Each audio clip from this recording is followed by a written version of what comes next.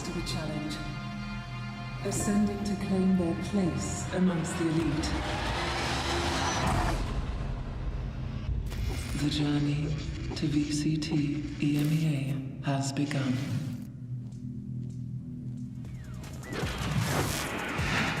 Hello and welcome to the third day of VCT Ascension EMEA, where some teams are facing the end of their stories as elimination approaches. I'm Ginny, your host for today, joined on the floor, but not one, but two Germans this time around. We have Zesh as well as Matze. Welcome to the show. How are you doing? Happy to be here. Great games, great company. Looking forward to it. It was about time we take this one over, right?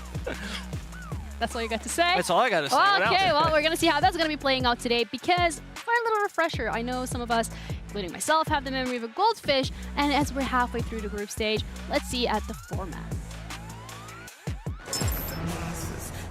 VCT Ascension EMEA is right around the corner. Get ready for an inside look at the format that will determine our new VCT EMEA team. This year, we are introducing play-ins, providing a golden opportunity for a 10th team to join the rank of the top 9 teams from our Challengers leagues. The stakes are high for those teams that finish second in their respective Challengers leagues as they earned their spot in the play-ins. Divided into 3 groups, these teams will play a best-of-1 single round-robin format to showcase their abilities. Those that prove their worth in each group will move on to the semi-finals, and those who finish second will have one last chance in another round-robin best-of-1 to reach the play-ins knockout stage. In the end, only one team will emerge victorious and open the gates to the group stage of Ascension. The stage is now set. It's time for the 10 best EMEA Challengers team to battle for Ascension. From June the 30th to July the 4th, the top 10 EMEA Challengers teams sorted into 2 groups will be ready to embark on a fierce best-of-3 single round-robin battle. Only the top 2 teams from each group will advance, moving one step closer to the ultimate goal of securing a spot in next year's VCT EMEA. From July 13th to 16th, the live action will return to Berlin Messe, where the teams will clash in a double elimination bracket looking to reach the grand finals and make history in our Coliseum. Don't miss your chance to support your region as they strive to make their way into the VCT EMEA 2024. Follow us on socials to discover the latest broadcast updates. All right, well, with that out of the way, you guys now know how it's going? I never knew. Thanks for explaining. No, to me. you're welcome. You know, Genie 2.0 did an okay job at that. But let's have a recap of yesterday specifically because it's all getting pretty spicy. On the A stream, we started off with Ascent up against CNG Esports. And both of you had a heart attack after this one. Have you guys recovered? That was not comfortable, really, was it? That was absolutely not fun. Starting off with Lotus, it was a tricky ride. I think this is fair to say. CGN's playstyle did really not work well against Ascent at all. Their passiveness once more became a crucial issue. Monster was holding the site so well over on C, which didn't allow those 20-second executes that we saw from CGN, and therefore, first map lost. Yeah, definitely not a nice side. Bind was much better. It was the CGN we expected, we hoped for. The role players were playing really well. Vince, Azuri, very good performances. Element was doing his thing as we were hoping for on not only that map, but unfortunately he kept it to that map. Vince, as you see, insane trigger discipline, definitely putting a spotlight on himself. Absolutely great performance, 13-2, and you were like, all right, CGN got this, but then this map happened.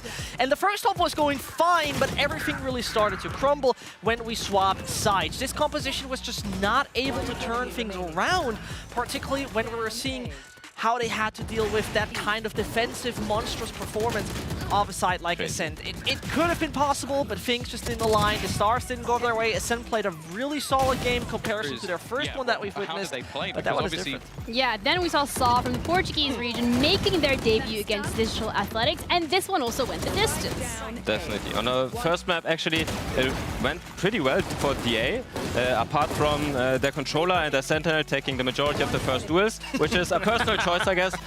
It was very good, and they won despite Saw winning winning both of the pistols and the follow-up. So definitely an encouraging performance by DA, but unfortunately they could not really extend that beyond Fracture.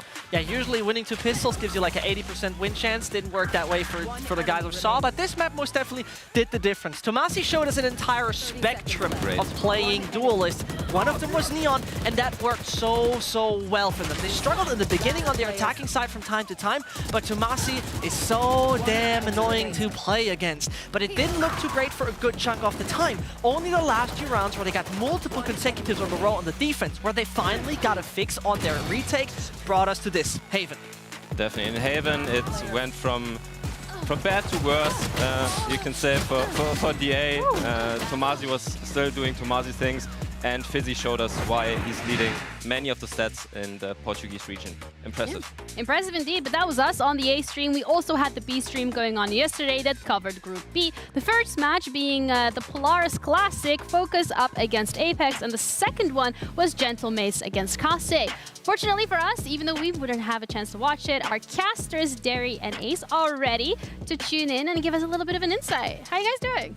Not too bad, thank you, Jenny. Not too bad. We are ready for our 3rd day, but Tim, it's all about yesterday, first and foremost. 2 really big games that went down. We had the delight of being able to do Apex against Focus as well. That was an absolute screamer out and out. Yeah, it was a fantastic series, that much is for sure. A little bit unexpected start with Focus coming in, taking a big first map, but then Apex able to come back and turn it around. They did indeed. Well, first we'll take a look at Gentlemates coming up against Kase, and to be honest with you, this started out as an all-French affair. Absolutely rolling through Kase, not just in terms of team play, but gunpower. Everything came out, Minabu especially, kind of being able to put up a bit of a front against Gentlemates, but given the series ended 2-0, I think it's pretty fair to say it was an all-French affair, as said earlier on, Tim.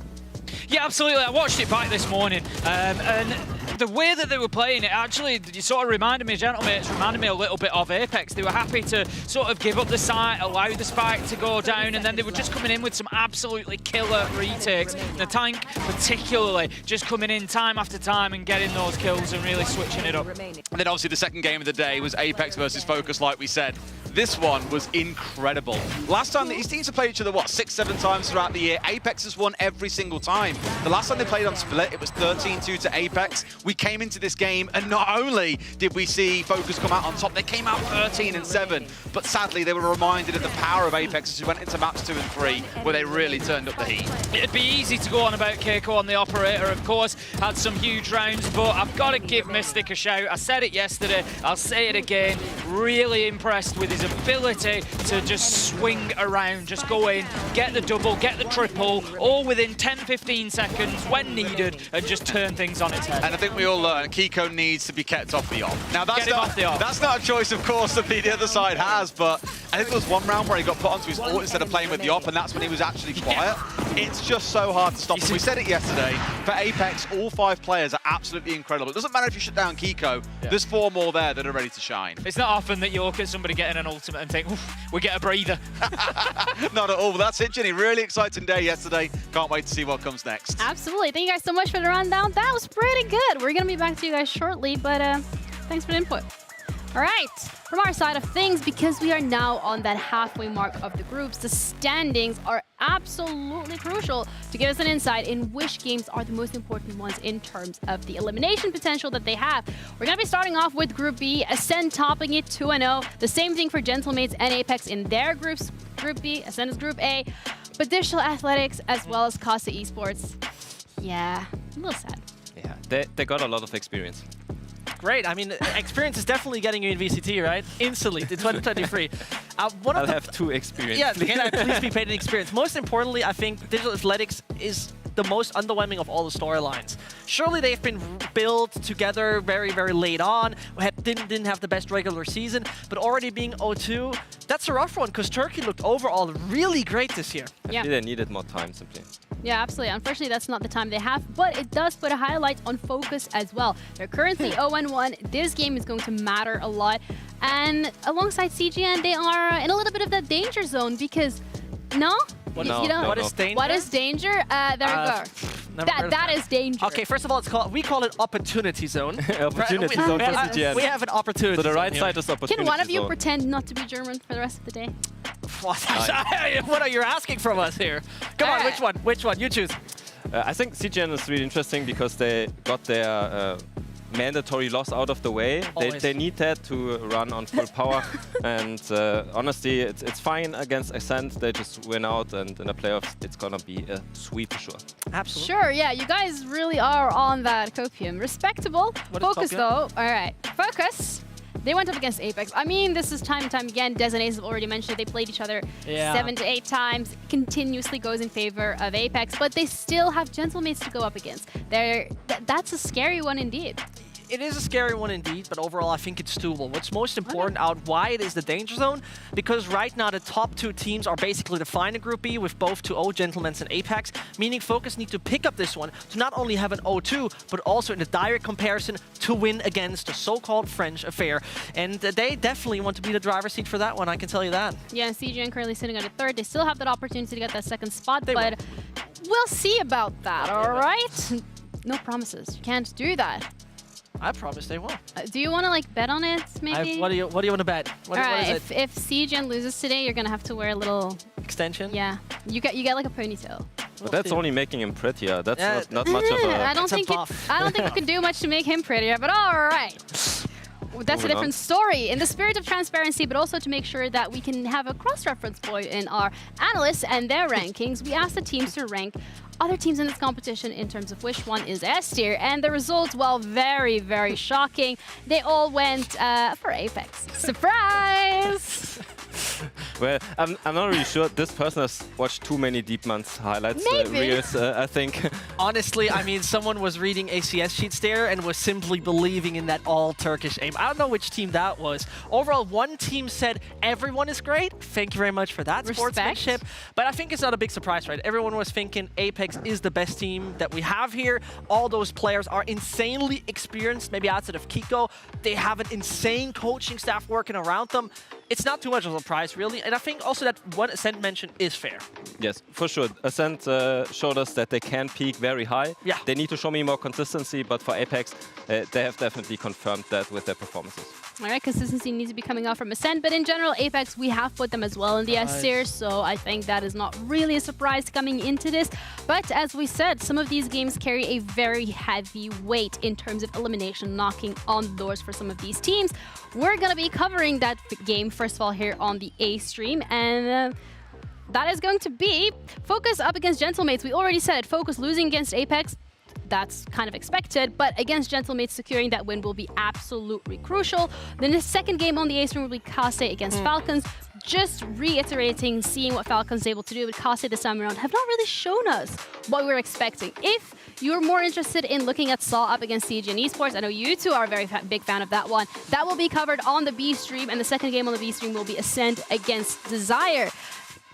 Looking interesting. Banger matches. Yeah, banger matches wherever you go. Absolutely. I'm not really interested in CGN Saw because it's a 2-0 anyway. I don't even need to watch that. I cannot wait for it to be wrong. Absolutely I don't need to watch that. All right. Well, if you're watching this from B stream, make sure that you stick around for CGN up against Saw. If you're watching us from the A stream, hello guys. Thank you for doing so. We're going to be back very shortly to cover Focus up against Gentlemates.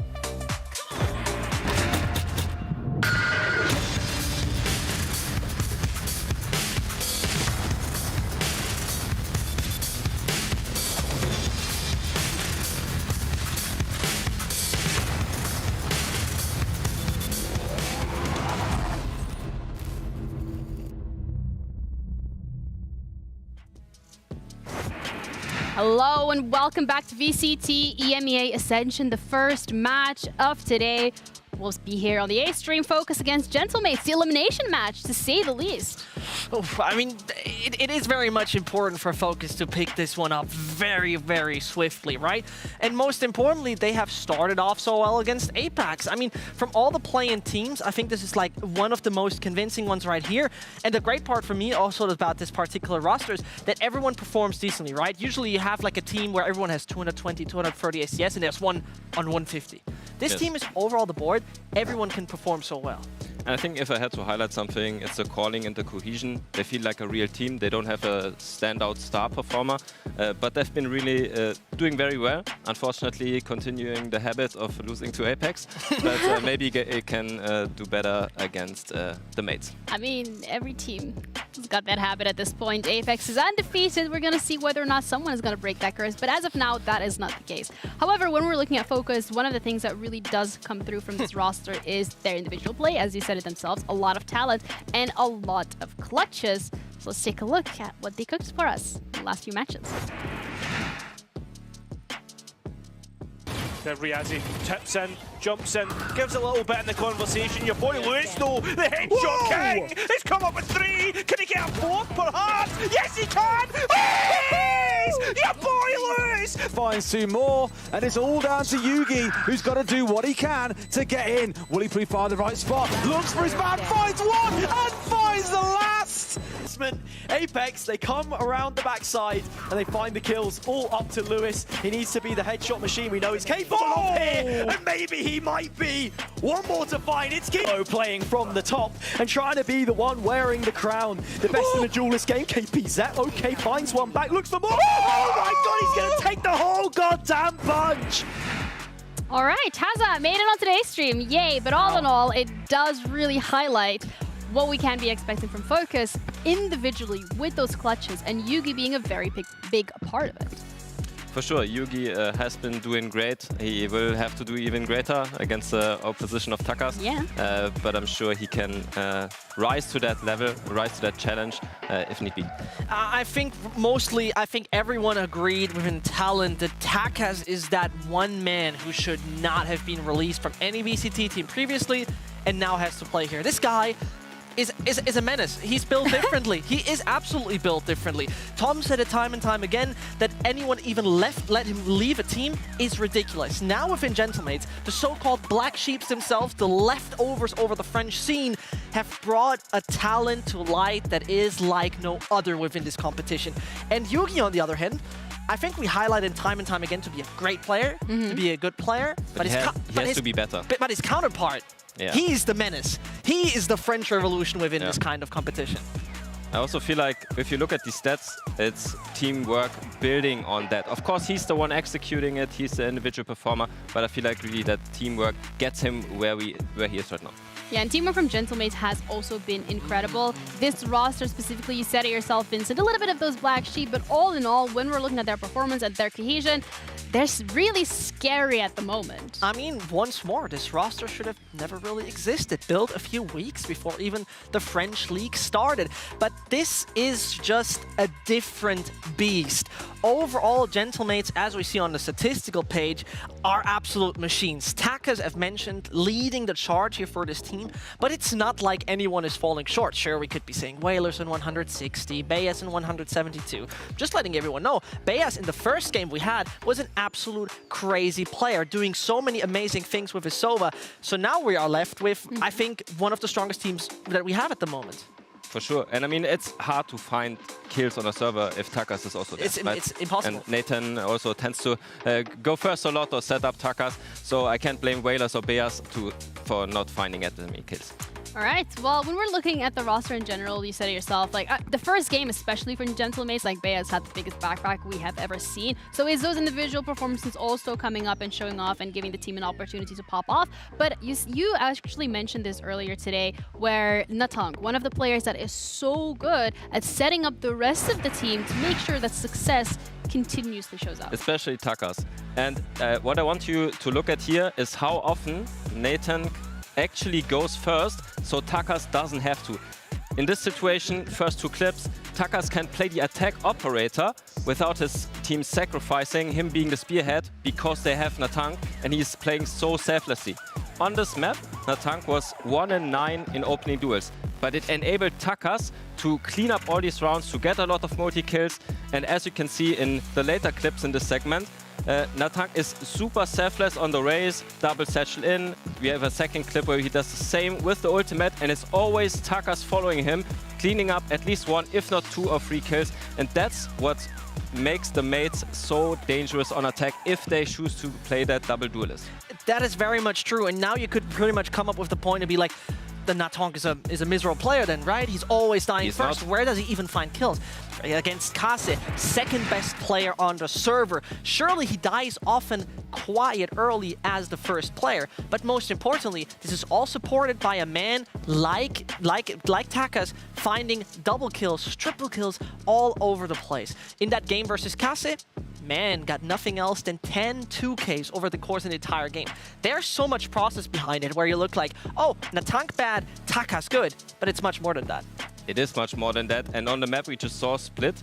Natank went 1-9 in opening duels, but he still almost went even. That tells you a lot about the player. Yeah, that's pretty impressive stats to say the least. But one thing as well that has been more impressive from Gentlemates was their performance yesterday against Kase. Because Kase coming into this, we said they're one of the teams that bagged a lot of firepower, they bagged a lot of strategy, and we were interested to see how this was going to play out. And it's a much better performance than their day one performance against Falcons.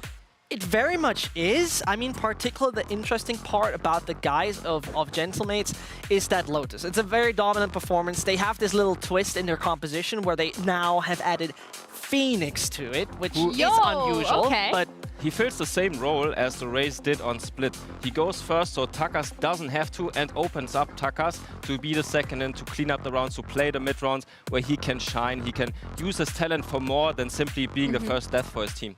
All right, that was the second day of gameplay in general here at VCT Ascension EMEA, but also the second day for Gentlemates. Focus, however, they had their start yesterday, and that was against Apex. Not the easiest one to really begin with, and this one went the distance. I was very surprised that Split went in favor of Focus.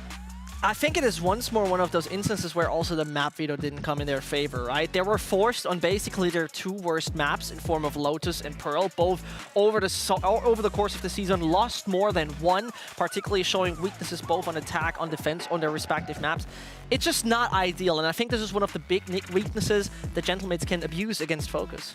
I mean, you say it's two of the weaker maps of Focus, but looking at it from a different perspective, it's hard to find maps where Apex are bad on. Right? Yeah. Oh, fair point, but even it's not like over the course of the season was one of those maps where like, yeah, they're winning against anyone but Apex. You know, and that is where one of those weaknesses lies with this team, because obviously when you also play play-ins, it's one of those And they also showed a lot. Yeah. They played the play-ins, a lot of maps shown, no time for new strats. It's gonna be tough. Yeah, it does bring the question, right? Because we're looking at Gentlemates, and they're warmed up now. That game one, day one performance against Falcons was a bit of getting back into the groove of things, getting back to playing officials. Whereas Focus, as you said yourself, Matze, they have played play-ins. Yesterday, they had to go play all three of the best of threes. Some of them went to OT, and it brings the question, fatigue comes into play, strategies, being new, bringing something fresh out. Is that even possible? I think it depends on what type of player you are. Some people thrive if they just play every day, they're locked in, they're in their zone, and it also doesn't really matter if they can do additional preparation because they're simply locked in. But for some players this might play a role, especially on the calling. Imagine how much brain power Lewis has to invest to adapt what they have already shown to not be as obvious for all the opponents they're playing now. And this is probably the difference, right? When we're talking about teams not having to play play-in, so many came up with new compositions. Ascent has done it, CGN has done it, Gentlemates have done it. All they have has swapped up things, while Focus basically got to stick to what they do because they had to play officials, not pracs. Yes. So in that regard, I'm assuming when it comes to the map picks, the map vetoes specifically, we're most likely expecting Focus to try and play to their strength and not really bring out anything new in that regard. Yes, but the problem is how can you play against your strengths against Gentlemates? Just to once more remind everyone out there, Gentlemates in the last 3 games have picked 3 different maps as their own choice. Yeah, but Pearl being the insta-ban, I mean, that's not really too shocking. For sure. I think even if Focus gets maps that from their own perspective look like good maps for them, Gentlemates likes playing those. They like playing Lotus, they like playing Fracture, they don't mind, right? So I think it's up to Focus, simply focusing on their own strengths. If you can't beat them on your good maps, then you're simply not good enough to beat them anyway. But I think looking at this, Gentlemates are picking Split, and this is actually a map that yesterday has been won 13-7 by Focus against Apex. Bind is a perfect one in considering that it has been hardly shown by Focus. First of all, only in the grand final against Apex in the Nordic scene. They even banned it once, and that's why I like it, especially so you have a game plan for Bind, you give yourself a chance at winning the series by throwing in a curveball. All right, and Lotus, the final map coming through. It's looking interesting, to say the least. I think this is one of the best picks they could have done. I think this is from all that is available. Gentlemates having the better map pool and the better preparation. This right here is a great opportunity. Once more quickly jumping on that bind, it has not been successful really for the side of Gentlemates at all. They've either been forced into super close victories or even took losses, for example, against Mandatory. It is not ideal for them. They lost in the final, you're right. And also the Lotus pick, I actually like it, or Lotus being left open, because against Apex, yes, they lost, but it was a 10-13. Yeah. Give or take 2 clutches, that's a win against a very good team. So I think Focus do very well for themselves, judging that as a strength of themselves. All right, starting and focusing on Split specifically this time around, for both of these teams, what are the expectations in terms of Asian selects and play styles to be coming out? Because we know Gentlemates so far, we've seen them like to throw a curveball here and there, but Focus, I think it's pretty self-explanatory. I think it's not a curveball, so no Phoenix picks, but it's gonna be double duelist, I think, for both sides, and it's gonna be very, very exciting, very explosive, and I feel like there's a slight edge because the Gentlemates are so comfortable playing attack with that raised jet. It feels like they're tethered together. It's like they're one person operating 2 agents. Same brain cell. It's so much fun to watch, and they have the perfect timings, they have the executions, Mega Brain existence watching over them. I'm very excited about this, but it's definitely also not a bad map for Focus. It's going to be particularly interesting how Focus behave, because yesterday around they were fighting a lot of room against Apex. It didn't give them much freedom on the defensive side, and Focus once more starts on defense. This is going to be really interesting on how to evaluate their aggressions, because obviously with the compositions they play where there's a sky in it, you sure can gain a bit of info, right? But that's pretty much it then. So you need to fight for rooms mid-round. Also, to be determined if the Gentlemates can find a good start here. They are starting on attack. It's easy to fall a couple of rounds behind, right? For both matches that the mates played, their first map was tougher than the second one. So if they have a tough map here, they risk losing their own pick, and that's a dire situation. Yeah, we've seen that a couple of teams losing their own pick, and then we're going to that third mapper, so that's always going to be a possibility. But I want to circle back to the fact that yesterday, Split was Apex's pick, and Focus was the one to secure it. Gentlemates, are we expecting them to have had a chance to look at that gameplay and come up? For sure. 100%. Yeah. All right. I think Gentlemates has the best coach of this competition. I mean, okay. outside, I would agree. I would think Existence is a different beast. A man who didn't even want to do that. He wanted to swap games at the beginning of the year. Now taking the challenge in a different way. He is the best mentor you could have and brings so much stability to the team. I mean, if I look at how the Gentlemates are playing and how disciplined they're executing even aggressive strategies where people tend to fall out of line, it reminds me a lot of some of the teams that Existence has led in the past and how he has used players like the Kenny S and the Screams of the world. And I see a lot of that in the Gentlemates. Is there going to be a problem for Focus, though? It's Takas, Natang. It's a lot of things that go together. First of all, I believe it needs to be, just from an individual basis, like we've seen versus Apex, Lewis and Yugi performing. You know, they individually need to take out someone like Takas, and that could be a great pillar of success in case Takas is the one early falling, because he's not a victim of first step most of the time. He takes a lot of duels, but he's not the one falling short most of the time. For me, it's also on Lime to open up Yugi to not have to do as much of the heavy lifting on the tech side. Yeah. Because we saw in a comparison between Takas and Yugi, Yugi actually is negative in opening duels. And that's really tough on you if you're supposed to carry that team. All right. I mean, we've heard your opinions about this game, and surprise, we're also going to hear Des and Ace's opinions about this game because they're going to be our casters for this one, and we have a little bit of time to fill with some delays coming through. Hello, guys. Hi, how's it going? Like dressed for holiday, and Ace is like dressed to. I'm out of here. Yeah. I'm not sure. You're dressed to game, mate. Yeah. I'm always dressed to game. I'm always ready to game. This is when it gets too warm or too cold in the winter, and you're like, right, I've got to warm up and get the sweater on. That's Such the way a gamer. I like the sweater. Ready for it. It fits the occasion. All right, well, this is going to be a game indeed. So can we get a little bit of an insight in terms of what you guys were expecting? We've seen Focus yesterday on Split against Apex. That was pretty impressive. But Gentlemates, I mean, we said it ourselves, it's a different beast. They are, but I don't want to kind of play down Focus either, right? The play-ins team, everyone's really excited about them. This could actually be... I said it yesterday about Apex versus Focus. It was one of our favourite games to cast. this could very quickly become one of those as well. And Split, for me, perfect battlefield to start on. Focus, they tore Apex apart there. Gentlemates struggled a little bit in the second half of Split yesterday. So I'm kind of looking at that and thinking, if we're assuming, like you guys are, wrongly so, the Gentlemates are up here and Focus are down here, that middle ground is going to come in really exciting between both teams, I think. I'm honestly expecting a very close matchup. I said it earlier when we were going over the recap. I'll say it again. For me, watching Gentlemates this morning sort of reminded me a little bit of what we saw out of Apex, just that sort of fall-away defensive style. Let them have the site, let them have that little bit of space, and boom, get back in and hit them. And it worked really well for Gentlemates, particularly Takas coming in and putting up like huge numbers alongside Natank as well. But for me as well, something that Focus are going to have to deal with. Yesterday, I commented on it, we had Mystic, these big swing moments coming in, 2 kills, 3 kills. He was cracked. They struggled to deal with that. Now, there's also players on the side, I'm looking at Logan particularly, on the side of Gentlemates who can do the same thing, who can have those big moments. And they've got to find a way of dealing with that. They've got to find a way of shutting that down. Thing is, Focus have got Lewis, Ginny. That kind of tells you enough in itself, right? Lewis was unbelievable yesterday.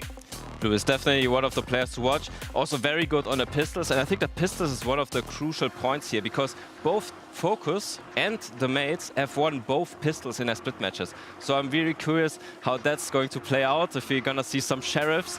We saw the Kiko sheriff going crazy in other matches. Maybe the Lewis sheriff can do some work here if he drops the util. But especially for the mates, I would agree definitely that it was not as convincing as we make it out to be, because if one of those pistols goes the other way, the map is lost, right? And they have to be on their toes today. I feel like there's a little bit of a split going on here. We have the casters going for That Focus. is the map we're going to, Ginny. Well done. Haha, I see what you did there. That was unintentional, but we do have you guys going for Focus. We have the Dust going for Gentlemates. That's kind of what it's feeling like in terms of securing this first map. So, do you guys I think it's just Zesh being really anti-British, basically. It's just okay, like, listen, this is those guys from Valaris? No, go away. Okay, this is getting out of hand. Okay, close up on me. I'm gonna shut this conversation down. Thank you guys so much for your input. We really do appreciate it. We have a little bit of a delay, so we're gonna head to a break, and we're gonna be back shortly. Don't go anywhere unless you need to go grab some water.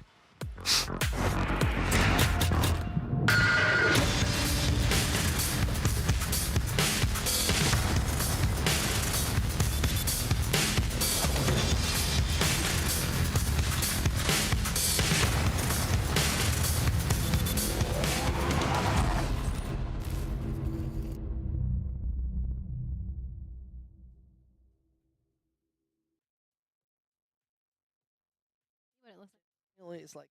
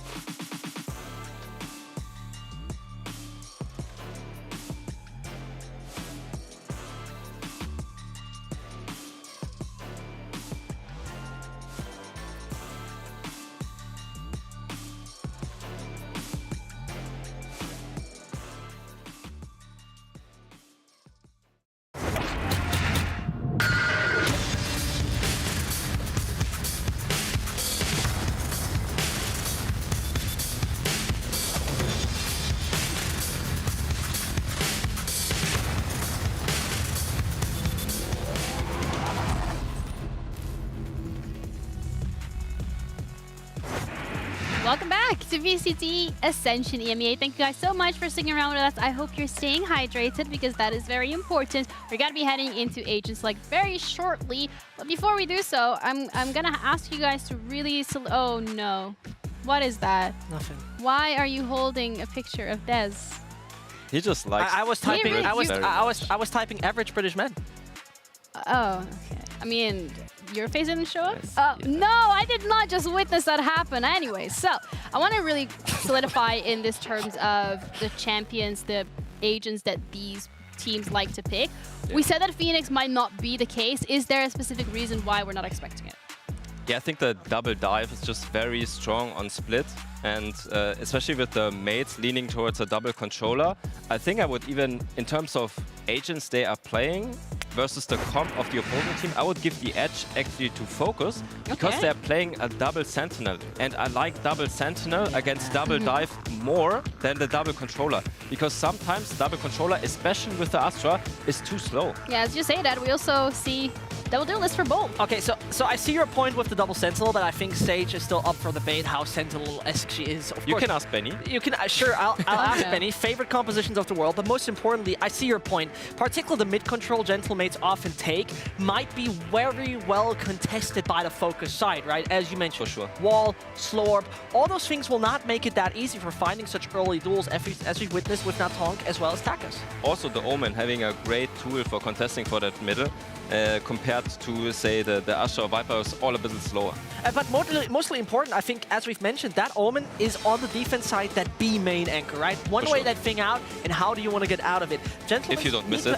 First of all that, but you need to have a plan for that. And this is what I want to see from Gentlemates, because as mentioned yesterday, too tight, too iffy for a team that is basically out of the tournament. Well, I know you guys were spamming Caster's start game, and thankfully, the casters actually listened to us this time because they have decided to start the game. So we're gonna be heading into the first matchup of Focus against Gentlemates with our lovely casters, Des and Ace. Thank you very much, Ginny. Really good to hear that Zesh has been Googling pictures of me. I mean, he is wearing like a football-style jersey today. Clearly is my biggest fan, Zesh. I'll sign an autograph for you later on, my man. But we've got to get into Focus on Tim. That one was free. Here we go with the big game, though. First one split coming up, as we commented. The comps are really interesting. Yep. We clocked no initiation on the side of Focus. Again, though, going into that Sage that we saw Lewis running yesterday. Yeah, absolutely. Double duelists both sides, so we're going to have a lot of aggression. We're going to have a lot of fights. I think we're going to see a lot of that around mid. You know, I think it was Zesh that was saying there in the analysis, we're going to have them fighting over that mid area, particularly Gentlemates wanting to come in and control that.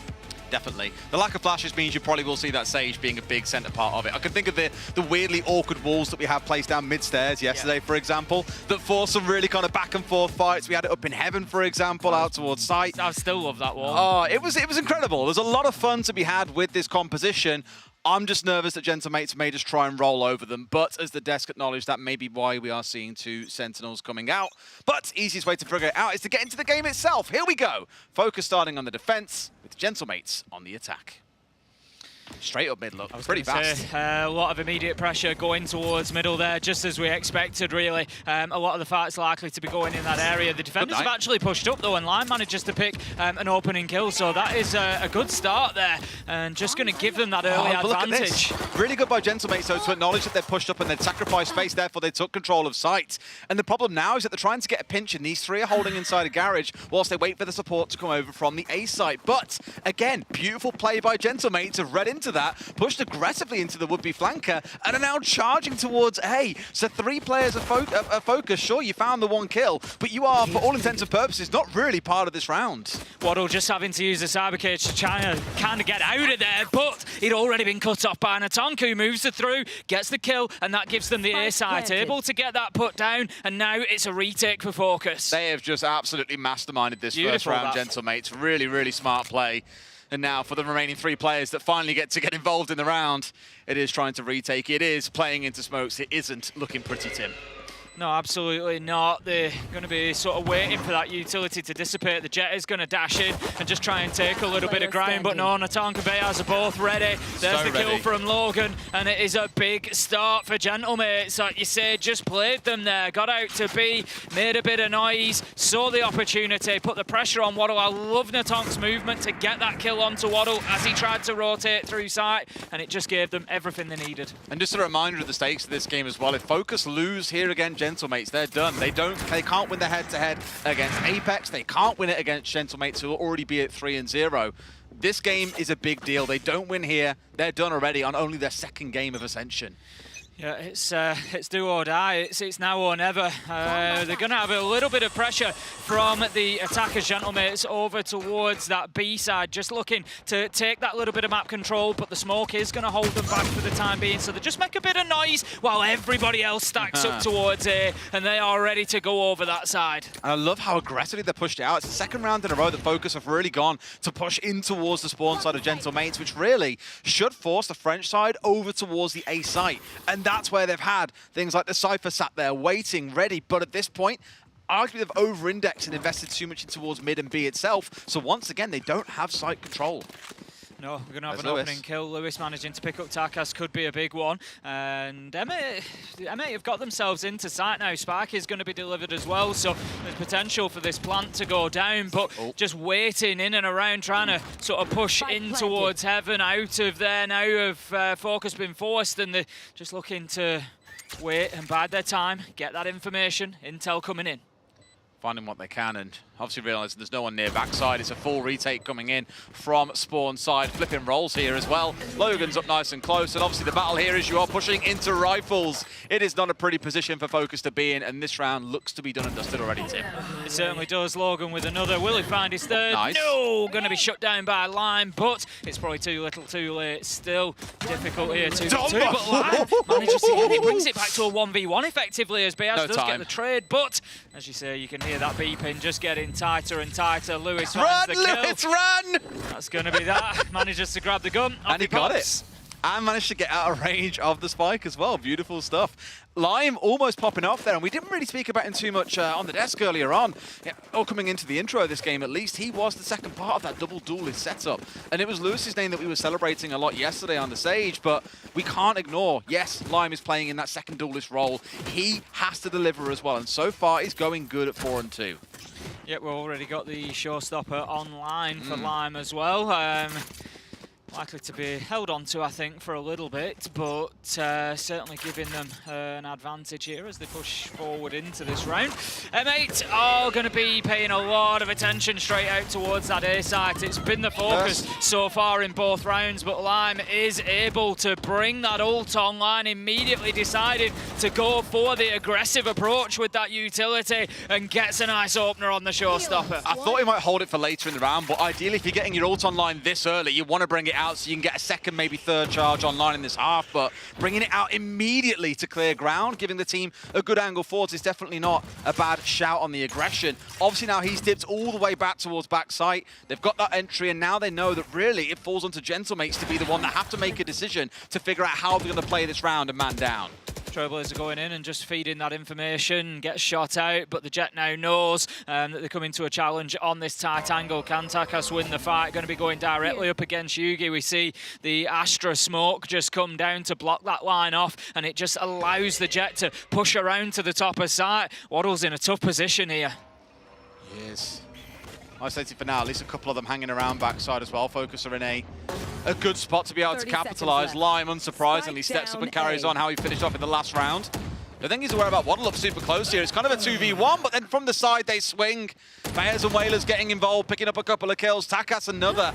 Now it's down to just the last two on the side of Focus to try and pull this round back in what is very much a gun round for both sides. A 1v2 for Lewis. He's been here before, Tim, but can he do it again? We've already seen him have a big moment too late in this game. Gets the one, brings it back to the 1v1, and this time, Des, he's got plenty of time. There's a real opportunity for him here. Just needs to keep himself away from those Seekers for the time being, but it's all burning time. It's just the case of information there. You might look at that and say, wow, Seekers for one player? In this 1 versus 1, it's perfect. It shows where he's trying to work away. Slowfield comes out in a spot now where there's no utility left for him to work with. Bears has got a 1, but wins out of the 1v1 regardless. Ain't got to worry about giving his position away. It's as easy as that, and Gentlemates are up 3-0. Smooth from Bears and Gentlemates in general, I think, at this point. Looking really, really solid. Are we going to have that pressure towards A again? 3 have gone in that direction, but there's 2 heading out towards maybe having a look at just grabbing that B to the ground at B to begin with, at least. I just love it. The double satchel coming out, boosted straight, and getting out of dodge straight after was the best part about it. But again, we said for Gentlemates, if they take it a bit slow, figure out the 4v5 and the way forward, it can still work out for them, and work out it did. It is going to be that one-way coming in once again here, but for the most part, Gentlemates have just ignored it, pushed right past it, have found themselves a kill already with the Omen falling down, and now can push in towards B. Yeah, Focus really trying to play around mid, but it's just not buying them anything at the minute. They just keep getting hit in these gunfights. The Jet's going to dash in there, take that ground, and really take big strides towards Gentlemate having site control again. Rather than trying to play around the kind of sneaky game of walking through mid and rotating left, right here, they have just very much brute forced their way in towards the site, and they've brought things down to a 3 versus 2. For Gentlemates, it started about as well as you could hope, so now they've got to try and figure out what the next step forward is.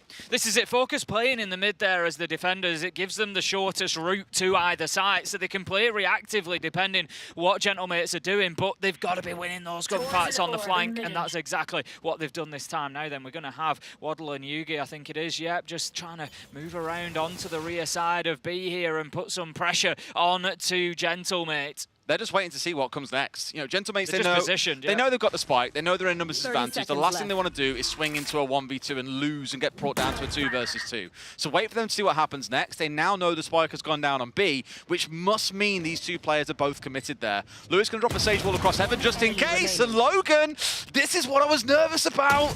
They were in a spot to win out a 2v1, but they simply can't do it. That's twice now, really. They've pulled it back from a behind position, and Gentlemates are looking on fire so far. If you recall, before we got into this one, as I said yesterday, Mystic had hurt Focus a number of times with important 2 and 3 kills, and they'd not been able to shut him down. And I said Logan is that sort of player that is going to come in, is going to have those flash moments of 2 kills to just swing the round on its head. That's exactly what's happened again. Focus have to be able to get a grip of these players. And I don't want to drill too much into one player, but really, Yugi there has to be getting that trade. He's playing as their duelist. He's on the Jet. He's expected to frag out. So far, he's sat at 0-4. So when things are going from bad to worse, what do? You buy an op to make yourself feel better. Now, hopefully, we see him getting more involved in this round because as it stands at the moment, as said, 0 kills to his name. Have a tank outpouring of utility, but already M8 have got themselves deep into sight. They're pushing through elbow. They find the kill to cast onto Lime. Don't get anything with the showstopper, but the plant is going down nonetheless, and Focus are being held at bay at the minute. Here's and Yugi's getting himself top back up as well after being down at 4 HP as well. I mean, at this point, what can you do? It just feels like pain upon pain upon pain. They've got all the control they need. They had the site control. Now they push back in towards spawn to gain more control. The only thing not in their control right now is Heaven, and they don't seem too bothered about that, Tim. No, absolutely not. And as long as that Viper's Pit is up, it's going to make it very difficult for this retake because they know that Gentlemates can just re-emerge at any point. There they go. KPZ manages to find the kill onto Whalers, though, for the trade. 3 versus 2. This is possible. Are they going to stick the defuse? Moves around. No, gets cut down. It was so close, Des. Great timing coming out of Gentlemates, though. And again, it was just really well played. I just love how committed they are to getting the site at this point. And you can look at it and say Focus are really good at conceding site and looking for a retake, but Gentlemates are giving them nothing in the retake either. They're storming their way in towards site, breaching all the way through, not quite literally, but getting control of site or rotating their way around to a different site. Then once they've got control of it, they simply do not let go. Focus really got to find something here, and I think having a timeout at this point feels like the right call. Yeah, I like the use of the Viper's Pit there, just off towards the top of site. It just gave them that opportunity, that element of surprise. They were able to burst forward, get the job done. It was unfortunate for Focus. They had to make a decision. They went in for defusing the spike. They were probably about maybe half a second to a second away from actually completing it, somewhere in that region. But ultimately, just really well timed from Gentlemate. 5-0 up now. The timeout gets called. You know, it's an important round coming up. You've got 3 ults online. You've got a possibility to do something here. But let's look, 2 of those ults there's more of your utility ults. You got the Resurrection, you got the Neural Theft. It's not stuff that's necessarily going to be giving you sort of direct control of sight. It's, you know, it's not a lockdown, it's not an orbital shot, it's not these sort of direct sight influencing ults. You've also got the Cosmic Divide and the Blade Storm that you've got to concern yourself with on the other side of the table as well. And it's more the fact that you got Bears and Logan going 14 and 3 between the pair of them. Yeah, that's a factor as well. They are just running away with the game. Forget about the duelists we were talking about at the beginning of this, expecting both sides to bring out the double duelists, which they have. The duelists themselves, outside of line, not really been the star of the show so far. And here we go once again. Speaking about this pace time and time again, Gentlemates have got control of A inside 15 seconds. Yeah, just absolutely rushing in there. Usually you'd maybe have that push for sort of the land grab, get the orb, but no, they're just continuing on through, getting themselves into sight, getting that plant down. Spike is done and dusted, and again, Focus are on the retake. They've got to win the couple of early gunfights that they're going to get into. The next 2 are critical, really. You've got the Rays of Lime just coming around the bottom side there. What I think is so hard is to get control of sight, and then they have Viper Smoke, they have Astra Smoke. They have so much to work with to keep Focus away and force fights off site like this. And again, Focus have been absolutely deleted.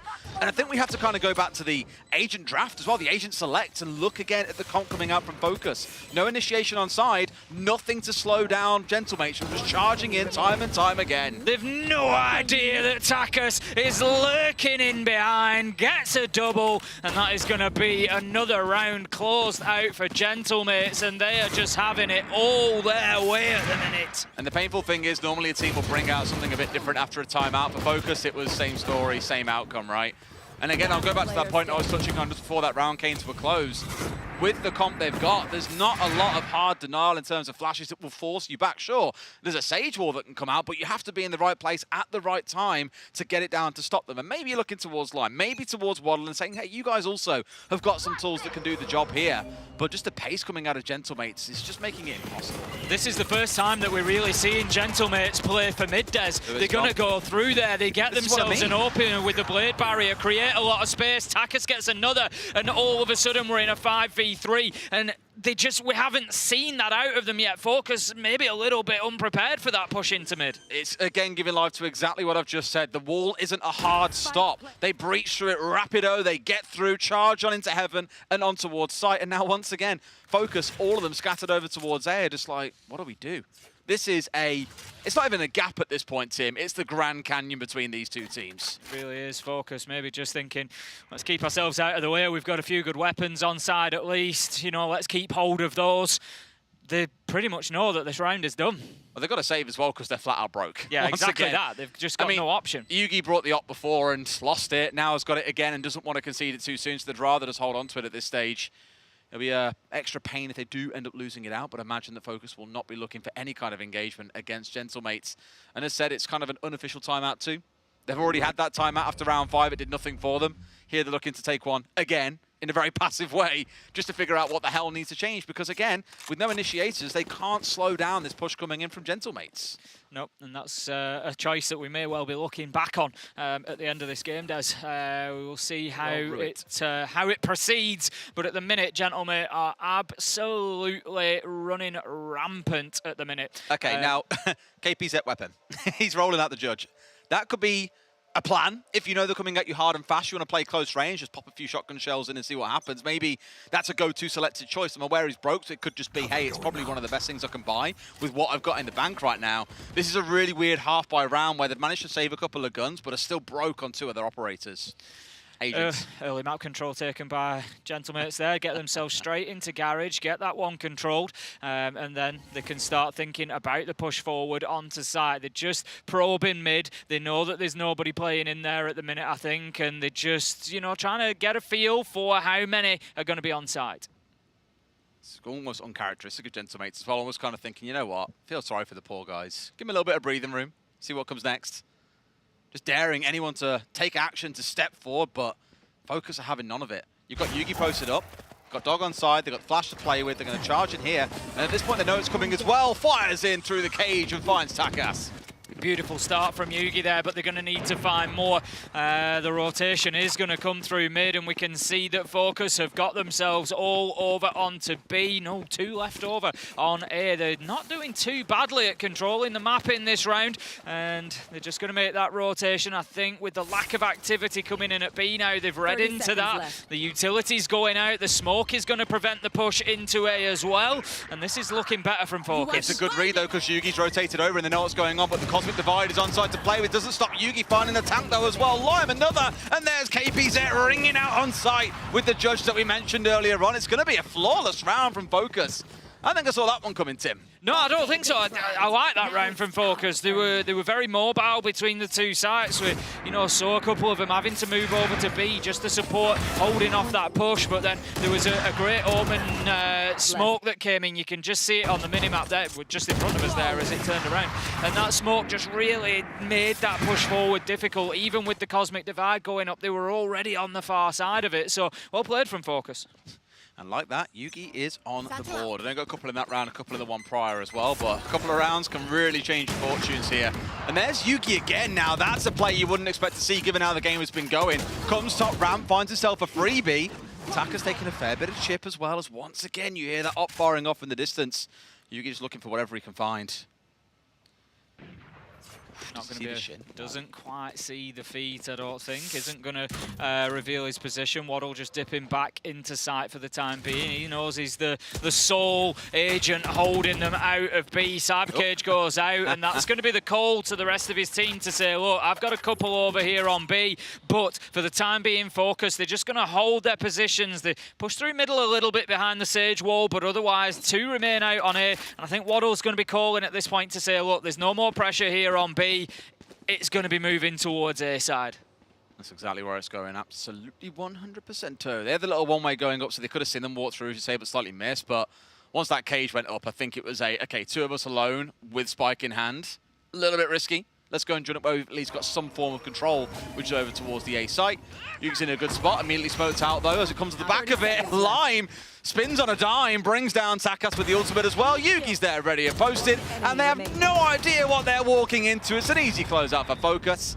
And Tim, it starts to feel like there's some semblance of control returning to the game. Yeah, it just feels like Focus have woken up a little bit. If they can get as many rounds as they can now, let's be honest, 7-5 would be an absolute steal for them after the way that this one started. That might be a little bit hopeful at the minute, but every round that they chain together, every one that they move forward is bringing them back into the economy, it's bringing them back into the ult game. It's just, really, like you say, leveling the playing field a little bit. So there's always the potential that Focus can chain a few rounds together here, and all of a sudden, no surprises. I think, Gentlemen, they recognise that and say, look, we need to put a stop to this now because 7-3, 7-4, that really starts to change the outlook. I mean, Yugi's rolled up, what, 6 kills across 3 rounds? All of the last 3, he's found 2 in each of them. And it's the one where you're seeing Focus play a little bit further back, playing behind the op, not looking to get too involved in the scrap, but also not wanting to concede the site control that Gentlemates are now really struggling with. So I imagine their conversation here will be, right, how do we stop the op? How do we carry on what we did for those first 7 rounds or so? How do we get onto site without bleeding players too early on? So I wouldn't be surprised if in this next round, you see a lot of aggression coming in, powered by those Seekers. Gentlemen, it's already stacking up towards that A site. You can see them all over there. We've had these rushes come through previously where they just get really super aggressive, go in behind the jet dash, try and get themselves that ground all the way up to elbow and get the control of A. Looks like it could be the case again. They've got the toxic screen just placed across as well. So all the utility there to get in and take this ground early. But Yugi from close doubles down with Lime, and that's going to leave them 5v3, and that did not pay off for Gentlemen. Well, last time it was top ramp, this time it was through main, and Yugi playing through the other side of the wall, using their wall against them to make use of a freebie and then dash straight away. Beautiful play. Now you're really seeing that confidence for him coming online. He's landing critical shots. Gentlemates once again sort of slowing down here and asking questions once more. what should we be doing? But ultimately, they've no choice but to slow down and try to just do things a little bit differently. They're going to be pressuring mid a little bit, but there's going to be the smoke goes out from KPZ there just to give a little bit of protection to those players that are just above mid and looking to hold on to site. Whalers and Bayaz managed to get 2 though, but KPZ with a double is going to leave Logan now in a 1 versus 3. This one feels pretty much done and dusted unless we see another massive 3K coming out of Logan. We've seen it once before, but he's very much playing blind into this one. So might recover, could try and back away. Instead wants to stick by the looks of it and try and look for a fight, but against an op, I don't really fancy his chances, Tim. No, I mean, he did hit the 1v3 yesterday, but those things can be few and far between. Shut down by Waddle as he comes around the corner, and that is going to be 3rd round in a row for Focus. This will feel like a real smash and grab if they pull this back up to 7 and 5. Oh, it'd be amazing for Focus. Like, unbelievable smash and grab. But the thing is, it doesn't even really feel like Gentlemates are close at finding an answer right now. That's the 2nd round in a row where we've seen Yugi come in and get aggressive. And I believe it was actually, yeah, it was the spray through the Viper wall that netted him the 2nd kill, with Lime finding it out. They're just cleaning up house here in the early round, disrupting Gentlemates, taking some of the aggression that Gentlemates employed in the first 7 rounds and literally throwing it back at them. It feels like... Here he goes again, this time through Garage. Again, yep, getting aggressive and just playing into basically what Gentlemates have done, but this time they read into it. It's the double bluff dares, and the tank gets around, gets the kill onto Yugi, and we'll have to see how that affects the round for Focus. It was a beautiful combo utility as well. You had the Raise nade coming in while there was the suck on the ground coming out from the Astra, along with the smoke, so he really couldn't get anything done. And look at this. Now Gentlemates are the one who said, okay, let's play back, let's play a little bit slower and see what we can achieve from that. They've almost just said, Focus, you play into us and we'll find the answer.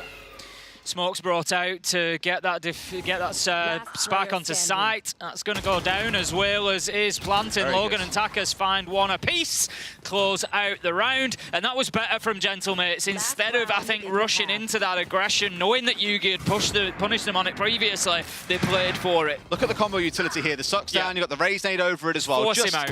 Just nothing that can be done at the back of that one. He tries to dash away and dashes straight into the nade.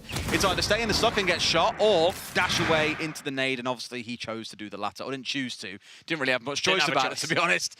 Had no way of getting out of that one alive. So a real good response from Gentlemates there and showing that flexibility that you need to deal with these varying situations. Last round of the half coming up. See if it can be a 9-3 or an 8-4. Going to have that mid-pressure coming in. You can see the Jet just following in behind the Trailblazer there. Others will join, but the smoke is going to come out just to halt that. So KPZ, once again, we've seen some good use of those Omen smokes just to slow those pushers down, and it just gives Focus that few seconds that they need to reorganize. Just waiting here as well. The Raise nade, I think, perfectly placed to clear out ropes if it comes down to it. Lewis bringing this wall out that we've seen him mid so many times. But I think around the number of times we've also seen Gentlemates just burn their way through this in no time at all and charge on in. They may well be looking for that.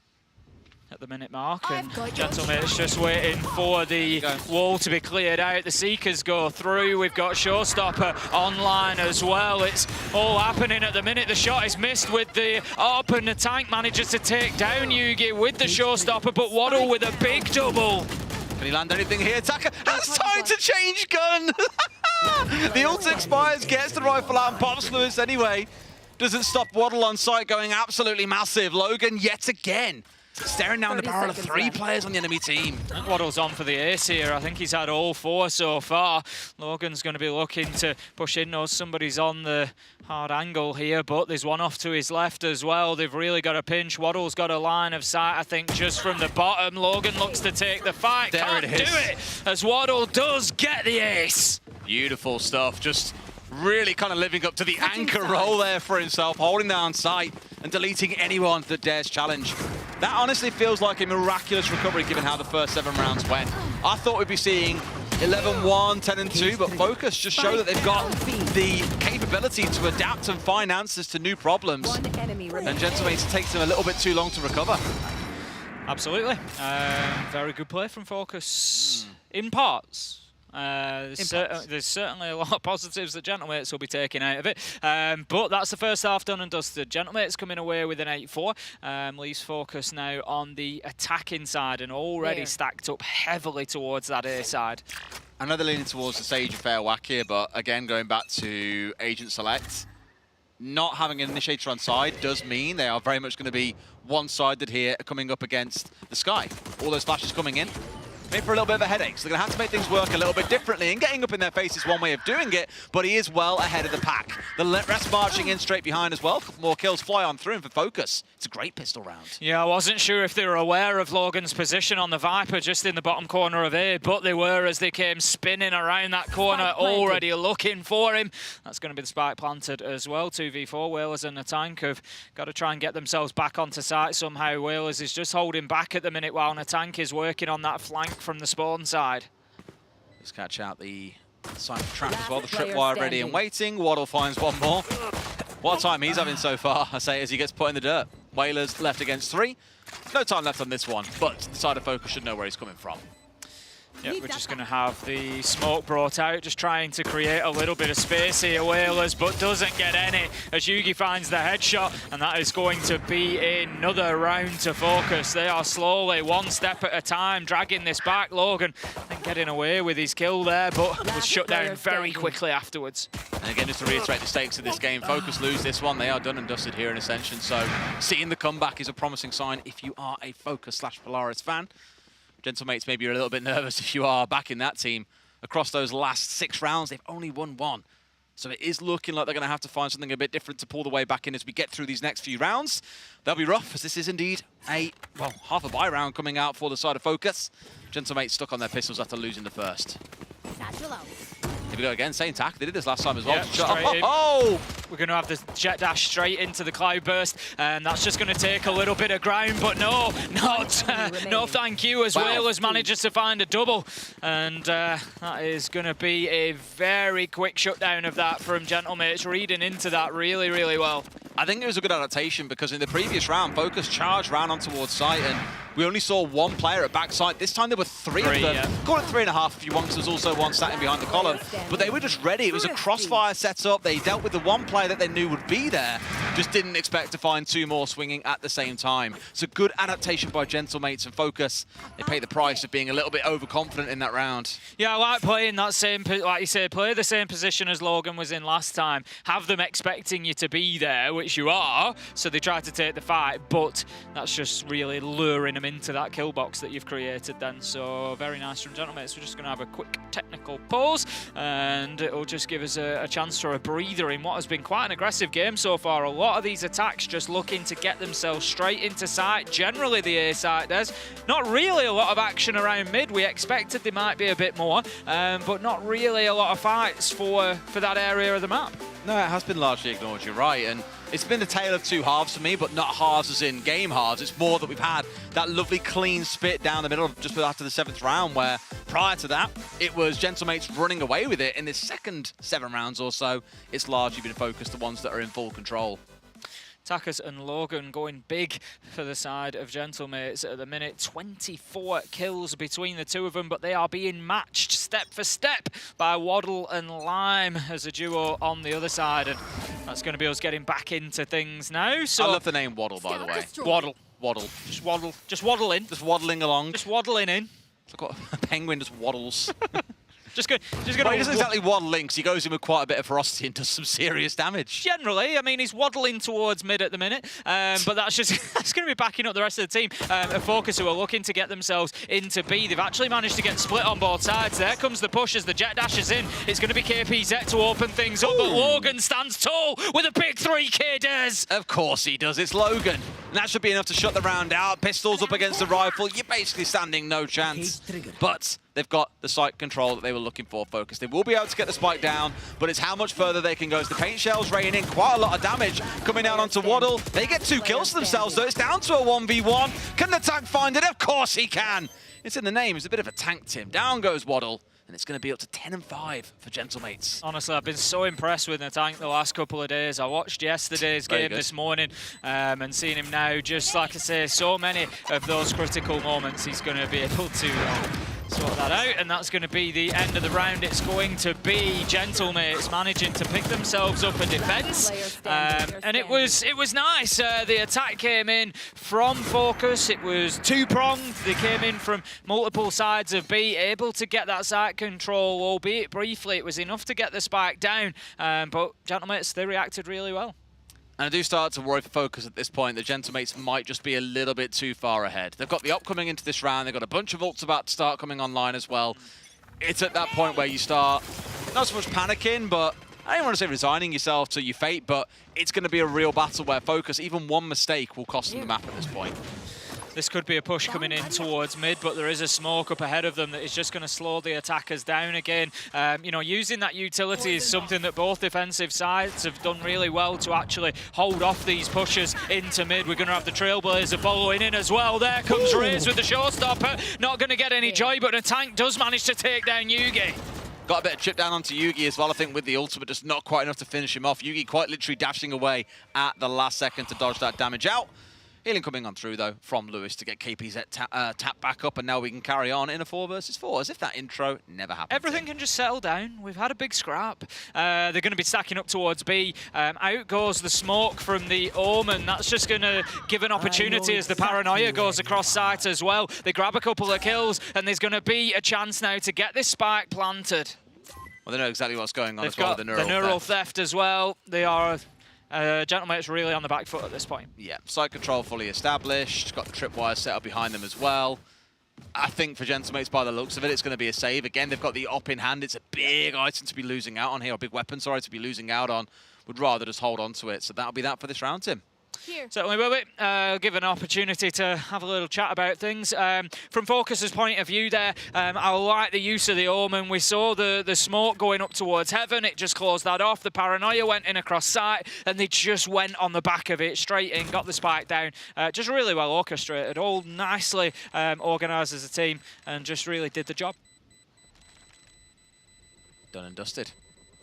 And for them, it's, again, a big chance where I was saying coming into the start of this round, Gentlemates had the op. They were coming in with a bunch of ults coming online. They made use of the tanks, but didn't get a kill with it. That could have been a little bit of a game changer for them. Sure, they get Yugi off the back of it, but watch him dash away here at the very last second. Takes a little bit of chip, but it's enough that they managed to get the trade back on the other side pretty much immediately. It's a good shot through smoke as well. Beautiful, absolutely beautiful. Like I said, just a really good appreciation of what was going on site, where the pressure was going to come from. I like it. It was good. Alrighty. See if Focus can keep on accelerating this one forwards, or if Gentlemates can battle their way back in. Op on side still, as Takas did save it in the previous round. Push straight up mid as well. Gentlemates wanting to battle over this mid part of the map. It's the right sort of idea, is they're going to find one Lime, the first to fall, and there's no response. No, not whatsoever. I think Focus really not wanting to take that fight, maybe just getting an inkling that they were there in numbers. And I like what Gentlemates have done. They've got the job done, Des, and they've got themselves out of there. They've put the smoke to cover themselves off from behind, and that just gives them an opportunity now to get away, to reset, and to focus on where the push to site is going to come in. Yeah, good first couple of kills as well. A Focus really approached this one quite slowly, quite tentatively. And so Gentlemates are the ones who have kind of forced or dictated the pace of the round to the other side, and Focus have paid the price as it stands, 5v3. Gentlemates in a position where they've got a couple of ults ready to come online anytime as well, so this is not looking good for Focus right now.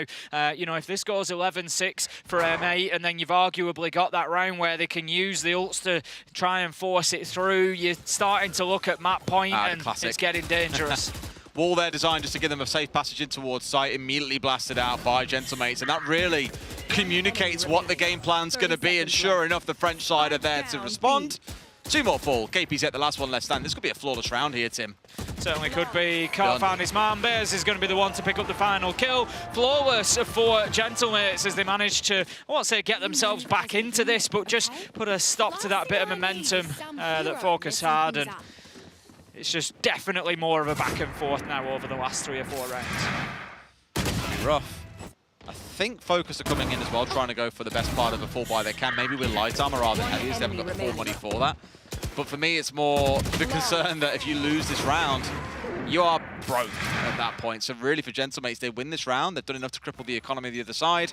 The round is done and dusted. And if that wasn't already bad enough, there'll probably be 3, maybe even 4 ults online next round. Exactly that. You feel like Gentlemates have really got themselves positioned to take control of Split here and get it done. They've got the Astra just of Whalers playing up in the B side. Got a couple of stars there, but they're going to just dash straight in. Yugi looking to take ground and get onto B side, but Whalers says no thanks. Manages to get 1, 2. Logan joins the party. Whalers does get traded out very late, but still leaves a 4 versus 2 in favour of Gentlemates. I think the dog saw him here. In fact, it's rounded the corner now. They most definitely brings out the slow field at the perfect time. At least the perfect time for Gentlemates, who once again completely delete focus. 12 and 6. The split looks to be going only one way. Really nice from Whalers play on the B side there, just anchoring. Brings out the Nebula just as they're trying to push in, blocks that bit of sight. Yugi has to come in through it, takes the ground, but ultimately Whalers there able to win out a good couple of gunfights in sight. Really push Gentlemates a long way towards winning that round and forces Focus into a timeout. A second of the map. Heaven knows they need it as well. I know we had a good kind of mid-round or mid-game burst coming out from Yugi where he was online with that up and doing real damage, but since we've seen that side swap, not really seen him come online. And I don't want to kind of harp on one player as if it's all his responsibility, but given what we've seen from him in the game yesterday, you would really want to see him step up and deliver big. Absolutely. You know, Focus at this point in time, you've got to be looking at this and saying, you know, it's really going to take something special. They've got 3 ults, which gives them something at least. But like you said, economy-wise, it's not looking great for them, having lost the last couple. You know, they're going up against a side now that are pretty stacked. You've got 2 ults online, Cosmic Divide being one of them, Viper's Pit the other. So, you know, that can be really, really influential on sites as well. I would expect Gentlemates to be able to close this out. You know what I'd love to see? Just run mid and drop the Viper's Pit. And just don't even... I mean, at this point, he won't. Dominate it. At this point, I think he will, because he's already put the wall down. But just running there, because mid has been a real big point of contestation between both teams here. So whether you drop it on a site or down mid, either's going to be impactful, because you will likely force Focus to have to rotate away somewhere else. Here we go. For the time being, we've got the showstopper coming in, and the not scout gonna have any joy just yet. Running out of time, got to make a choice. Makes it, doesn't find anybody. No, and that's 2 invested at this point. They get a little bit of info off the Omen ult, and that's really about it from both of them.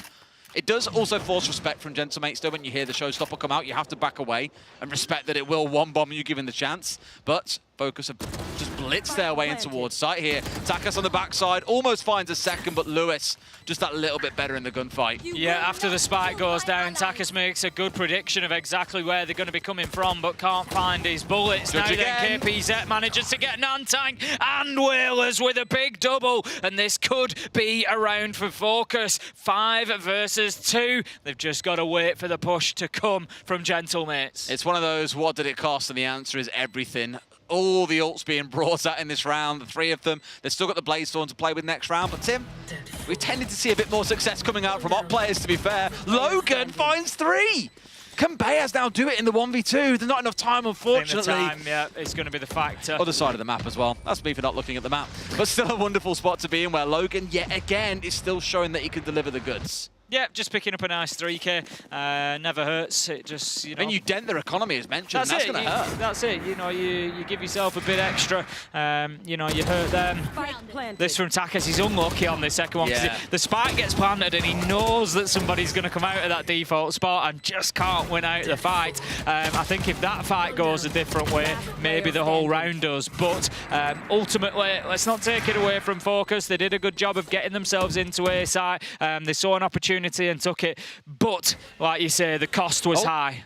Instant flash onto Lime as well, but he manages to just blast on through, doesn't even care. Viper's Pit out. Yeah, very aggressive in towards spawn side, and now that kind of leaves Lime's very much in no man's land here. He's managed to kind of rejoin up with his team, but they don't 100% know that ropes are safe. They can assume it is, and he should be able to rejoin his team here, but as you can see, there's still so many players committed towards playing on A main still for the side of Gentlemates. Yeah, the mid control for Focus is going to leave Gentlemates with longer rotates to make. So if they can get themselves in towards one of the sites, get a pick, it's likely to be A, I think, that they may be going to move towards as they start heading in that direction. If they can get their pick up there, it may well be that they can have a short time where they've got a 4 or even a 5 on 3. Playing nice and slow as well to try and bait Gentlemates into trying to poke their head into heaven.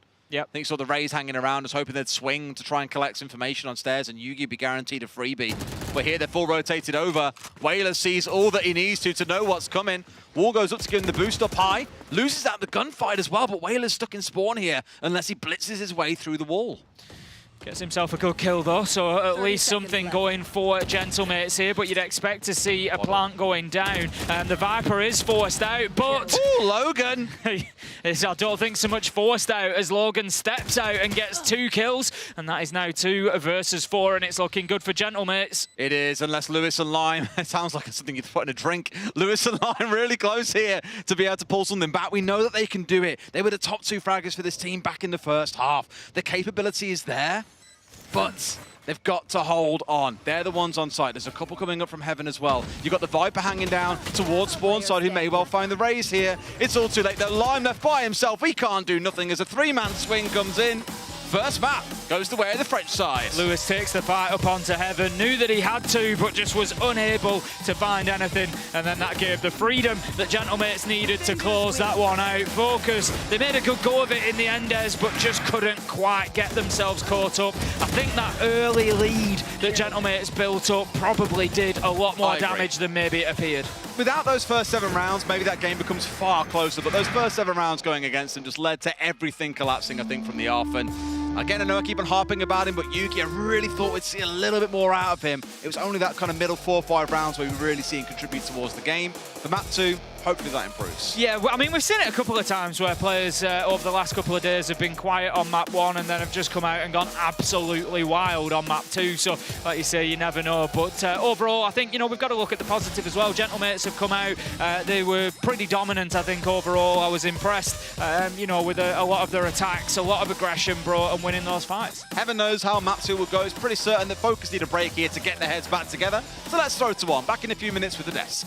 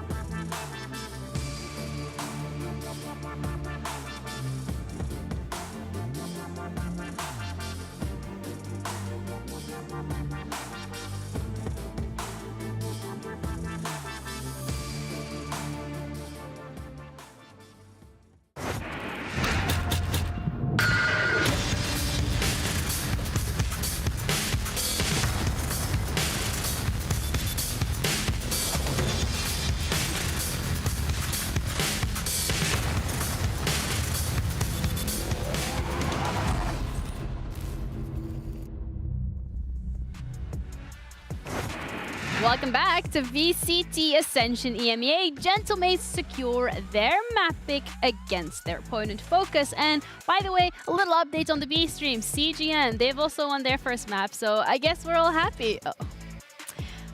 Why? Yeah, because the haters need to we'll be put in their place. Still 2 more maps to go. But let's start off with breaking down Gentlemates. One map to go. What? We'll see about that. Let's break down Gentlemates that went up against Focus, because if we're being completely honest, Gentlemates going 6-0 at the start was very concerning.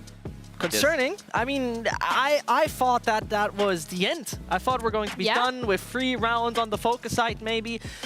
Yeah, it was basically a masterclass on the Gentlemates side in every single occasion of basically everything predicted here before. Definitely. They showed exactly, like we were coaching them, right? Yeah. They did exactly Whose existence? Don't know that guy. No-namer.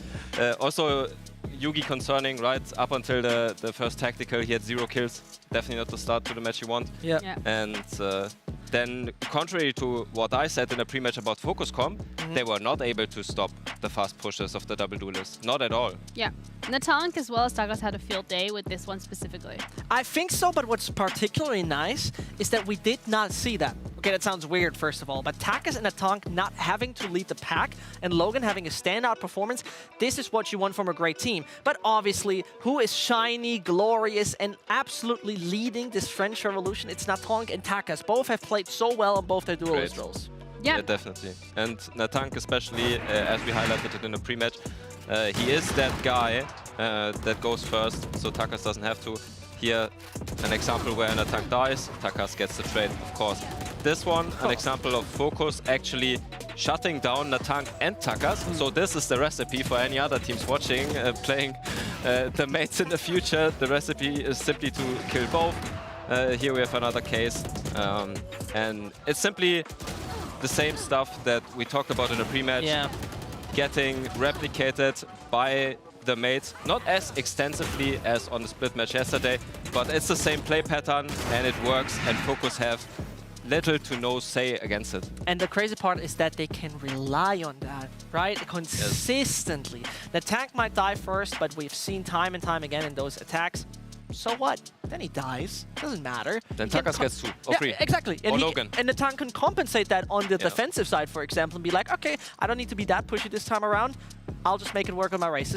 It's a brilliant setup, and it's some brilliant cohesion that those guys from Gentlemates actually created. Yeah, and to further emphasize the brilliance of this setup, we're going to be sending Vincent over to the Telestrator once again. I guess every single time someone walks over to the Telestrator, I'm going to rate their outfit, and I rate yours -3 out of 10 for today. Absolutely impossible. I don't know what's going on here. There's no color coordination. Oh, okay. The fit is not it. I'm wearing the best Vincent. football jersey that exists in this time around. Okay, and I don't know. The last time I watched football, I was probably still in elementary school. I thought you were wearing that because you're a Dez's fan. Okay, can I do my job? Is that cool? Hey, no worries, guys. Either way, now to the actual part where we talk about the game. Most importantly, what we've talked about to the desk previously is how much Natank has the job of somewhat distraction, focusing the defender's crosshair into the situation of tracking, and Takas is popping out of his own smoke and dash combination. Let's take a look at that in a dry run, shall we? First of all, on the minimap. As we see already, the boys are placed in front of A. There's no control B, there's nothing mid. What is that an indicator for? We're directly pushing that A side, and we're pushing it swift. So what is going to happen? Well, take a look at it. They're waiting, an early signal, smoke pops, so they can cross with ease, and from that point on, it's looking all fine and dandy, because there it happens. We're gonna pause right here. What has happened? Let's go a little bit back. We have a flash that is helping us to generate room here, so you know the backside players are blind. Natank is taking the route in this direction with a dash coming in from Takas. So this is exactly the room that has been granted for the guys, as you can witness right here. He is already on site, so the players technically that would exist on the side of Focus all have attention towards him. And here's Takas popping out of the smoke, who could now have the secondary angle from the players who are all focused on this guy. This is brilliant. To take a look at that in a live view, this has happened particularly with a beautiful, beautiful execute on the side of Gentlemates with the Raze ult. And as that is loading in, we're witnessing he's taking room after room and absolutely being bamboozled. Come on, you got this, software. You got this. You got this. Sorry, I'm not that good with technology. I'm not that good with... There we go. So they're pushing further and further, and this is the great part about it, as we can see here on the minimap. They're taking all this room right here with all the distraction happening over there from nobody else in Natank. This was a dry run because nobody of Focus was on the site, but that makes it so goddamn lethal, and I love to see it. The system worked brilliantly. No reply from Focus. The system working brilliantly, better than the technology, you know? Listen. And honestly, it's a bit concerning because Focus had the tape on this. It was freshly cooked yesterday. Yeah. They did exactly that. And Focus didn't know how to respond. They tried. Let's just leave the site empty. And then you lose the round anyway. What are you supposed to do? Well, it was still a close affair once Focus did manage to find their footing, but a little bit too late. We're now going to be heading into Bind.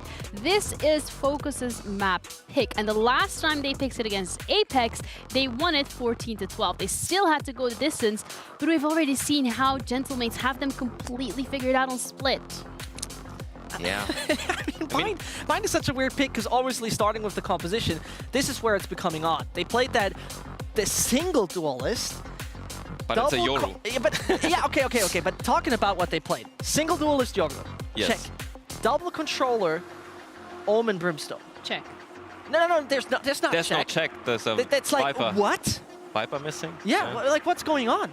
I mean, they cooked it up and it worked against one of the strongest teams here in the competition. So it brings the question again, is Focus going to be comfortable throwing the composition that we have a couple of questions about, or will they bring out something different, and have they had the time to make it work?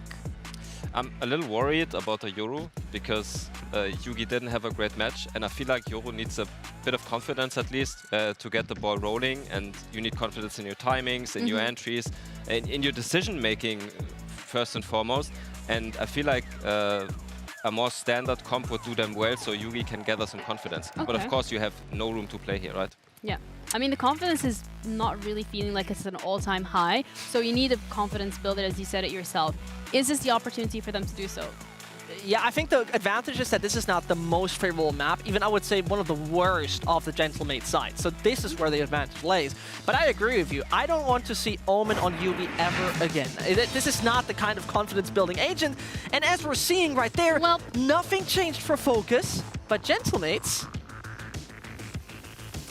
Interesting. Yeah, I mean, we're seeing it's Yugi a double controller we like, right? Yeah, but there's a big change to it because we see Natank suddenly moving over to the Sky. We see Whalers who previously played the Sky on this map now are going to the Viper. There's a lot of role changes happening to the more natural roles because in the past, a Whalers who used to be controller played the Sky, for example. That's not normal to him to go out of his controller role. I think this is a good adaptation. Yeah, this adaptation potentially playing stronger into that double setup that they have with Natank and Takas going in for those opening duels. Definitely. This is natural synergy. You follow the bird, basically. You try to get the same thing rolling as we've seen on Lotus and Split in the past. And they also did it very well with the Initiator duelist combo against Falcon. It worked on 2 different maps, and I think this is good for the Gentlemen. There's one more crucial thing that we see here, is a dedicated Sentinel. Previously, they played double Initiator with the Fade on the side of Gentlemates. Now they swapped over and got themselves that Cypher in, which particularly on the defending side is extremely annoying with the aggressiveness that this kind of setup from Focus can bring. Also feels like there's like 700 tripwires on bind for Cypher. I think everybody has lost their mind once or twice playing against Cypher on bind. Well, we're going to be heading into the map. This is Focus's final chance to save themselves from elimination and push it to that decider. This is also their playground because they picked it. So let's see what they can do up against Gentlemates, the undefeated French team. Des and Ace, how are your predictions looking right now? Well, if the first half of the last map's anything to go by, not particularly good. But if you write off those 7 rounds, Tim, I actually thought the second half of Split did prove to be quite competitive at points. Gentlemates I'd still give the edge to, and knowing that this was the map pick for Focus, it's hard to call, but it's scary to know that in 1 match time they could be done. It is. I think we're going to find out a lot in the first couple of rounds. Yes. If Focus can come out, win the pistol, and go on, maybe get a 2-0, 3-0 start, then I think they start looking good to take us to a map 3. Also got that Euro coming in, as we mentioned as well, and for Gentlemates, the main change they're making here, dropping away the Fade and bringing along a Sentinel in the Cypher as well. Small change coming in there for them that I guarantee you, given how that last map went, they've done that deliberately because they know what to expect coming out of Focus. Yeah, exactly that, and so they're going to just try and play into as much frustration there as they can, slow things down, you know, and just try and take control of those, you know, sites where they can just anchor and then look elsewhere. Absolutely. Well, let's get into it then and see if Focus's dream run ends here. They had such a good run through play-ins, and then they come up against teams like Gentlemates and Apex to start things off, some of the hardest teams that they could possibly play in their group. Going to be straight into the pistol round then, and the attention is immediately going towards the A side from Focus, looking to just send in the paranoia there, try and grab some of this ground, and they will push in behind it. Yeah, TB straight across the grab as well, but they're already inside of the site. The Euro is in. So a good bit of pace being shown by Focus, who have already got the spike going down. Retake is on for Gentlemates. It's a gameplay that we saw Gentlemates excel at yesterday, was the retakes. Can they do the same again? Moving through, Yoru is taken down. Logan and Takas get 2, but the majority of the kills go in the direction of Focus, leaving Logan all alone, 1v3. The thing is, it's Logan in a 1v3. Possible. I don't normally write him off. I mean, Pistol Round might be a bit of a different beast altogether. He's coming up against a couple of ghosts. He hasn't really got the time to play with here. That's the big thing. But it's definitely going to be a case of not enough time to work with here. So may well just opt to try and find what he can, but first round is going to go the way of Focus. Yep, time ticking down. That's pretty much done now. Triple swing. The triple swing comes out. They know that the timer is almost done, and they know that that's going to be their opportunity to try and grab one last kill. But the detonation comes in, and that's going to be round 1 for Focus. Start.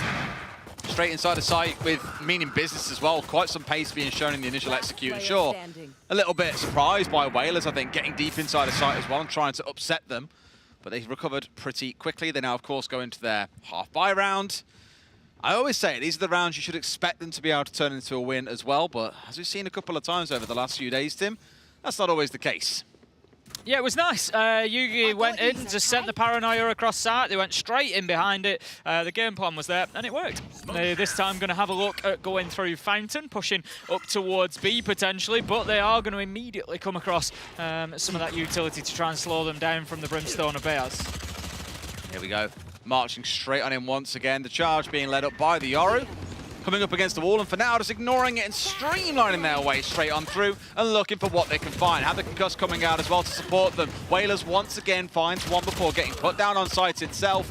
But Focus, they know they've got the better guns here. Those Spectres are singing.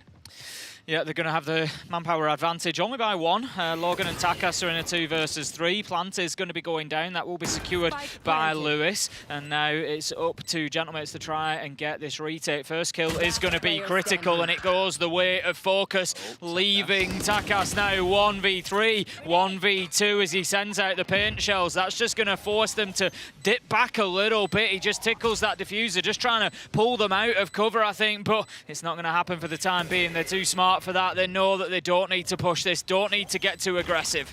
It's a very different game plan as well when you've got double initiator in the comp here for Focus, and they had no initiators last map.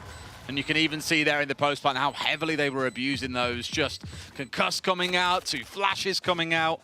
Simply nothing to be done. Focus starting out much better here. Yep, as I suggested, a good start from Focus was critical, and that's exactly what they've delivered. The thing is, for me, Des, when I look at those 2 rounds, it's Focus's map pick, and boy, does it look like they know it. Yeah. And that's why I just feel like already, I know it's, you know, you're 2-3 rounds in, it's early to be calling, right, Focus are going to be on top of this, but just from the feel of it, it feels like Focus are on top of this.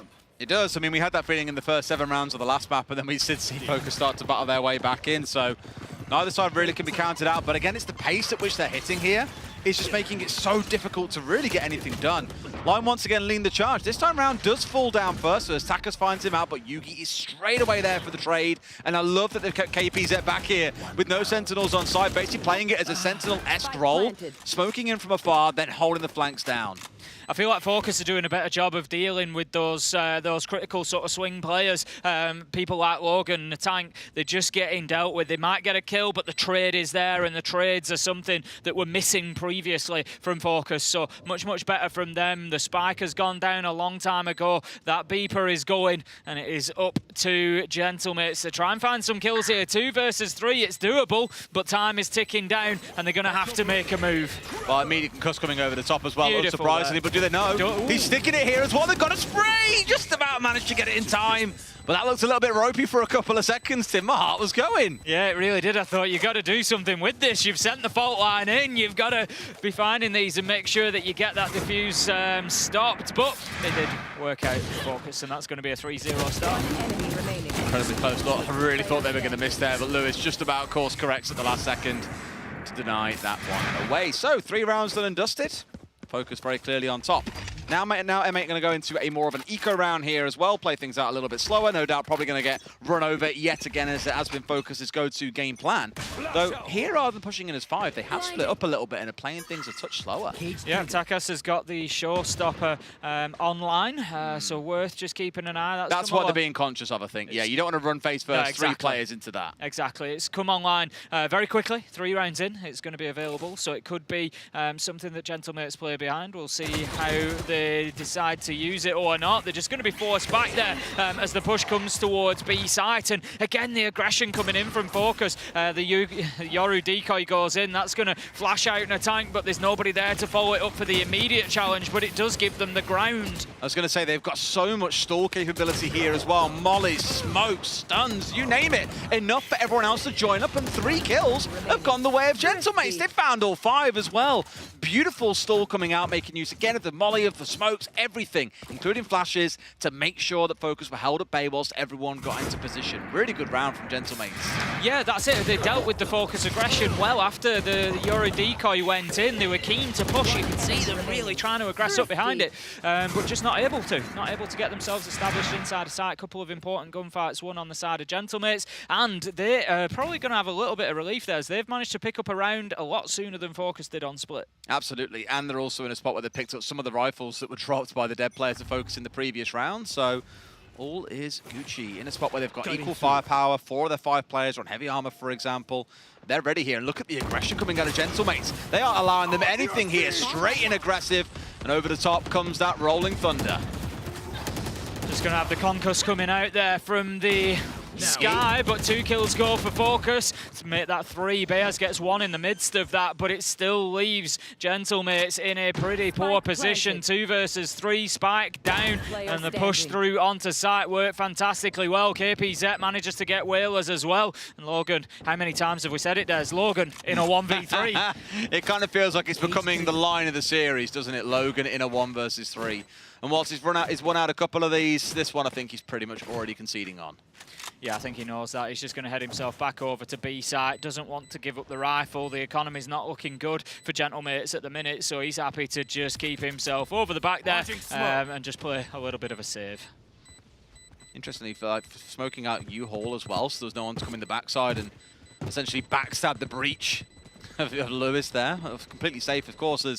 As we can see, we have the beauty of total insight on both teams. We can see that Logan have rotated all the way off, and he is very, very safe. Really, Yugi here got into a really interesting position where it was not so much a backstab, but it was one of absolute chaos. When he started to round forward here, that just completely upset everything because you had the pinch coming in from Showers as well. Essentially, almost using that sort of A main or the A short push to be a distraction, only for Focus to then swing in from the back and Gentlemate's caught completely off guard. Unsurprisingly, after 5 rounds, with only one on the board, now taking a timeout to try and get things correct. A little bit unfortunate for Lime, I feel, at the beginning of that round there. I think we just saw it on the replay. The Yoru sets off the decoy, and they shoot through the decoy and shoot Lime as well, and just gets taken out along with it. I don't think maybe expecting them to be quite as high up as they were, and just losing out on that one. But Focus doing well, forcing Gentlemates into that timeout. 4-1 now, 2 ults online as well. They are facing up against 4 on the other side, but there's 2 due to come online, so Focus are actually in a pretty good position here. They are, and the fact that they've got hold of the ult on the Brimstone too, just to force anyone out of some difficult, deep-rooted positions or to shut down any aggression. They've got a lot to play behind, which I think is the most significant part. Of course, matched on the other side by Bears is, but we'll see how things shape up. Let's see if Gentlemates have got any new ideas, because it's normally after a timeout like that that you see something pretty spicy coming out to try and change the pace of the game. Okay, then here we go. It's actually quite a spread push for the attackers to begin with. We've got a couple that have moved over to A, just looking to grab a bit of ground over there, see exactly how the defenders are stacking up. It's very much gathering intel at the minute, as none of the attackers are sort of over-aggressing or over-committing just yet.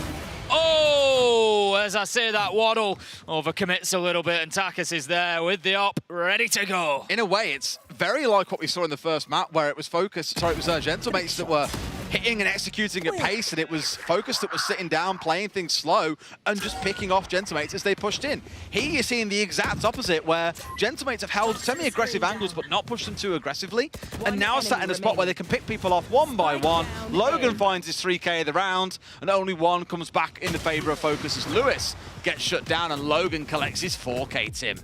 I'll tell you what, whatever got said in that timeout, it certainly did the job for Gentlemates. Still got 4 ults online, managed to get themselves a very good round lockdown there. It just felt a little bit more sort of patient like this, just holding that angle, you know, not overcomplicating things. I'm just going to wait here. They're going to have to push into me. At the end of the day, you know, it is a game of defense and attack with a clock attached to it. So the defenders, they don't have to do anything. And I think Gentlemates there just sort of playing into that a little bit. Yep, I'm going to hold this angle. You've got to find out if I'm here. You've got to be the one to push forward and take full advantage of it. Here we go. Ult's out for Lime here as well. Of course, slips into the ultimate dimension, feeds so much information to his team. And this is the thing, it's not so much about the solo play that this really benefits you, it's the information that you feed over to your team. Gets himself inside a tunnel, and is in a safe spot now to be able to pick up his gun and get involved back in the action. Real great space maker there, quite literally with that ultimate. Spike planted. Just aware there that that is the decoy. You're going to leave Wouldn't it you alone. love if it with the real one? I mean, that'd be a heads-up play, wouldn't it? Just walk down a ramp, facing a wall, and just really play into it. Mindful of the switch there as well, so still being respectful of that consideration. Yep. All right, 3 ults still on side. Spike is down. Focus back in control here after that 1-round blip they had last time. Just pushing through the smoke here. I don't think they're quite aware of each other's presence at the minute. The gunfire will give it away, and we're going to have Lime just heading in through there. Doesn't actually find anybody at this point, and it's looking to me like a little save here coming in from Gentlemate. They're not wanting too much to do with this. They've got themselves out of the way, out of dodge, and they're going to be keeping hold of that utility. The screen fills with black. Focus take their 5th. Up to 5 and 2. And Gentlemates still need to find an answer, I feel. I mean, the 1 round after a timeout is one thing, but converting it into multiple rounds to keep it close is another. Absolutely. That's it. You can't just, you know, out of a timeout, you can't just have a plan for the next round, Des. You've got to have a plan for the next 5 or 6 rounds at least, really. You know, especially in that situation, you've got to be looking at, you know, what are we going to do to the end of the half, really? What is, you know, how can we turn that around and get as many rounds as possible on the board? But Focus right now, 5-2. They've got the orbital strike online. They've got a couple of other ults along with it. I love that. And it could be a difficult round coming up for Gentlemates. Viper's Pit immediately immediately into A short as well, just in a spot where they know that this has been a constant point of contestation from the side of Focus. You've really seen Lion spend a lot of time trying to push up there. Obviously here they've rotated over towards Showers, maybe in the expectation that this is the play coming in. Can't quite find that camera though. Going to be a rotation away from A short then for Focus, just heading out towards the B site instead. Away. You can see the Brim rotating from A over towards B. You know, they've spotted one and they've kind of gone, well, seeing just Lion by himself isn't enough to say that there's a big hit coming in here. We've only seen the one agent, and sure enough, it's a good call to rotate over, but Takas getting a little bit too cheeky there on the aggression solo, and all Focus have done is wait and let them push into him. Yeah, I think Takas just unaware of exactly where the push was coming from. We could see him watching that far corner that he got the kill on last time, but it was much closer that the danger was coming in, and here comes the push from Focus. Look at the aggression onto B site. We've got the Yoru decoy, we've got Yugi following it in as well. Everybody's there. KPZ manages to get a big kill, and that's going to give them the space that they need to put that spike down on the ground. It's more that he got it through a full flash as well. Man's an absolute hero. But just the overwhelming onslaught of utility coming out from both the Breach and the Sky together completely forces Gentlemates back. And you saw how much ground Focus have gained just by forcing their way in towards back sites. Once again, it feels like Gentlemates are going to have nothing to say here. Sure, Whalers is going to hold here for a couple of minutes and see if he can find anything coming out. He may well be rewarded here. Lewis isn't even looking the right way. It'll be a freebie, and now he needs to get out of dodge. That's it, just needs to get himself away, keep hold of that rifle, got himself his ult point, and he can just... I got my one, guys. That's exactly it, can get himself out of trouble, and it's going to be another save from Gentlemates. It's something that we saw them doing yesterday, and they're happy to just take those. Oh, they know. Did they get him? I can only assume he died at the end there. There was enough sounds coming out of him being hit that I'm 90% sure he would have died there and lost his gun. That's unfortunate, if that was the case. Cheeky. After holding on to it for so long. That would be unfortunate. Let's see when we get through. He's had to spend. Yeah, he's done full spend, so he lost it. Yeah, damn. Oh dear. That's so unfortunate. Really tucked himself away as well. Gentlemates into their second timeout in 3 rounds too. Damn. Look, here we go. Thank you very much, team. There we go. Yeah, there's your answer. Maybe Jacob. Maybe it is Jacob. I don't know. No, Jacob's doing B-stream. Well, like you say, second timeout in 3 rounds coming in for Gentlemates, and this is what I said after the last one. Really, if you have that timeout, you've got to be thinking not just about the next round, but about the next 3, 4, 5 rounds. You've got to get your value out of it. You don't want to be in a position where you're using your second just a few rounds later. But Gentlemates, I think maybe the map is playing an element. We know that it's not one that they're playing commonly, and Focus more than happy to be playing on here. The understanding and the aggression, the control that they're getting over sites, and the way they're creating the space. There's just nothing Gentlemates can do to stop him at the minute. It obviously feels really early to start talking about Lotus as well, but obviously we're all hoping we get to see all 3 between these two, because it is proven to be one hell of a contest. And for me, we're at 6-2. I mean, you say it's early, but... No, well, it is, because look at last map. We were at 7-0, and like, wow. It can be brought back, but... The thing is, it's like I said, for me, this is about the feeling around Focus. It's not about the numbers on the board. It just feels like Gentlemates aren't... Basically, they're going to have to completely turn this game on its head. This isn't they need to get back into it. They need to turn it on its head. Focus feel like massively on top. We all know the 9-3 meme, right? That's just all I'm worried about at this point. And it feels like 9-3 is that scoreline that we're heading towards piece by piece. Still, here's a change. Aggression coming out. So what are Focus doing? Playing passively and waiting for them to step forward. Sees one, straight away wants to try and get something done about this. Flash comes through and steps around trying to see what he can find, and the answer is nothing for now. A little bit of chip damage, well, quite a lot actually coming down to Bears. Lost maybe a couple of limbs in the process. So a good start there for Focus to force Gentlemates back, and pretty much all of them now, with the exception of the Rays, are back on site. Sky is just going to give the heal up back to Bears, so he's going to be back up to 100 HP and back in the fight. And that's going to leave Focus now moving in towards B. Here comes the utility, Des, and here comes the space. And the ult straight over the top as well. Meltdown on towards Logan. They're sick and tired of his 3Ks, his 4Ks, all the rest of it, and want him off the board. With 5 versus 4 now, they've got the space, they've got control of the site, they can move in and think about getting that spike down on the ground. That's exactly what starts happening. It's going to be the Breach that's putting it down, and we've got a big rotation from Gentlemates as they just abandon site. They say, absolutely not, we know when we're beaten, and we're out of here. There's been a few of those this half. Third one, Des. Third one. Quite a few saves where they're taking 2-3 players away just to hold them to rifles, because at this point, it feels like anything they can do to keep even the smallest amount of weaponry on their side or anything to protect the economy is being done. This is why I say, you know, the feeling around Focus for me, Gentlemates, just not really competitive so far on this map. They haven't been, no. And again, I always say there are two halves to a game of Valorant as there are to many things in life, but I think you are right. The feeling that they're building up towards a very spectacular first half is most definitely there. Invested a lot of ults in that round, but still have the Rolling Thunder on side to play with in the next, which, as we know, is one of those big power ults, clears out the site, lets your team charge on through. Combine that with, again, the really disruptive utility they've got alongside things like the Sky, the smokes coming out of both the double controller setup they've got. There's just so much going for Focus here that it's really hard to slow down this train.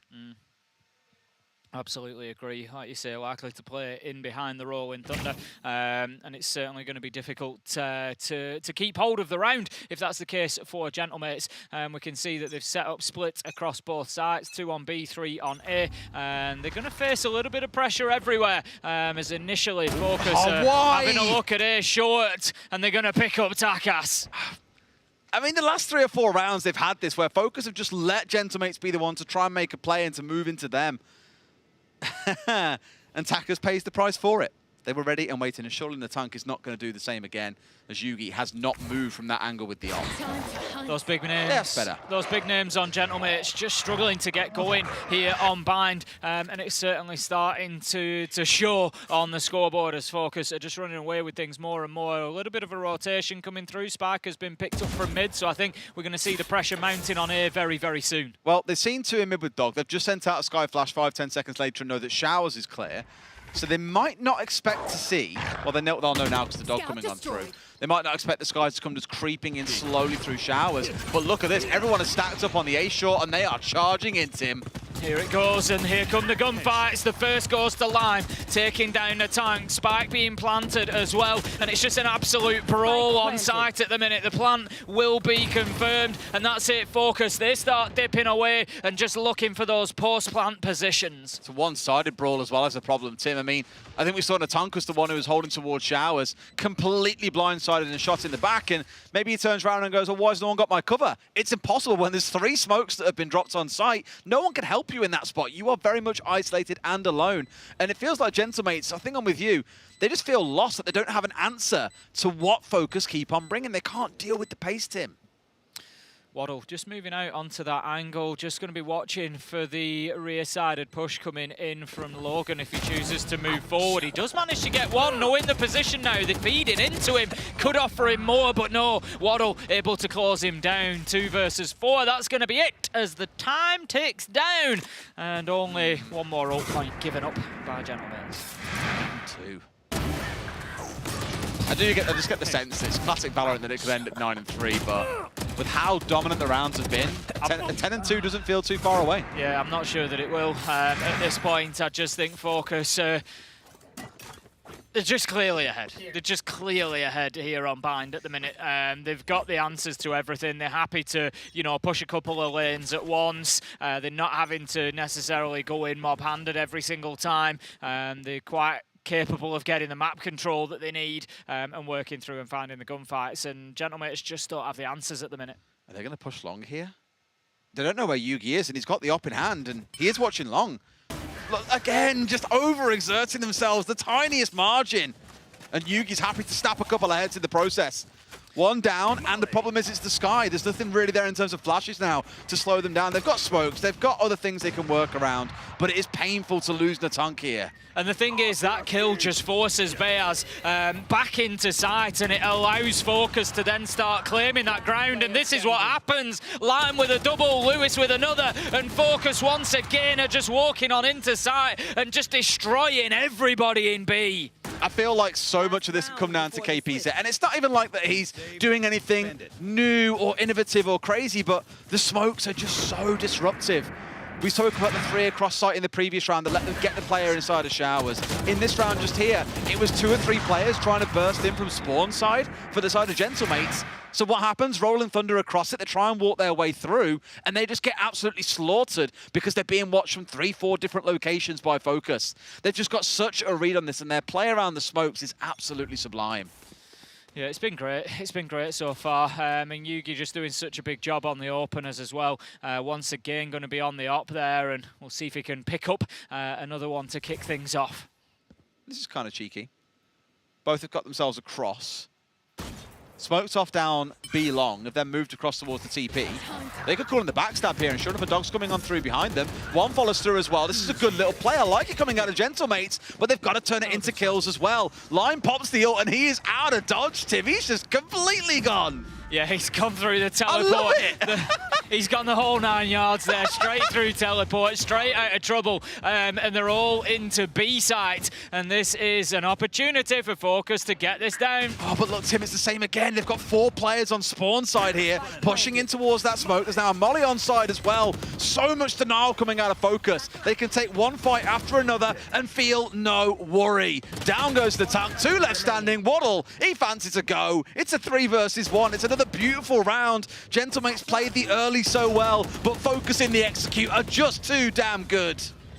Just recognising that opportunity there, Focus. We're facing so much pressure here on A. If we can get out of there and get to B, then we will have control of the site. Like you say, the use of the dimensional shift just to get out of dodge, you know, worked wonderfully for Focus. They get themselves another round, 10-2 heading on to defence. I'm not sure that Gentlemates are going to be bringing anything. I just love how they kind of feel like, ha, we've got you. Both of you are dead. And it's like, I've got the win button. It's called my ult. See you later. Great play. Very good. Very good. I love it. Now we get the side switch. And will Focus be as proficient on the defense as they are on the attack? That remains to be seen. We could see a very different Gentlemates come out here, but given the trend of how things have played so far, you would expect Focus to close this one out in the next few rounds.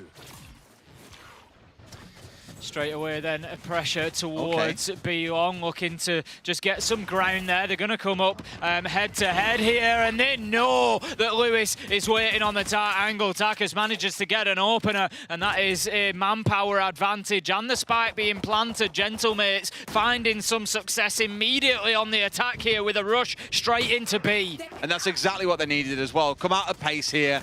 Give Focus a taste of their own medicine. 3 kills coming out for Takas in the round. Doesn't even matter that Focus get a couple back as the shutdown and the control is there. Gentlemates really showing that the attackers have got the lead in this game. Yeah, getting Takas in the tank online could be a really big part of any comeback that Gentlemates might be able to make, because ultimately they really have been 2 talismanic players over the last couple of days, and if they can get them firing, it's certainly going to be better than not. And Takas now finding his way up to 12 and 10. The tank only on 5 and 9, but a couple of kills in that round, and if he can just start to find his legs on attack, it's going to be great for Gentlemates. But Focus, they were nowhere near on that round, and they need to make sure that they don't fall too far behind. They want to close this one out quickly. Takas have come out with the big boy gun as well. Rolled straight up, looking to do a little bit of damage with the Vandal, not quite finding his man. However, it does communicate to the side of Focus that there are some serious guns being sent towards B, and they've got to show some respect of that. It's Logan also up close here, finds 2 on the spray down. Phantom doing all they need. 2 offline, and that should open up a lot of this site for the attackers to come steamrolling in. Yeah, got to be careful about stacking up there, just giving Logan that opportunity. Going to be able to pick up an ult orb as well, and that leaves us now with the push. Going to be starting to come through any second, I think. There is 2 agents located on B, so Gentlemates need to be careful at least. They're going to have to play it in behind some utility. We have the dash coming off the back of the blast pack. Takas manages to get one. A tank again. Those 2 names keep cropping up, Des. They don't stop, do they? And this is the thing I was worried about when we came to the side swap. I said it earlier on. 2 halves to a game of Valorant, and you're seeing that coming through in absolute spades. The pace of these first 2 attacks has been brilliant. This round, again, admittedly, expected to win. You're coming in with the guns, the other side doesn't have them. Yugi, I'm pretty sure, can't do it against 3. But we will see. No. Tries to step out into the shadow. Not going to work as Natank sees it coming, finds his man, hits the headshot, and that's going to be another round for Gentle Mates, but they can't get carried away. There's an awful lot of work for them left to do. 6 rounds just to level things up, but you just feel like Focus needs something sooner rather than later. They've only lost 2, but they don't want to let it spiral. Just goes to show you, looking at the across the middle of your screen, everything is attacker favored these last, what, 8 rounds? I can't count. Or even 8 of the last 10. Oh, sorry, 10 of the last 12. Again, still can't count. Everything is just going one way at the moment. So it's going to be on Focus to find the answer here, to do something different, to keep it going back. And you can see this lineup straight over the top. Pow. Beautiful. All on A at the minute for Focus, other than the Brimstone anchoring on B. Going to be joined by a couple more, as I think the information there is just coming through to say, look, there's not too much attention coming into it. There's the showstopper. Bam. Could be a double, but no, only finds one. KPZ shut down, but Takas once again just creating that space for the plant to go down. Lime on window here might be in a really good position to join on the backside. They've got like a 3-way crossfire coming into sight here. This could look good for Focus if they can find the kills. There's one for Lewis immediately off the gate. What else could they find? Oh, it's the double paranoia coming across as well. Waddle into another. Smokes galore. It's absolutely raining hell on top of these Gentlemates players right now. Being shot from all angles, but 2 quick kills come back. It's down to just one more. And Lime, all he can really do is stare at the site here and have a guess at where these last couple of players might be. I wanted more from Natank, and boy, has he delivered. Can he continue? Yes, he can. Another kill in the round. Natank online. And that's another round for Gentlemates. Really stuck inside the pipe there as well. I mean, again, it was all hell raining loose. Stuns, paranoias, you name it. I really thought for a second they were toast, but they hold on. The tank, as you say, the one doing all the work they need there. Beautiful stuff. He's such a difference maker for this team. I keep using that term, like a swing player, and he really is one of those. He'll come in with just big numbers when needed. It's here with Logan getting one in the middle, but he was the bookends of the kills either side, and then picks up the 1v1. Natank, until a couple of rounds ago, only had 5 kills on the board, negative KD. He's now 10 and 9, and he's really starting to push this Gentlemates team forward. And speaking of Focus as well, that round was good. I thought their adaptation to have 3 different swing angles was really great. You saw 3 players of Gentlemates caught out by the paranoia. That sets you up for what could be a beautiful end to the round. They just couldn't quite get the goods done. So we're seeing movements being made. And speaking of movements, look at that. 3 players have forced their way up. They have the spot. Okay, how has this happened? For one, this is what I get for just talking and not staring at a screen. Spike's down in lane. But Spike's down. They've got 3 players staring at it. This is going to be one of the weirdest rounds of bind I think we're ever going to see. I think this is it. Focus at this point. They're just committed. They're committed to throwing as much utility as sitting in the mid area as they can do. They're just looking for anything. Meanwhile, Gentlemates are just throwing everything in there, trying to get this spike back. Natank goes again, manages to get a kill onto Lime. That is going to be spike retrieved at least, but 30 seconds left. Oh, Natank goes big. Logan joins him, and in a fraction of a second, the round is over. Oh, that was absolutely bonkers. Just chaos. Yeah, I mean, it must have been that Gentlemates were forced back by some utility or something. I missed what happened at the very start of the round, but something very early on forced them away from the spike. Didn't have a chance to get up by the spawn gates, and we saw what happened. Focus just immediately took control, but sadly they were the ones running with pistols in that round. They didn't have anywhere near a full buy. There was a couple of sheriffs in the mix, but, you know, it's well saved by Gentlemates. I'll give them that. They are closing that gap slowly. They certainly are. I'm loving what I'm seeing. That feeling towards Focus has really sort of dipped away now, and the comeback is real at this point. Looking to push up towards B, just moving along long here, but not finding anybody just as of yet. We're in that utility battle. Lime steps out, manages to find the first, and what a head to take. It's going to be in a tank, and he has really done a lot of the damage over the last few rounds for Gentlemates. So now it's time for the others to step up. He's taking a run straight over to Sky like, Mom, I got a boo-boo, please heal me up.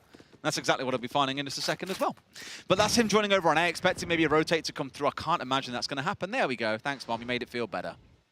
As you said, that's going to be the heal done. 3 over on A, though, is going to leave an opportunity for Gentlemates to push into B again. And this is what they keep doing time after time. We have the fault line come through from Lewis just to try and slow things down. They're trying their best to hold on here, but positions are going to be revealed. Yeah, KPZ there, I think, learning why you don't run through Cypher Cage. He's got mollied and just sprayed as he tried to run away, only revealing himself. That's the switch. It's the pain, and yes, the full transition over towards A. They're in. That's it.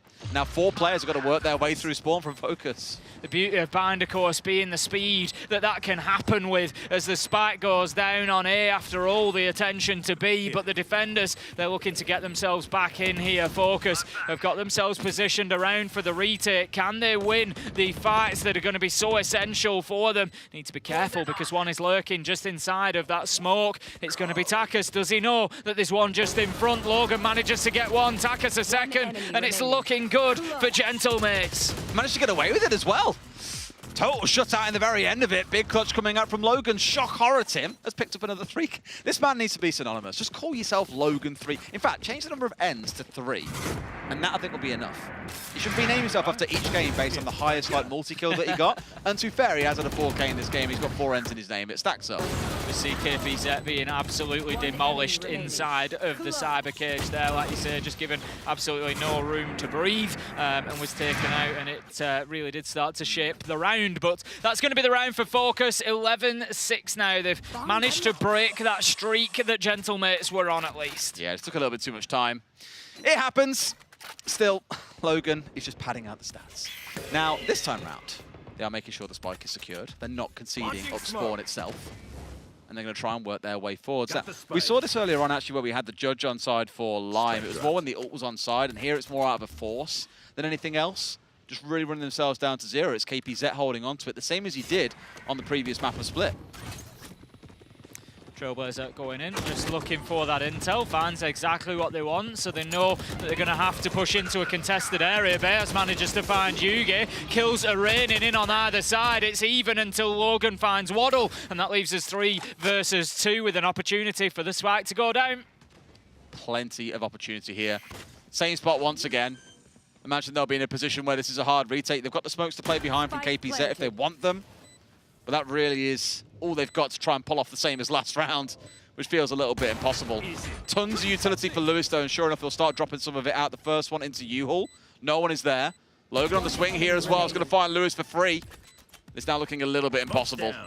It is looking difficult. Gentlemates at the minute, they do have a molly in hand as well that could come in useful. Bayaz just needs to try and stay alive. No way. Logan's going to be shut down. Bayaz just needs to keep himself out of this. In comes the molly. There we go. That's the utility with it we were waiting to see. Perfectly timed, and it's just going to prevent him getting on. Has to go and tickle it, but surely too late now. Can he find the kill? No! Bayaz manages to get the shutdown as well. And that is going to be the round for Gentlemates. Just great use of that molly utility at the end. That's why Brim's so frustrating on this map. You know, even with the changes that we had not too long ago. Triple smoke stack across the side, the molly, the lineups that you can do with it as well, just sat back in. Perfect safety is absolutely ludicrous. And Focus are feeling the heat here. They are feeling exactly what Gentlemates did in the first half of this map. Like we said, Tim, there are 2 halves to a game of Valorant. All we're seeing is total attacker domination time and time again. Yeah, they've got the Rolling Thunder online, and so that's going to be something.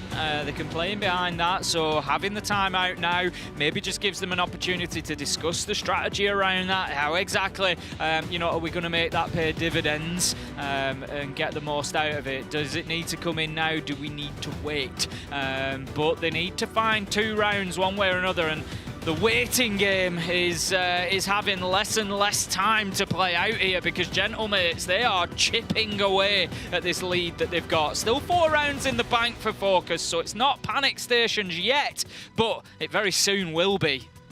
Yeah, I just feel even with the odd round being won, it's still panic.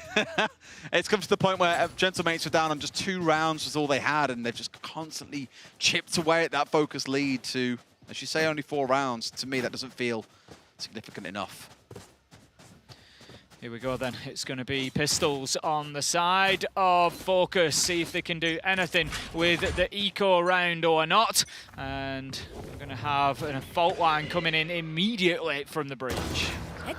And here they come. Swinging out as well with that Sheriff, trying to see what else can be found. The answer is absolutely nothing. Smoke dropped over the top as well.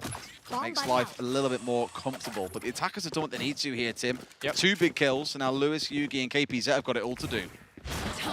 They do. We're going to have the Trailblazer going in just to feed that info back in. Is there anything in our way? They will know that the path is clear now, so they can head in towards A. There's just the one in the back. It's going to be Yugi trying to hold on, but it's going to be forced away, and the space has been taken well by Gentlemates. This is almost certainly a successful plant.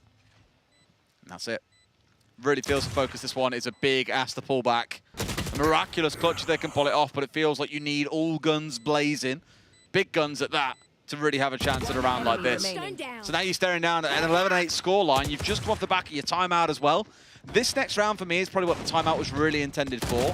This is their chance to line up what it is they want to be doing.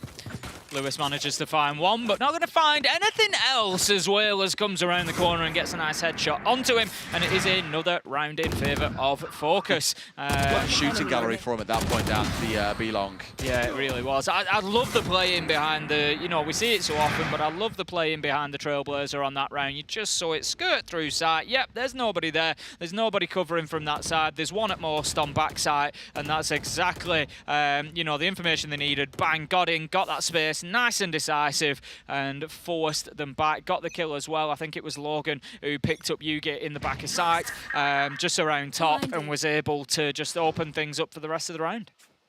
Here we go. Slow walk to start. Cutting all sound.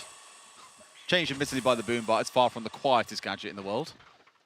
But for now, you can see the slightly passive stance being taken by Gentlemates, just waiting to see what comes next. Smoke's about to come rolling out on top as well. But no real committal towards either side just yet.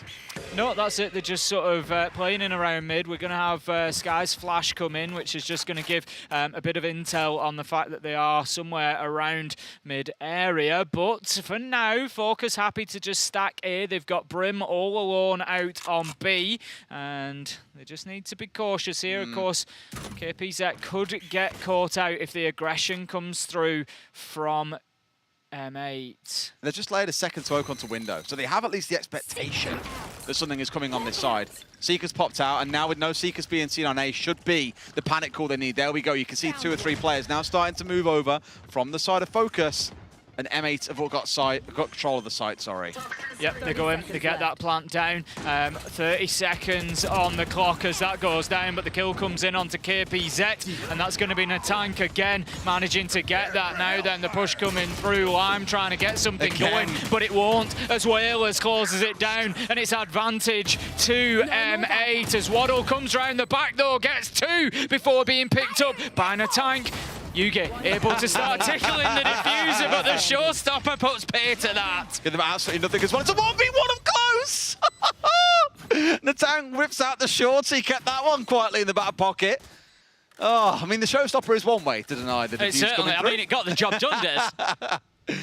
I mean, at this point, Gentlemates need to obviously make sure they're getting every round the book they possibly can, even if that means committing an ult towards denying a disable come through. Second time that we've seen Lime as well, shot through his decoy. It is unfortunate. This is so close. Oh, man. I think at the point where I picked up that Natank had been a little bit quiet, he was at 5 and 9, I think, and now sitting at 18 and 11. Have a beast of a half, hasn't just he? Really has, and look at the difference that it's made for Gentlemates. It's been absolutely transformational, getting them onto the attack, and they've just been fantastic this second half. Love the aggression step out coming out here as well. Beautiful from Lion. Lion gets 2 for himself, and you also had to step out at the same time from the 2 that were playing around window. They were in a spot where they'd just been hit by a boombot, by a sky flash, but immediately aggressed off the back of it because Focus made that call to capitalize on what they were pretty sure would be a state of chaos. They managed to retrieve a rifle in the process. Lewis managed to get hold of a Vandal, so this could actually be savable for the side of Focus. Yep, a couple of cyber cages dropped out there, but unaware that Lime is lurking and manages to find that kill onto Logan. This could be the one that puts Focus onto map point. If they don't come away with this, surely they're going to be kicking themselves, and we can see it looks like Gentlemates might just be out of there. They're reshaping to get back towards mid, maybe working together, play for those trades. They've got Spike in hand, so it's certainly still doable, but it's a lot of work to come. Molly trying to force them out from behind green boxes as well, but so far, completely unbothered by this. 30 seconds left. Whalers and Bears have got to make this work. They're split up for now. One through U-Haul, one trying to go through main. And Whalers, say a prayer, my friend. This one's done and dusted. Focus up to map point. Flawless round gets them there, but if we look at the trend of how the rounds have gone, they've only been able to win 1 to approximately, I think, every 3 on the side of Gentlemates. So if that trend continues, yep, you can see there 4, they win around 3, they win around, maybe it'll be 2, and they win around. Wouldn't that be nice? It's 13-11, but they're gonna have to get it done because M8 have certainly been pushing, and they're not gonna stop anytime soon. Here we go.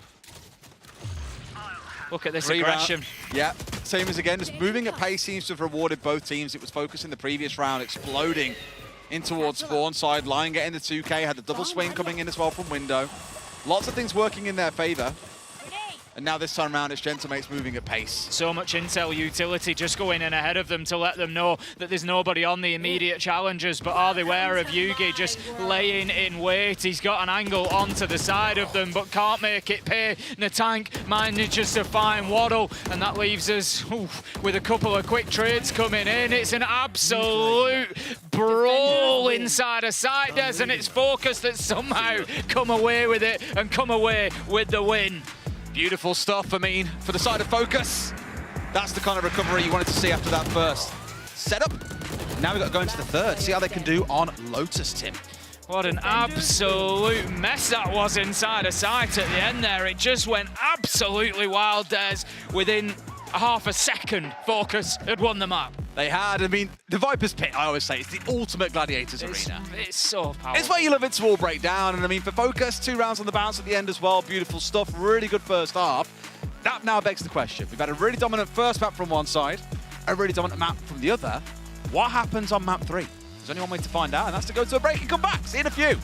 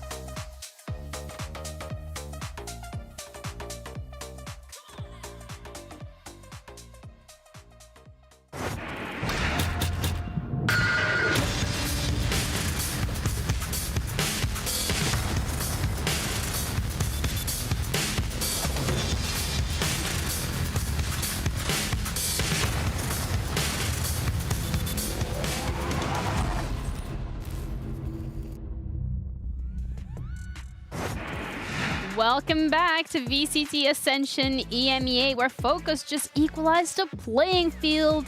Well, that went different than we expected. We had a few question marks about their composition, but when individual players show up the way they did, it's pretty easy. Yeah, now we got a game over in our hands. Okay, I mean, first of all, we need to glue all of this together, because that was You do the glue. one very interesting game to watch, to be frank. You know what else is really interesting? I remember you guys mentioning that Saw CGN was only going to be 2 maps, but they also secured theirs.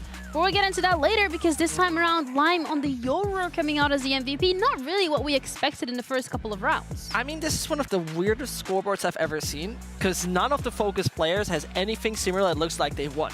If your best player Yeah. on 206 ACS, it's like, what happened here? But they actually played some solid Valorant, particularly in the first half. Their attacking side looked so well coordinated, and I personally felt like, did they actually ever play a prac against the Yoru? I don't know, they probably haven't seen it, but touching on your point for Focus, with the similarities in the scoreboard, that's exactly how many of the Focus wins look like, right? It's the team play, it's the contribution.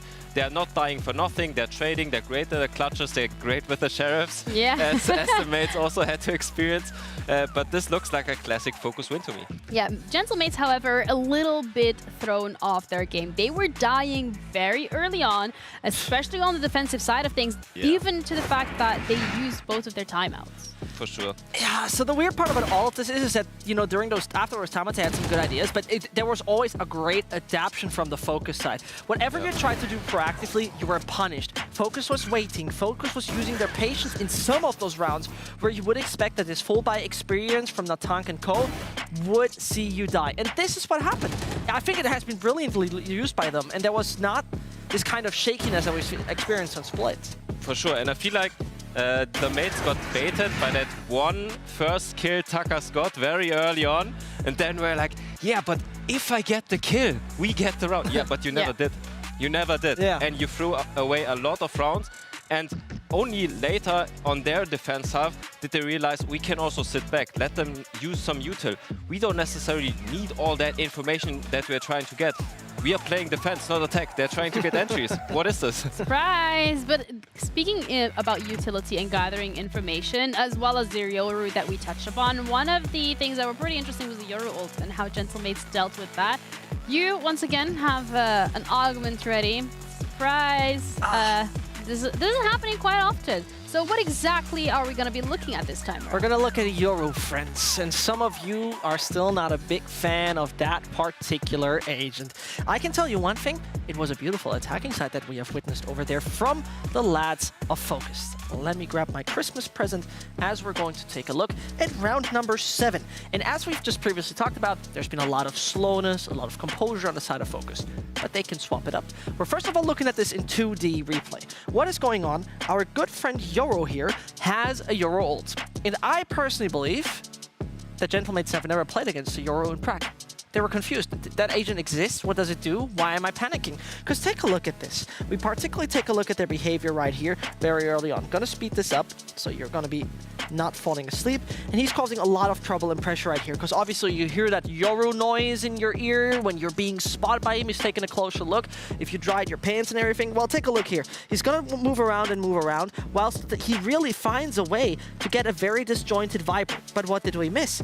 Well, as our beautiful Yoru ults through, right here, the Sky is popping her own ult and is a bit confused of what's happening. And what does Yugi do? One-shot headshot. That's what this man is known for and what he is so good at. But most importantly, let's take a look at that from the actual in-game view because it tells us a few more stories. Taking a look at this in the broadcast view. Sure. Come on, you got this little device. There we go. So most importantly, that Yoru is going to be our point of view right now. And it's so crucial to take a look at because the Sky is a little bit overwhelmed with what's happening. They already expect, okay, this is going to be a full-on push onto the B side. But that Yoru does much more. The TP is coming into this position, so he could go back in case he does not want to stay on site with his mates and plan his attack later on. But there comes already the first headshot. Boom. The tank is gonna die. There you go, man out. And now this confusion starts with those two players here on the side. As we witness, they're not so sure what to do. Bayes is moving back, and Bayes somehow sees ghosts. I don't know what he does in the following scene. He shoots at nothing, really. He probably expects that Euro is maybe getting out of the ult, but there's legit nothing here on the minimap coming towards him. Different story, though. As we take a look at Viper, it has been spotted by the Euro ult, right? Here's Viper. Okay, give me a stun, give me a stun. Free frag, boom. Thing done overall. Brilliantly used by the side of Focus. Totally overwhelmed from Gentlemates. And from that point on, Lime was already on site. They were clearing a bit of backside here with the dog. And at the end of the day, here's one more detail I want to give you. Double smoker, and that with Omen as well as Brimstone. The reason is quite clear, because what we can see is that you have unlimited smokes. You can always deny any X's, no retake possible. Well, we were expecting the Yoru comp, and we said that maybe even a little curveball throwing out from the side of Focus, but that's not the case. Gentlemates, they must have seen this, but they were not prepared for it. We're now going to be heading on to Lotus. I'm not expecting anything different from Focus, but I am expecting that Gentlemates have done their research on this map. I mean, even if they haven't, they have a very exciting comp for us coming up. I liked that Lime had a great showing. I think he already had a great showing on Split compared to Yugi, and he was put on an agent with more agency, and he delivered. I'm very curious what they have cooked for Lotus. Well, we don't have to wait too long because the agent select is going to be coming through. But is there a pick, an agent that you really don't want to see? What I don't want to see. No, there's nothing that I don't want to see. The cool part is that we see the craziest things right here. Left side, a Phoenix combined with Takas on the Jet. So we're back on the double duelist that worked so well on Split. And yes, you see right, there is a Phoenix in play. I like that. And with the Phoenix, they're doing exactly the same thing as they're doing with the Raze on Split. Phoenix goes first, Takas on the Jet second, and cleans up the round. And Natank, I think it's great for Gentlemates that they are now playing a map where they can play the double duelist, because it gives Natank much needed agency. He didn't have that same agency on Bind, and it cost them despite him playing well. And I want to remind you of one thing. This is the map that decides if Focus can advance their dream of Ascension or gotta accept that this is the end of their journey. Lotus decides that all, and with such a composition being played, with them being used to that map, I think they have a chance of taking down the Gentlemates. When we're looking at the win for both of these teams in terms of the percentages, I mean, they're both really strong on this map. And both of these teams have showed us their weaknesses and their strengths over the last two maps as well. Focus especially coming in yesterday, having that long game. Gentlemates being warmed up now into the competition. So, as you said it yourself, this is genuinely do or die for Focus. And I don't even know who to be favoring at this point. I think both teams at this point deserve to win the series. They had a great match each. Personally, I'm very excited to see the Neon. Because Neon is a completely different beast when it comes to contesting A main. A lot of teams have trouble with that, and I think it's a unique approach, and I think they're going to do great with that. Well, we're going to be heading into the final game of this series. For Focus, everything is on the line. Winning this means they stay in the competition, but Gentlemates looking to go ahead. We're going to be heading into this with Dez and A, so guys, take it away, and maybe do your best Phoenix impression. You mad, fam? Oh, no. That's as close as I can get. Oh, my goodness. Love great. that. As close as you can get. What's your turn, Tim? I'm going to leave it as. I think yours was good enough for the both of us. Won't even try and do that one ever again. But again, it's a really interesting matchup. We've got Manta touched on it as well. You've got the Neon for one side, blitzing in towards A, walls up, straight towards the Orb, but also the Phoenix on the other side. So, an interesting matchup coming out between the two. It feels like the right matchup to have coming into map 3 between them. Yeah, I think so. You know, it's mouth-watering, it's tasty. We've got the double duelist, we've got the Jet the Phoenix, it's Natank and Takas. I've been saying those names all day. I've watched them earlier from yesterday. They were so good. You know, same combination, brought the Phoenix yesterday as well, and it worked well. I think this could be very, very dangerous for Focus. I'm never saying you mad fam and broadcast ever again. I don't think you should. You and many others, I'm sure. One time only is quite enough. A one-time experience. Let's get into it then. Here we go. Gentlemen starting on the defense. Focus on the attack. It is Lotus to decide, as you heard from Ginny at the very end of their handover. It's do or die for Focus. Win this map and you still have a chance of being able to make it into playoffs. Lose, and that is hard denied away from you. Going to be heading straight in towards Mound. It looks like that's where the battle is going to begin. The Nebula comes out, but it's not going to hold Focus at bay. They're heading straight on into C. Opportunity to potentially get that spike down inside of the smoke. We've just got bullets flying everywhere, but no kills at the minute. Spike is going to be planted. Ooh, so good as well, because came in with the flash, but not enough to secure any kills. Lots of bodies falling on either side at the minute, down to this 3 versus 3. Another one steps in as Yugi comes in on the Neon and finds another. Numbers advantage for Focus. They force it to a 3v1. They force it to a 3v non-team. Great first round. Yeah, it is. Winning that initial pistol round is going to be a great start for Focus. And again, just pushing in behind that aggression, got themselves on, dealt with Natank very, very well. Takas managed to get one, but it just wasn't enough in the end. Shut down by Yugi in the trade. That left Focus to just mop up the last. Bears and Logan taken down, and it is round 1 going to Focus. It is. Now it's about the build-up from here as well. Again, second round, we always expect to see one by the other side. For me, it's going to be how the first 8 or 9 rounds go, right? We've seen that kind of slew of rounds just back to back to back being won by either team across the maps based on how, their map pick, essentially, with it being the decider. I'm not quite sure which team can really run away with it. Whenever I look at this map, I feel there's a lot of rotation play that comes into it, and I've seen so many attacking teams pull defenders from pillar to post on this map, just saying, okay, we're going to hit C. No, okay, now we're going towards A. Oh, actually, we're cutting in towards B.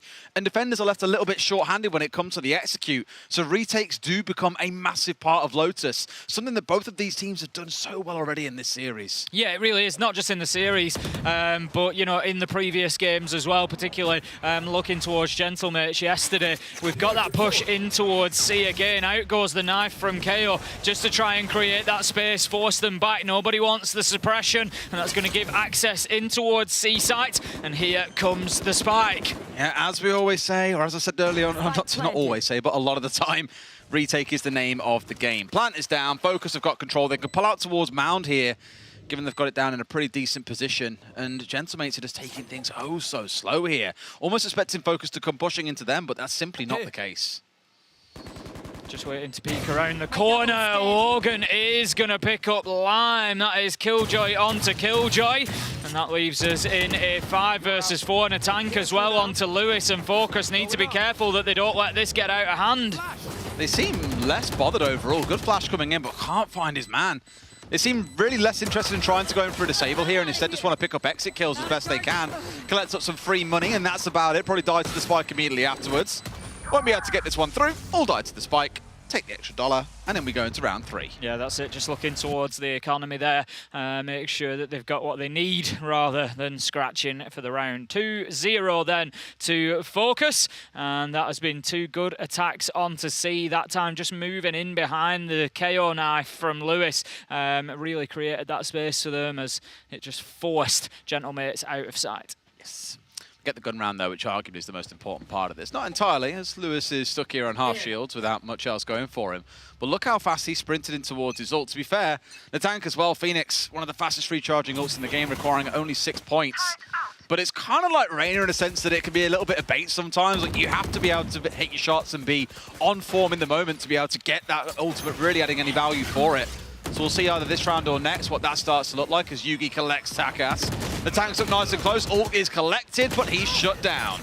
Yeah, suppressed, concussed. It was never going to be an easy battle. 3 kills coming quickly, though, on the side of Gentlemates. And that leaves them now 3v1. Spike down. Lime has got some work ahead of him. Got to get in there, get that spike, and then Relay has got to be finding some kills. And the thing is here, like, they've got the cover with the turret. They haven't got to hold this one directly at risk. They'll know when it's picked up and when he gets away. At the very least, they'll have to hear him shoot the turret, which there we go, he's got to do now. They know what's going on. If they want to, they've got a little bit of a crossfire setting up. Don't forget about Whalers here getting himself ready. Lime is prepared for it himself. Spike recovered. May opt to back out towards C here. I mean, it's quite a sprint round. It'll take you a good 25 seconds, but he has that option available. It does have the time there. Doesn't have to stick with it. Out comes the Trailblazer, I think. Just going to... back. Oh, cheeky. leave him concussed, but then moves through. Gonna take this fight on the close angle. I'm not sure if he's aware just how close the killjoy of Logan is. Yes, manages to get one. Gonna need 2 more though. I'll just go towards A here, and it seems like it's the right call because the other 2 are stacked up ready for a trade. Good spot to go for this, and of course being Killjoy has a fair wacky utility to play with. 2 mollies available as well. The Suck going to come in and disrupt it. Oh, he's going to have time as well, pulled off it. So unfortunate, but also really well played by the side of Gentlemates. Yeah, that was nice from Whalers, just showing, you know, obviously it's an FPS. The Astra frustration. It's an FPS. We always get excited about the kills. We always look at the gunplay, you know, but you can never forget how essential the utility is in a game like Valorant, and Astra just showing that, you know, there's more than one way to win a round, and you put the Gravwell down on the floor from the Astra, bang, it's round 1. Job done. Just as soon he'd be going for default there as well, and absolutely spot on in his prediction. If not, then at least the Sky Flash was there to help on their swing around to try and challenge that. Round 4 we go then. Gentlemates are on the board, 2 and 1. And a big gun round coming out for both sides here. Again, this is the kind of make or break for the next couple of rounds based on how it goes. Flash over the top. One-way setup as well, so no one can swing out comfortably from here.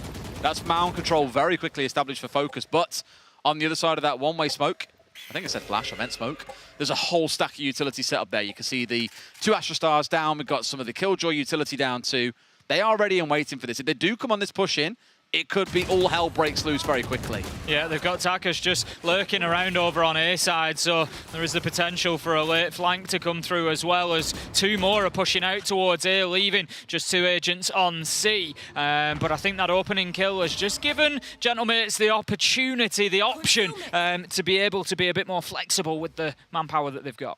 I haven't seen any mad plays really come out so far from Yugi in terms of a wild charge forward, making use of that neon. Next round, you very may well, because he'll have his ultimate online. And that's where you've got to see it being used early on, so you can get it online for a second, maybe 3rd time in this half. Right idea from Lime as well. Sees the quick jump beat coming out, knows exactly what's going on. Molly in towards the back as they pop it. And both players exit up towards Heaven on A. So they know what's going down, but look where the spike is, Tim. Despite this aggression over towards A, all the focus over towards C. All comes out as well. That detracts them away immediately, and they just say, we want no part of this. Let's get ourselves over towards B, and now they're in, looking to go in for the spike plan. Yep, should be able to secure that, but kills come in. The tank manages to find Yugi. The tank manages to find Lime with an absolute beauty.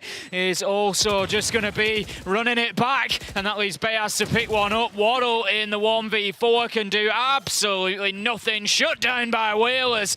And that's going to be plenty of time for the spike defuse to come through. Yeah, beautiful swinging together there as well. Absolutely loved how Gentlemates played that towards the end. Saw the effective use of the tank's ultimate as well. Not running in, being shot, getting back to his normal self, going in and dying again. And all the way from the early round until that end round itself, he had such a big impact. So must have heard you, Tim, in the compliments you were paying him at the back end of the last map. This is it. Like I say, impressed yesterday and is impressed again today so far. 4 and 3 at the minute. Logan stacked up at 4 and 2 as well. Certainly a dangerous duo on the side of Gentlemates. Leveling things up then. 2-2 here on Lotus. A reminder for anybody who's come in, top left of your screen, you can see the scores, but we've already had 1 win on Split for Gentlemates, and then Focus took Bind. So this is our decider. I mean, ult online, so he's not going to be using it just yet, but Yugi has charged him with that ult. I mentioned it last round. Once it's online, you've got to see him come in at pace, and that's exactly what they've done. Bayaz is in, finds one for himself, but the trade is there straight away. Yep, taking down Yugi, and just going to see the spike planted though. That's going to be on the A site. And right now, Gentlemates, they're on a bit of a rotate here. One coming through mid, one coming through spawn, just trying to get numbers there to support this retake, 3v3. Trying to do what he can here in the tank, because wall goes up, smoke goes up, flash comes out, everything you could ask for. Lewis just quite simply pops him in the head as he rounds the corner. 2 left on the side of Gentlemates, and they know that this round is done and dusted. They'll back away and concede the A site to Focus, moving them up to 3 and 2. Bit of a frantic round all over. Kills raining in on both sides, but ultimately Focus are the ones able to come away with the win. Logan is going to take down Lewis, so that's just going to pick him up a little ult point before we get to the end of the round, but still not enough, and it is a Focus win. It is indeed. There we go. Back and forth then to start things off between both of them. It's far from clear cut, even when it feels like one side might have the advantage. Oh, it's so close. Such a good game. Or util, it doesn't really seem to matter. And there's a little bit of adaptation being shown by Focus too, playing closer to these walls and dealing with the potential flashes coming out of the Phoenix. It's not often you see a Phoenix having to adapt on the fly a little bit here, but it does feel like they're learning. Key one for me, Lime has now got that up on side and he's matching off against Takas on the other, who has got his online too. Just going to see that rush in towards Mound again. It's definitely been a key point for Focus, looking to get in there. It always is, but they're not really playing in towards Rubble too heavily. The Viper moving in, I think, behind that toxic screen just on her own. But there's just the Killjoy on the A site as well. So maybe that information being fed in as Waddles managed to get pretty high up here, but could be pushed from behind as the rotation comes through. I mean, they're just going to spray this one through. Immediate flash comes out. They'll swing in for him as well. Great so read. Good. They knew what was going on. They weren't stupid. And they've collected an absolute freebie. But do they know 4 players are backing up right behind it, Tim? I don't think they do at this point. And they're going to be running into that Killjoy utility, though. That's the beauty of this for M8. At least they've got those warning systems that are going to tell them that that is where the push is coming from. So for the time being, Gentlemate's happy to sort of sit in mid, not overcommitting on the attacks here. But as I say that, the Phoenix of the tank tries to push through and gets shut down. And now Focus are taking ground on site. Matching up on the defender Killjoy on top of the attacker Killjoy, but Lewis is getting in and getting the plant down. May sacrifice himself in the process here, but they'll get out of dodge, knowing that at least for now, site is left clear. In fact, he just about gets away. One player coming out detained on the back of it from the defender Killjoy, and things step on forwards. Here we go then with this post plant. That op still online for both sides. Yeah, such a toe-to-toe round. It was 3v3, but Lime and KP see to that. It's now 1v3. It's Bayaz trying to get anything done, but it looks, in all honesty, like it's going to be just try and survive. Absolutely, just get out of dodge. Won't be able to recover the op, I don't believe, either, which is a little bit of a stinker for them. Focus going to be in a good spot with their economy coming out the back of this win too. Assuming they got the kill there and didn't lose Lewis, and sure enough, he finds what he needs. 2 rounds of the bounce now for Focus, Tim. Starting to take some more control here on the attack. Yeah, that's it. Love that play. Very Absolutely good. Love it. Just a wall being shot out for him. Perfect time on the curveball. Just absolutely fantastic from the tank and the Sky. But ultimately, the round does end up going to Focus 4-2, and we have a time out from Gentlemates. Very early on as well. 6 rounds gone down. You know, it's not like a 5-0 or a 7-0 like we saw back on map 1 against Focus, but clearly they feel there are some things that need to be amended quite early on here.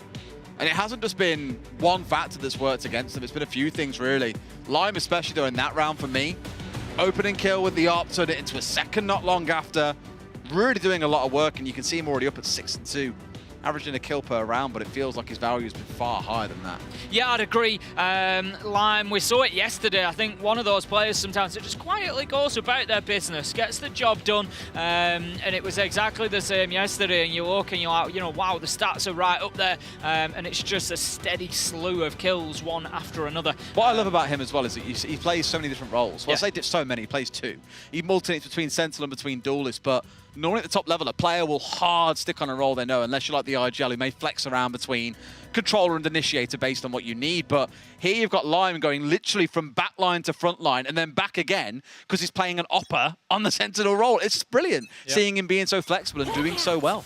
Consistently doing so well. In comes the flash to begin with, and again a big battle over Rubble there, but it's going to be Gentlemates who come away with keeping hold of control of it, and then the mound goes to Focus, who are able to push in towards C, and there is big pressure coming in here, but Whalers stands up tall, Logan backs him up, and somehow the 2 from the side of Gentlemates who were trying to hold on to C, just trying to stop that battle coming in through mound, are able to get it locked down and keep hold of ground.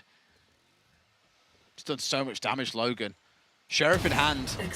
Decimated a couple. Looking for his next. Right sort of idea. Logan is unreal with the Sheriff. Yep, great round there from Gentleman. It's just not scared at all by the volume of utility that came in, the pressure that came in through mound. Look at this, and you just see the smokes then getting triggered. You've got the turret that they're running into as well. But they didn't dip away too deep. They were happy to play for the gunfights, happy to get the kills, and ultimately it set them up for the round. I know we kind of hyped up Lime a lot, but you can't ignore the... Again, it's both Sentinels topping the charts here as well. Logan has been a beast throughout the entire series. So many 1v3s he's been left in, so many multi-kills that he's collected. And it doesn't stop no matter if you give him an arguably inferior gun. I think he's making a case for the Sheriff to be up there amongst the best. Going to be an immediate presence towards mid here, playing in towards a couple of those Astra Stars. One will be smoked off, as will a second corner over towards C main, but that's going to dissipate now. Star relocated as well. And the weight of the push definitely towards B at the minute, but it looks like there could be a flex onto C as mound control is theirs, but I think they're just not happy with the presence of M8 up at the top of the map there, so it's going to be a complete rotate towards A. They collected the orb and got out of dodge as well and feel that, like you say, it's a bit stacked on one side here, no big deal. A so far, pretty much entirely bare. You can see the 2-2-1 setup that we've got coming out of Gentlemates. And that does give a chance to work over here. Will be given away by the utility as they step forward, mind you. And now you can see, for example, them rotating in towards deep. You got Logan, the Terror himself, setting up deep in A, and 2 more players rotating over to join him. Yeah, that's it. It's going to be in the next 10 seconds or so. We're likely to have a bit of a battle on A as they start to look at moving through tree. But M8 have got their positions. They've got their angles. They're waiting for the push to come in. Bayaz manages to get one, but Lewis finds Logan. Could be an important kill after the impact that Logan has had round after round. We can see the Vipers pit has come out from the attackers as well and does support that plant going down. So focused. Good control now inside of that smoke. Yeah, really well done. So it gives the full control of like tree as well. The main entrance pointing towards A site, up towards heaven. I tell you what though, Bayer's finding one, a second being found. They're just spraying through the smoke here with shotguns and rifles and picking up the kills they need. Only 2 left standing. One's got to come running in, steps his way out, but gets popped in the face by the tank who was ready. M8 have completely decimated that Viper's pit from the outside. Fantastically done, as you say, just standing around the periphery of it and spraying bullets inside and just finding those kills. Sometimes you got to take your chances, and boy, he did there. And that leaves us with a very close game of Lotus, not getting last bullet as well. Any less close. Lewis found at least one there, but the tank with the shotgun, I think, found 2 kills from outside the pit. That one there, you could argue maybe is inside the pit, given the proximity to it, but again, just really impressed on how they slowly controlled that, didn't charge in and really make it a duel inside of the pit. Kept it all outside and shot in. 4-on-4, this is the closest start we've had to these maps so far. The previous 2, as we've seen, very, very dominant for the first like 10 or so towards one side. And only then did we see a little bit of balance being restored. But this sets us up for a really exciting map 3, Tim. Very close there. Doesn't quite pick up the shot with the AWP. Takas has been a little bit quiet on the jet so far, not involved too much, and could be a big difference maker for Gentlemates. He could, if he can connect a couple of those big shots. It was Lime earlier on who was, marking up 2 or 3 around, just really doing the damage onto the side of Gentlemates. Takas was crazy on the AWP yesterday. Oh, yeah. Enjoyed a little watch back of that this morning. Oh, oh, Lime. Forget about the op. Who needs that? He's cleared out sight. Obviously, there's no team to really follow up with him here. But at the very least, he could take some control of sight itself. The Nano Swarm being shot out. And he backs away to rejoin his team. Yep, Lime doing a real job. And sometimes that's all you're looking for is get those couple of kills and get back out. You know, if you don't have that position to get the spike down, we're going to have one detained whilst the plant goes down. And that is going to give Focus a big advantage here in round 9. Almost in March then. Interestingly, we didn't see any of Gentlemates sprint over towards C when they realized they'd lost control of it. They just read that there was pressure coming in elsewhere on the map and knew that the focus for the spike must be somewhere else, given they'd only seen Lime on towards C. Now some work to do, and you've got this little lurk coming in from Waddle who's just waiting for someone to rotate in. There are 2 sat there, and as of yet, haven't made the move away. No, I think they're happy to take this as a save, just sitting themselves back in A site. I don't think we're going to see anything coming in from Gentlemates, and it's just about time for Focus to start dipping away as well, grab what weaponry they can, and just prepare for the next round. Kind of a shame, because I thought we'd see at least some fight coming out. They were stacked up with quite a fair whack of utility, but maybe for them, the op, for example, is just far too valuable to lose. They did have a lot of money in bank to play with, though. Still, one that they're not too worried about losing. That's 9 rounds down.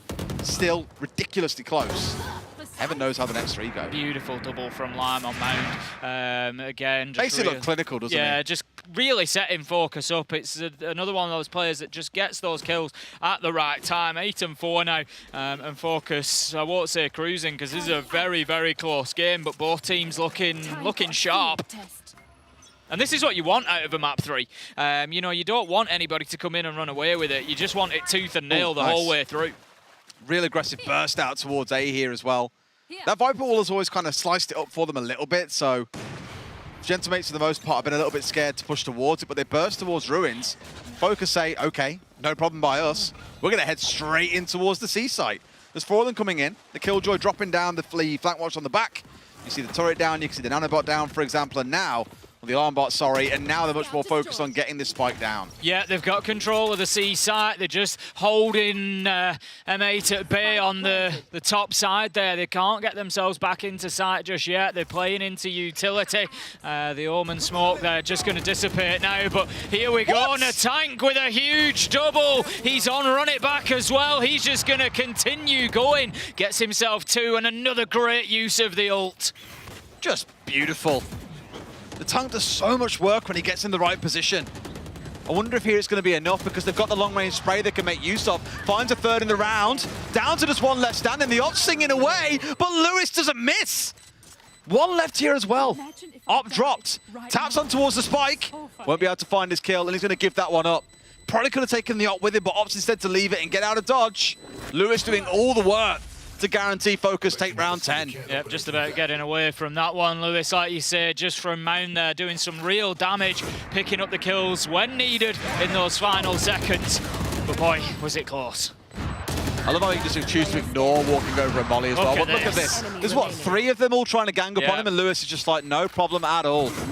And Logan really trying to bait out a last-second swing from Lewis, but he didn't want to overcommit, and sure enough, it's enough to get Focus over the finish line. Beautiful round. The thing is, they've got to go for the kill because otherwise Lewis is just going to spray from Mound. If they try to go for the defuse on the spike, he's just going to spray from Mound. So they've got to do something about it. But no, not an easy one.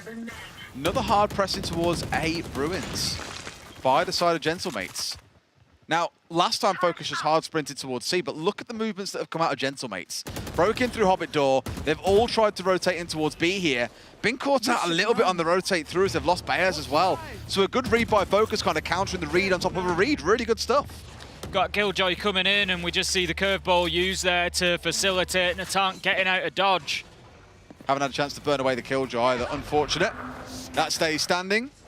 And they get some of the control they need, but now everything is moved over towards the C side. It's Whalers in one place, immediately traded out by the other. A 4v3 for Focus, but Natank, he still stands. When this smoke disappears, or maybe sooner, this could become a real bloodbath. Finds one, into a second as well. There he is yet again, and makes it a third. Natank won't be stopped. I hate to say I told you so, but honestly, Natank is just an absolute demon over the last couple of days. There's just no stopping him. This is 100% going to become a second half game now.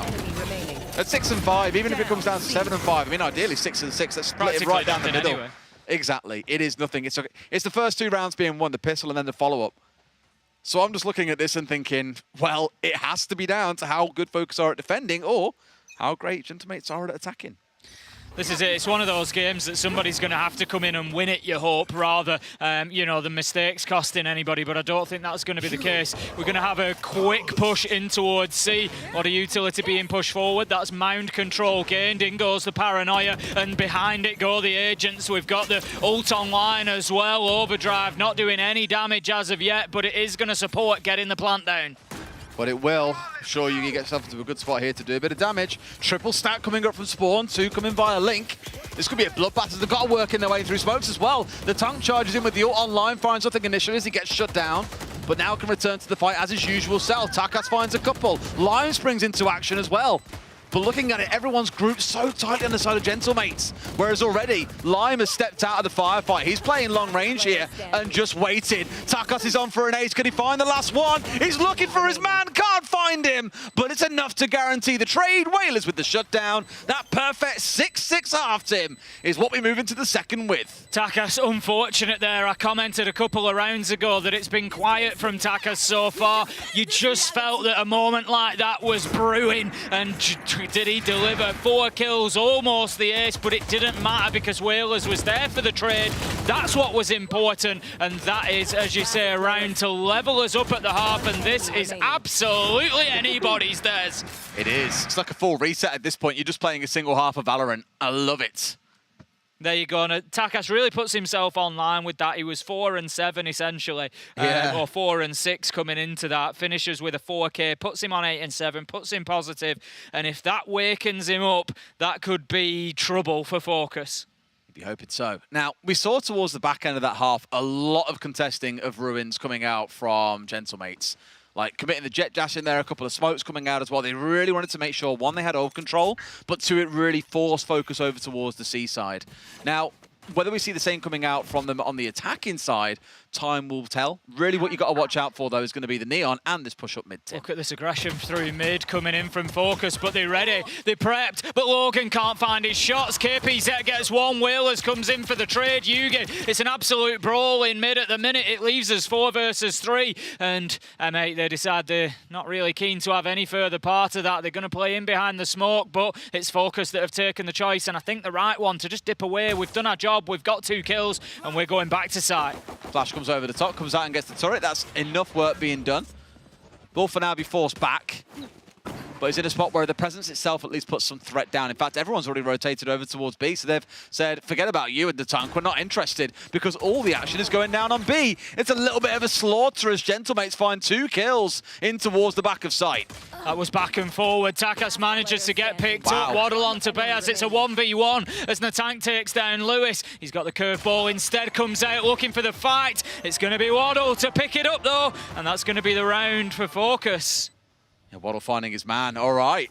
And that should be the 2-round sort of win streak that we're used to seeing, although, as I've already said, throughout this series and over the last couple of days, we've seen a couple of teams not really converting their pistol round win. And it's made things incredibly scrappy and messy in terms of the economy. Could yet prove to go just that way. Good win coming out, though, and you've seen it a few times. Right-click on the Classic as well. Fine in midair. Doesn't get dissuaded by the fact that you are midair. Will just be the same spray that you normally see, which is why he used that jumping over the top. Couldn't really trust the primary fire. Here we go then. I think just a little bit of a reaction from M8 here. Presence initially in middle, just concerned about that rush that came through last time. They're not wanting to see that, so they're just going to play for the counter there, just make sure that they're not getting hit, and instead the weight of the force now pushing in towards Rubble, looking to take control of route and push through. And they've got themselves the control there. They can push onto main now. Slowly working their way forwards. I mean, I spoke about Ruins before. They burst there a lot on the defensive side, and the question was, on the attack, would we see the same? And the answer to begin with is yes. All grouped up. Got to be aware of the fact there's an alarm bot ready to spot them out here, and there we go. Now they know exactly what's going on, and that is the go sign for both teams, but especially for the attackers. Gentlemates are in, Marshall rips through the air, finds no one.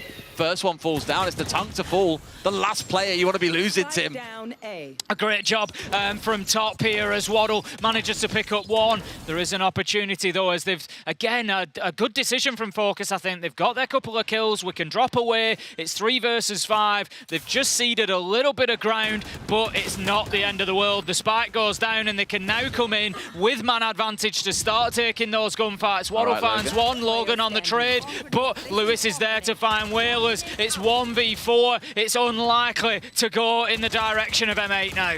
Spraying through the smoke open to find their man as well, and Logan really has got to do it all. I don't think he's going to have the chance here as well. They have got the stick coming on through. It's just far too risky. He'll let it go, and in comes the big swings. Won't find a single one. KPZ with the close. Another good round from Focus. Yeah, not bad at all.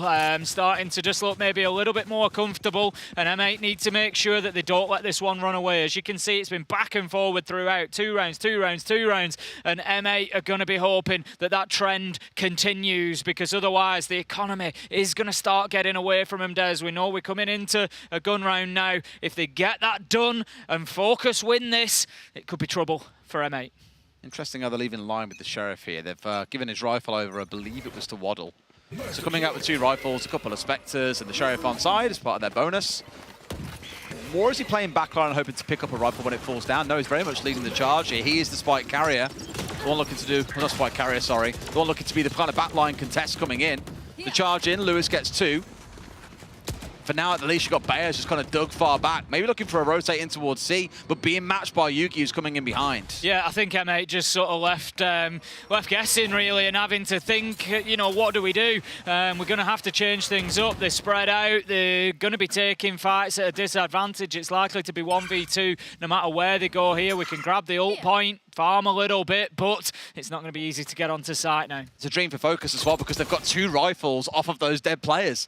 Everyone suddenly is stacked to the hilt except Lime, who's been able to upgrade from a Sheriff, onto a Spectre. Ooh, very scary.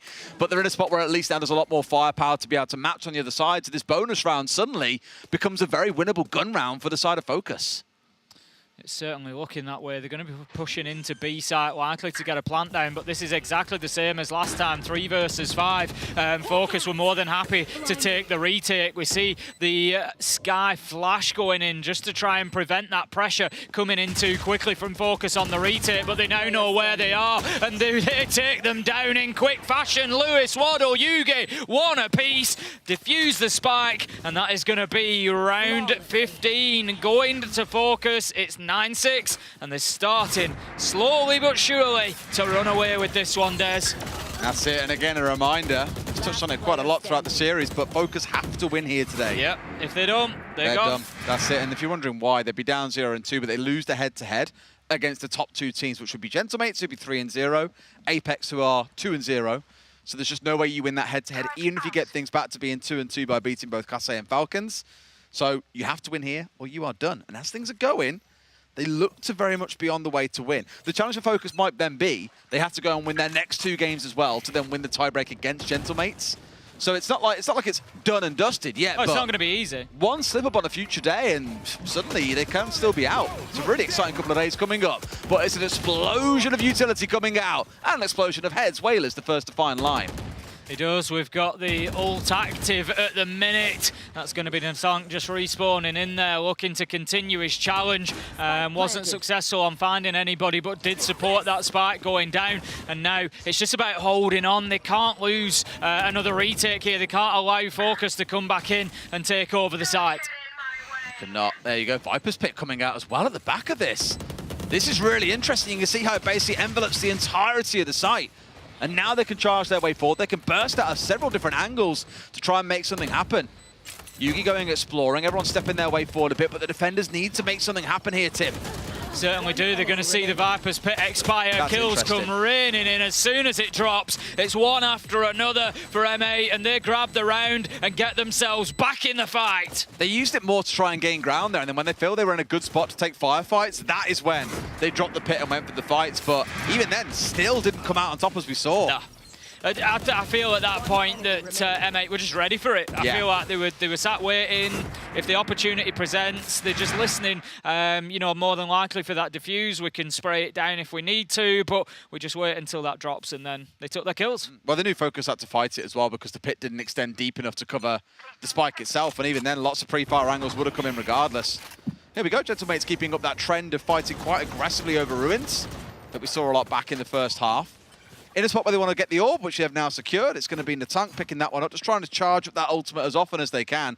Understandably so, because he's been getting value from it so far. A lot of value, to be fair. We've seen a couple of kills. I think he, not the last time, the time before that he used it, he had a double. Two, yeah. So yeah, definitely getting the value. So like you say, keep focusing on getting that going. They've got the Cosmic Divide set up as well. But for the time being, sending the Trailblazer over Mound, just wanting that information. Is there anybody ahead of them? But they know that they can now push in and take that ground. 2 ult orbs farmed here so far by Gentlemates as well. I'm not sure what happened on the mid one. Maybe it's still there. That's why we've got a bit of utility just ready to watch it. It is still there. It's a tough one to fight for. It's scrappy because it's on such a tight corner. You've got to commit utility if you want to be able to secure it. That's kind of the story of all 3 of them, I guess, but more so in mid because it's so narrow. Yeah, that's it. I mean, as you say, none of them are put in sort of easy positions necessarily. They're designed to be fought over, is the idea, right? Yeah, definitely a tricky one at mid. The Killjoy just holding that angle left for the time being. We're going to have a big coming together here by the looks of things, and it's going to be Focus that are coming out on top, but then Bayaz has something to say about it, taking Lewis down. 19 seconds left to go, 3v3. And looking to square their way in towards B here as well. Everyone's setting up a Cosmic Divide across the back, beautifully placed. moves a lot of these stronger angles that have come out. Focus find one for themselves. A swing in from KPZ, gets the next, and here comes Whalers, finds one, but has no idea where the last is, and they're out of time on this one, sadly, Tim. 1v1, and as you say, that time KPZ's ticks out. down, gone, and that is done for Focus. 3 rounds away now from securing the win that they so desperately need. Just knew that he wouldn't have time there to pick up the spike and get it down. It was the right call to run away. Any kind of small amount of space you can get in this game, it feels like it's more than worth taking. A real bloodbath just inside a Hobbit door that, thing is, you say to begin with, Focus came out on top, only for it to be equalised, and really that Cosmic Divide working a lot of wonders to help the defenders big time. Yeah, it was well placed, and Focus get the job done. They've also got 2 other ults online as well, particularly KO's has now come online. We know how important that can be. I want to say that Cosmic Divide helping the defenders. It was more the fact they had somewhere to run away without being sprayed down. I mean, Waddlesall had to expose himself in that spot as well, so it was risky. I liked it when I first saw it, but with the way the round transpired, less so. Making use of the spray here, Lewis, as well, because they know that they're going in for this. Will he get swung on? They're trying a second time as well. They really want to try and deny this all orb away. They do. Real fight coming in over tree and over through into rubble. And the tank's going to pick one up onto Yugi. That opens things up for us. They're just going to have to wait a second. Bad. They certainly do. Look at the utility being thrown in there, but they're just not going to be able to go for it. That does open up the site there. Gentlemates can now flood their way in. Detained on the high ground, I think at this point Lewis wasn't even bothered to try and run away. A little bit of damage through the boxes as well, coming out from the molly. But he'll be back in action in no time. Now trying to fight their way back into site. 4 versus 5. Couple of important gunfights coming up, but Natank once again making use of that ultimate. Can he get any value from it? No, he's going to be taken down. Tafkas manages to find a double though. That could be big. Waddle with a double of his own. Leaving us now 1 versus 3. He's got a lot more to find. Can't do it as Tafkas shuts him down. 3rd of the round for him. And that's going to be M8 taking themselves around and keeping this close. It stayed as close as it did in the first half, Tim. It's mental. We ended at 6-6, and it really can't be much closer. These rounds, the team staying almost in complete lockstep with each other. It's a good start as well with the Killjoy lockdown, just giving full control of the site over. And from there, not really much else coming out. We, of course, did see the ult coming out of the KO. Just didn't give them the control that they sorely needed. Focus into a timeout here. They know they've got a narrow lead, but it is a lead that is shrinking. They've only won 2 of the last 6, as you say, so they know that they are being chased down by Gentlemates here, and it's not going to take them too long to catch up now that they're only 2 rounds behind. So definite work to be done for Focus. I think, you know, a little bit concern on the economy side of things as well. They've got a couple of ults online, but other than that, it's going to be a tough couple of rounds potentially. There's more than 2 in the 3, I think, because you can feel at this point, Gentlemates are starting to build a bit of steam, right? Yep. If they're winning at this kind of pace, then okay. Sometimes it's good to take the break, not just for yourself, but also to take the momentum away from the other side. Valorant is a real fast turnaround game where you don't really get a chance to catch your breath and just pause and think and slow things down and not so much drop the morale, but drop the momentum. Maybe that's kind of partly what we're looking for here, because even the previous round, let's not forget, was only narrowly won by running away. Yeah, that's Could have been 3 in the bounce. We can see there, as I said, just a couple of guns being picked up on the side of Focus, but 3 pistols being run. They are skint. Yeah. They are indeed. And so, yeah, it's something that they're going to have to address. A single rifle to play behind and a Marshall. It's hardly the dream lineup that you want, the dream arsenal you're going to be bringing into one of these rounds. So Focus are going to have to do something really smart if they want to win this one out, and so far that appears to be. So all swinging together off the back of a Paranoia coming out. They do get the 1. The ultimate coming out of Yugi is probably the biggest weapon they've got on side in this round as well. But you can see the respect being shown by Gentlemates. They've backed out and just said, okay. You guys want to force the utility, force the ult, that's completely fine by us. Yeah, that's it. They're just going to allow themselves to dip back to the spawn, head out towards Mount instead. Trailblazer goes in. That's going to tell them that they are going up against that rifle just coming in on the long shots, the long angle. But again, Lime just being forced back. He is, but probably the big thing about that push deep in towards Ruins was they now get another rifle on side too. So it's a slow kind of comeback into it, but they are slowly rearming themselves to bring a good firefight against the players of Gentlemates, who, with 40 seconds left, are still deliberating on exactly where to push. With the 3rd player now joining the C-Mound push, It makes you think that's going to be their go-to. The Seekers are coming out on top as well, just to feed them that little bit of information. 30 seconds left. It does look like it's going to be a C push because Focus assume it's going to be B because of the Seekers. Yeah, Focus have all sort of moved away, and they're going to have to move themselves back into site here. They're going to be playing through smoke as well, as that's been blocked off. We can see Lewis coming through the Nebula, but the first kill comes in for Natank. Whalers finds one as well, and it is not looking good for Focus. Nope, they are crumbling, and this is after that timeout as well. Admittedly a bit tough because you're coming into the eco, so maybe they don't feel too bruised and battered by this, but this next round is going to be everything. Yeah, it certainly is. I think if M8 are able to level this up, they're able to tie this at 10-10, it really does become anybody's at that point. Waddle manages to find one, but it's likely just to be an exit frag. Exactly that. Stepping in and trying to find one more. Won't get away with this one. Taps it out, but it wasn't really aware of Bayers down to his right, who gets the close. Gentlemates within striking distance now, very well and true. Only one round away. Oof, what a game we've got. We knew that it was going to be close after the first couple of rounds. Focus at times have felt like they might just have that extra couple of inches to get themselves ahead, but it just hasn't been the case, and Gentlemates have done a fantastic job to keep themselves in it. And the second half particularly, you know, what a turnaround. It's now 3-4 in the second half, and you know, at a point it was 1-4, so they're really battling back. Here we go. Burst on through at the back. Straight away, Gentlemates continuing that trend, as I keep on commenting, of getting control of a Ruins. Now, they were caught out, a good few of them, by the knife. Takes the abilities offline for a couple of seconds, which has slowed them down, and forces a slow rotate over from two members of Focus. You've got the Omen and the Viper both working their way over. One on tree, one on site itself. But Takas is just waiting to explode here, Tim. Gonna see that the ult is active, but shut down immediately by Yugi. That is huge, taking the ult offline. Logan manages to find Lewis, and now the spike is in sight, but kills need to come in, and they certainly do. Natank and Logan finding them, and that's gonna give an opportunity to plant. Waddle's got the ult online if he wants to pop it here, but I think it's a little bit too risky in a 2v3 with zero idea of what's happening on site. Now Lime has got it all to do. Finds one for himself, knows the spike has gone down, and knows it can only really be on one side of the box. Tree is where one more player stands.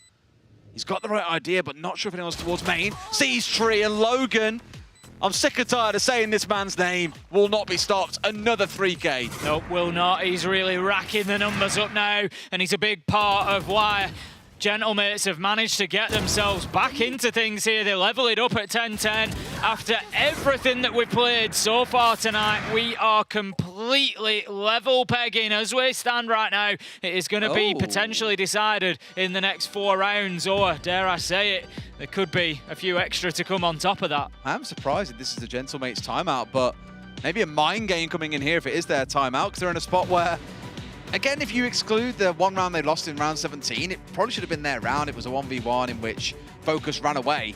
They are fully in control. This feels more like a mind game than anything else. What crazy stuff might we bring out in the next round to guarantee that we get ahead, or just to talk strategy for what could be our last 3 or 4 rounds? Focus, I'm pretty sure, are sweating as well, Tim. You were so far ahead, and now look where we stand. Well, that's it, they've been reeled back in. You know, they had that great start to the second half, 3 rounds in a row. You start thinking they're on top of the economy, they're looking good here, but then it's just been turned on its head. And Gentlemates are certainly the ones with the momentum, like you say. You know, maybe, you know, you take the time out, will that break that momentum? Will that sort of take the foot off the gas a little bit? We'll see over the next couple of rounds, but we're going to have an immediate push up towards Mound by the looks of things, as has been common so far. They've scrapped tooth and nail over the ult orbs. Feels like a similar thing is going on again. And you can see the immediate utility burn coming out of the side of Focus, actually. They're the ones now wanting to match quite aggressively in towards A, but the one way, it should deny them pushing on through. Yugi wants to go for this, and he's actually gone for it and found one. That's absolutely brilliant between Lewis and Yugi there. Lewis dumping the flash in, and Yugi just peeking off the back of it and getting an important opener onto Takas. And it's just immediately backed out of it as well. He feels he's done the damage. It's job done. Doesn't want to push his... I mean, again, it's so rare that you see a team or even a player try and push through a one-way. but they make it work out beautifully with their own idea. Now, really, Focus should get the read in this again and know that this means there should be an immediate response from Gentlemates to go towards the C side. And rightly so, there are 4 of them now trying to push in. Their counter is the Viper's Pit. So you've got no control over A, no visibility of it. You're forced away by the Viper's Pit, which really only leaves B open. And even then, that's got a Viper's Wall ready. You've got the KO standing nearby. This is ugly. And Yugi's there waiting! Where do they go? They're damned if they do, damned if they don't, Tim. Yugi reading that, knowing where the push is likely to come. Yugi! What a headshot above the wall. Does get traded out, but Yugi has well and truly done the damage in this round. Focus 4v2, 18 seconds left and looking good to take the lead again. Unbelievable. Far from a third-rate duelist with a fourth-rate deck. He's carrying on, delivering. Logan's got it all to do against 4 players on the other side. But I think we all know this round is done and dusted with only 3 seconds left on the clock. Yugi handing Focus a lifeline here, moving them up to 11. And not ignoring that was a thrifty round. Everything being done with pistols there. That's exactly it. We've got a big round for Focus there. It just opens it up a little bit for them, getting that 1 win back. And maybe, just maybe, this can be turned around and you start looking as well potentially towards that timeout, Des. You know, and whether that's had more of a positive effect for Focus than maybe it did for Gentlemates. Scary, isn't it? That's why when it came up, I was like, is that the right team? Was it really Gentlemates taking it? But yeah, surely not a misclick. But look at the ult stack on the side of Focus as well. They've got 4 to play with. Big ults as well when you think about it. Lewis is definitely nothing to shy away from. We've already seen what Yugi can do with his and the Killjoy lockdown. Logan's also really close himself, mind you. 1 ult orb, which, to give it full credit to Gentlemates, have been very good at farming so far. Means they at least have a response. Yeah, they will do, but yeah, Focus could well be in a position to use that wealth of ults to get another round here, and it leaves them then on series points, so it could be a big one. A reminder of the stakes here. If Focus lose, they are done, so it is extremely important for them what happens over the next couple of rounds. The tank is in. They know that Yugi is at back of Ruins as well. They don't want to chase it too far. The one-way has gone up. Well, it's not really much of a one-way, is it, at this point? The tank really wants to get in and get Yugi out of here, though. I think he knows that he's there. He's fully flashed out. Yugi still finds one in the back anyway. Baez has gone down. The tank's in and finds one for himself, and then the ult expires. Not bad at all as the defender Killjoy goes down. This is brilliant for the side of Gentlemates, because now Logan can farm his orb if he wants to, and then drop his. Exactly that. I'm going to see the shift. He needs the orb. He needs the orb. There we go. He's got it. Going to see the shift in towards B. Instant drop. Thank you very much. That's B-side as. Thank you. There you go. That's going to be the opportunity now Time, for Gentlemates to get themselves on in 13 seconds. There comes the dash, taking the ground. In comes the spike. They're going to get the plant down, but it's time for Focus to start moving back in. Yugi. Oh, Logan was ready. Spun on a dime, and so do Whalers. Gentlemates playing the game perfectly around those Killjoy lockdowns. As soon as they saw the one come out of Lime, they knew they had a golden opportunity, and they keep things square at 11 apiece. What a game we've got here. Only one of these two is going to get an opportunity to win this inside regulation now. Whoever wins this, round 23, will be the one with a series point opportunity. If it can't be closed out, if one of these teams can't win the next 2 rounds, we'll be going to overtime, Des. We'll be getting even more of this. More of this I feel we deserve. It's been bonkers back and forth. Again, a dominant map for either side. Now something this close. Waddle. Stop. The Sheriffs are filthy. The danger really for Focus, obviously, is they're coming into this in an eco as well. They're not coming in fully tooled up to the high heavens, unlike Gentlemates. But kills like that, definitely going to help. And we can't ignore Yugi with the Sheriff. He's done so much work. The ult is online. They have got tools to win this.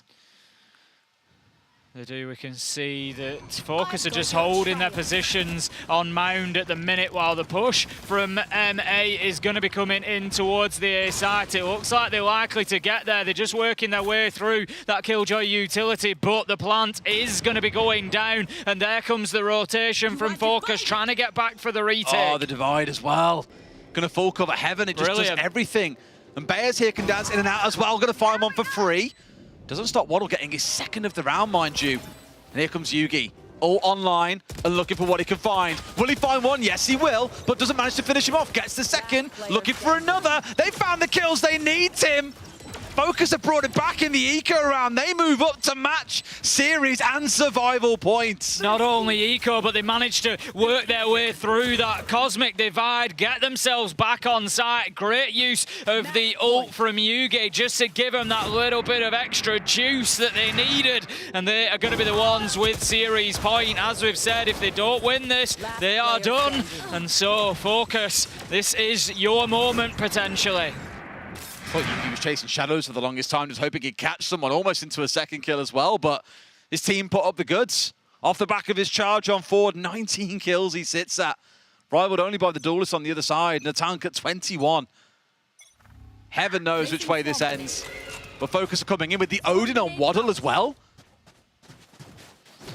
Again, Mound has been taken by Focus, exactly the same as last time around, whereas Gentlemates, they focus more towards Rubble. They're going to get themselves in there, open up that door. That's going to force the Viper of Waddle back into sight. So that ground has been well and truly taken. They can get themselves the orb and then decide if they push forward from there. The spray can be so lethal, though, unless he gets fired back on, but it's so unlikely. Does he look towards the orb? Has to go for a reload. That'll back him out for a couple of seconds. Despite they're already on site, he has no idea. Might find himself in trouble here. Odin comes out, but Baez strikes first. Now we've got to see a mad scramble from Focus to get over to the other side of the map. 3 players rotating from C yet again.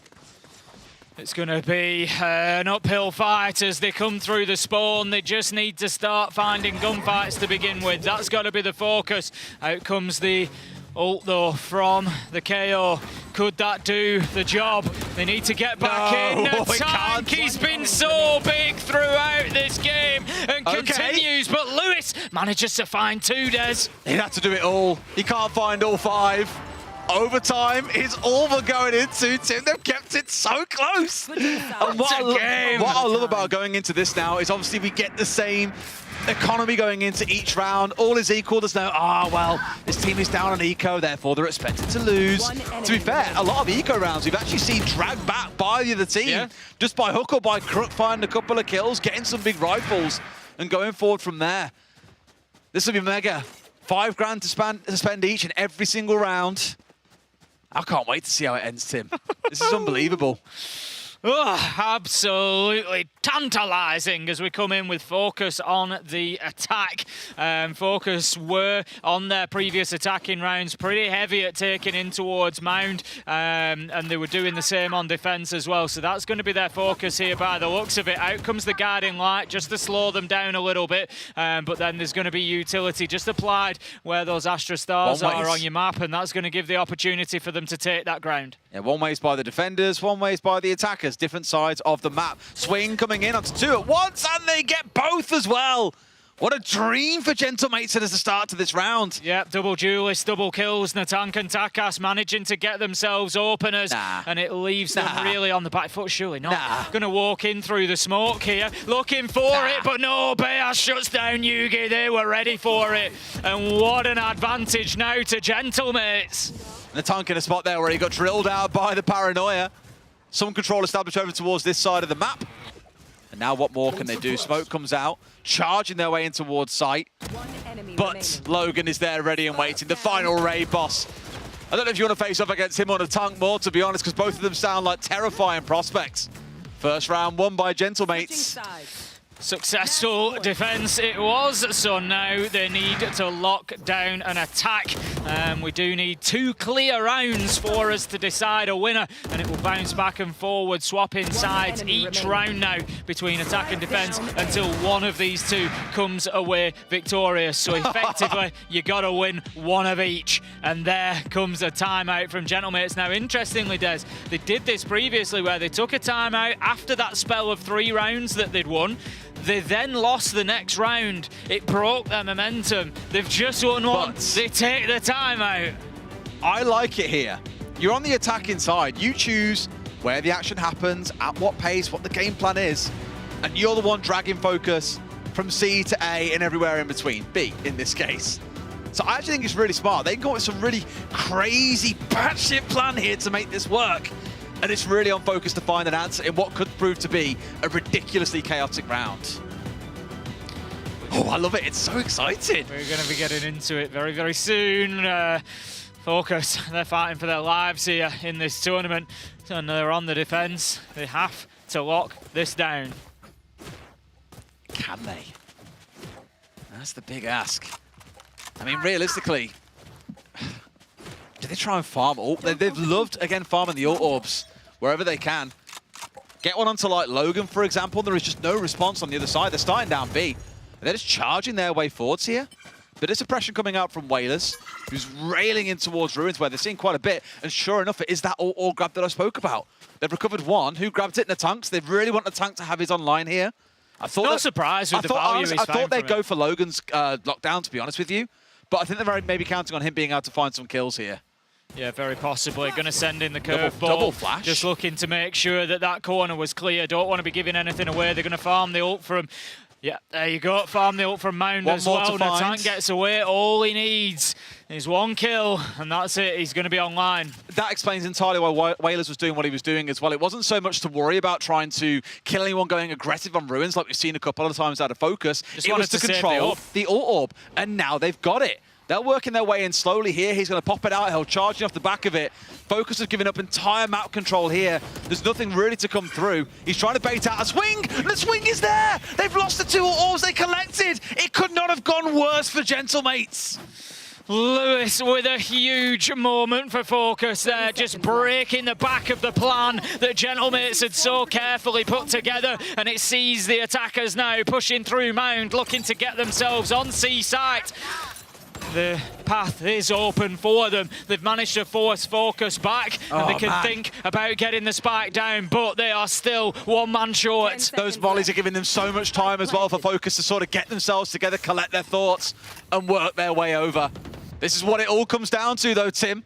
Who's going to be the hero for Focus?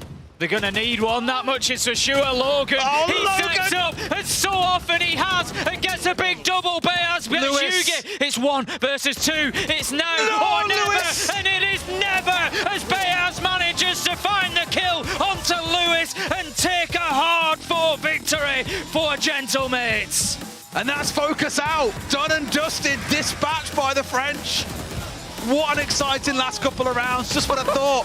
It was all going to crumble before them with the tank falling. They keep it going. And who else is going to come in and get that big double it's Logan. to get things going? It's Logan. It's Logan, a catalyst once again for his team. Honestly, Natank and Logan written themselves into French history at this point. I said it coming in today. Natank really impressed me yesterday, and he's just doubled down on it. He's tripled down on it today. What a performance he's had. My heart really breaks for the side of Focus. They've really battled their way through the series as well. It's a tough loss, that. I mean, the best thing is we've had 2 of the best series come from Focus. I'm almost gutted that they're not knocked out. They still get to play 2 games, but the next 2 don't really count for much. As I mentioned earlier on, Apex are 2-0. Gentlemates are now 3-0. The max that we can see the side of Focus come back to is 2-2. They can't win the head-to-head, which is the default tiebreaker. Therefore, they're done. Real heartbreak for them, but we have had 2, I would argue, the 2 most entertaining series of the week so far. Both featuring Focus. That's what I mean. Both featuring Focus. It's such a tough... It's such a tough one for them to take, unfortunately. They did it. The thing is, they threw everything at it as well. Oh, yeah. They have left everything on the field there. They've given it their all, and you know what a shame of a loss. But Gentlemates, they've done a real job there. That was a tough slog for them on that final map to keep themselves in it. You know, they were behind at points. They had to constantly keep fighting back, but they got the job done, and they take the rewards for it. Coming in, they were seen as kind of an upper mid team as well. Not like a bad team, but not far from being one of our top teams in the competition. But I think they've really made a name for themselves in this series as well, saying, look, those of you out there who are super excited about play-ins Focus, we don't care. We're here to make a name for ourselves. And with that, they do claim, I don't think it's top spot because they haven't yet completely locked everything in, but they are at least guaranteed to make it out because they are 3-0. I know for certain that I cannot wait to see them play again.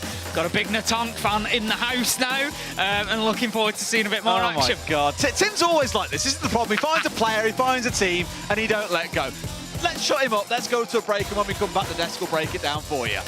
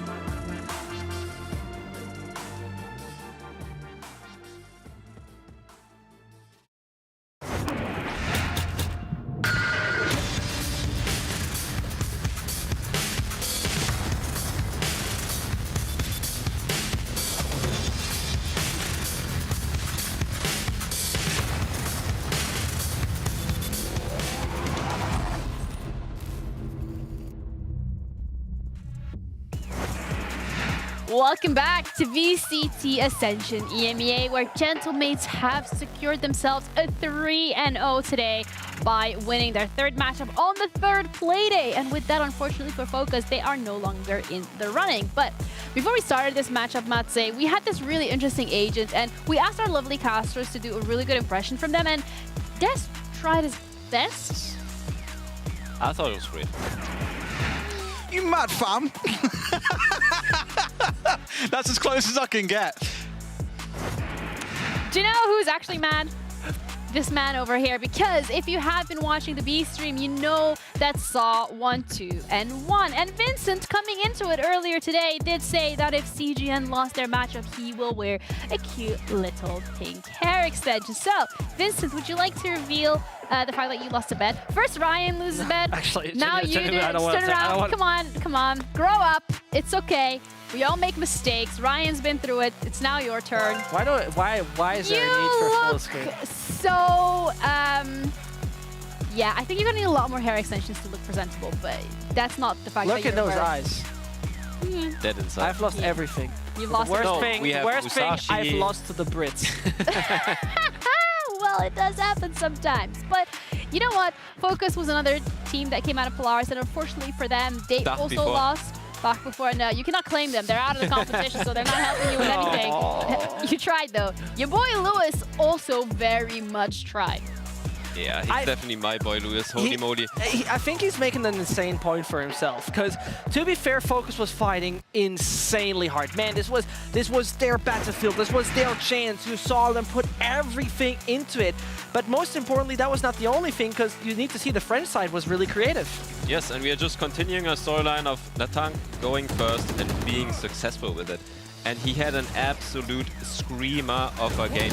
At some point, 10-10 or something like that, he was at 1 kill per round, and he was doing it all leading from the front. And it was just a beauty to see, and you can clearly see that the mates, even with Taka's on and off performance, can reel it back in with that Phoenix, with Natang leading the way, and it was simply great to see.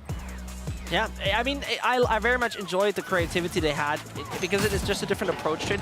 His proactivity, particularly as you mentioned, on that defensive side was insanely enjoyable. It was a new touch, it was a fresh touch, and it was way more impressive than some other composition when it comes to those retake setups. Yes, and especially on a map like Lotus, lots of close corners. Yeah, and sure. He gave the opponents a feeling that they cannot hold any angles themselves without getting pushed by the Phoenix. And it was also an agent that gave Natang the necessary agency to take control of the game, because he didn't have that on the Sky. Yeah, you know what else was really enjoyable besides the fact that you're suffering over there? Stop it. The fact that we had to see round 8, where the retake into the Viper ult from Gentlemates, it was Oh boy. Funny to say the least. Was a big play by Natank in this round. Veyas opens it up. Natank first one with a shorty, but wait for it. He'll get another one, and he's just a devil. I mean, it was a bit of an iffy situation they found themselves in. So many close quarter fights in the Viper ult where you basically shoot through and spray. It was very advantageous for the side of the Gentlemates. They used it very well. A bit unfortunate on the side of Focus overall, because you have to see there was much more room to use. So yeah, I believe...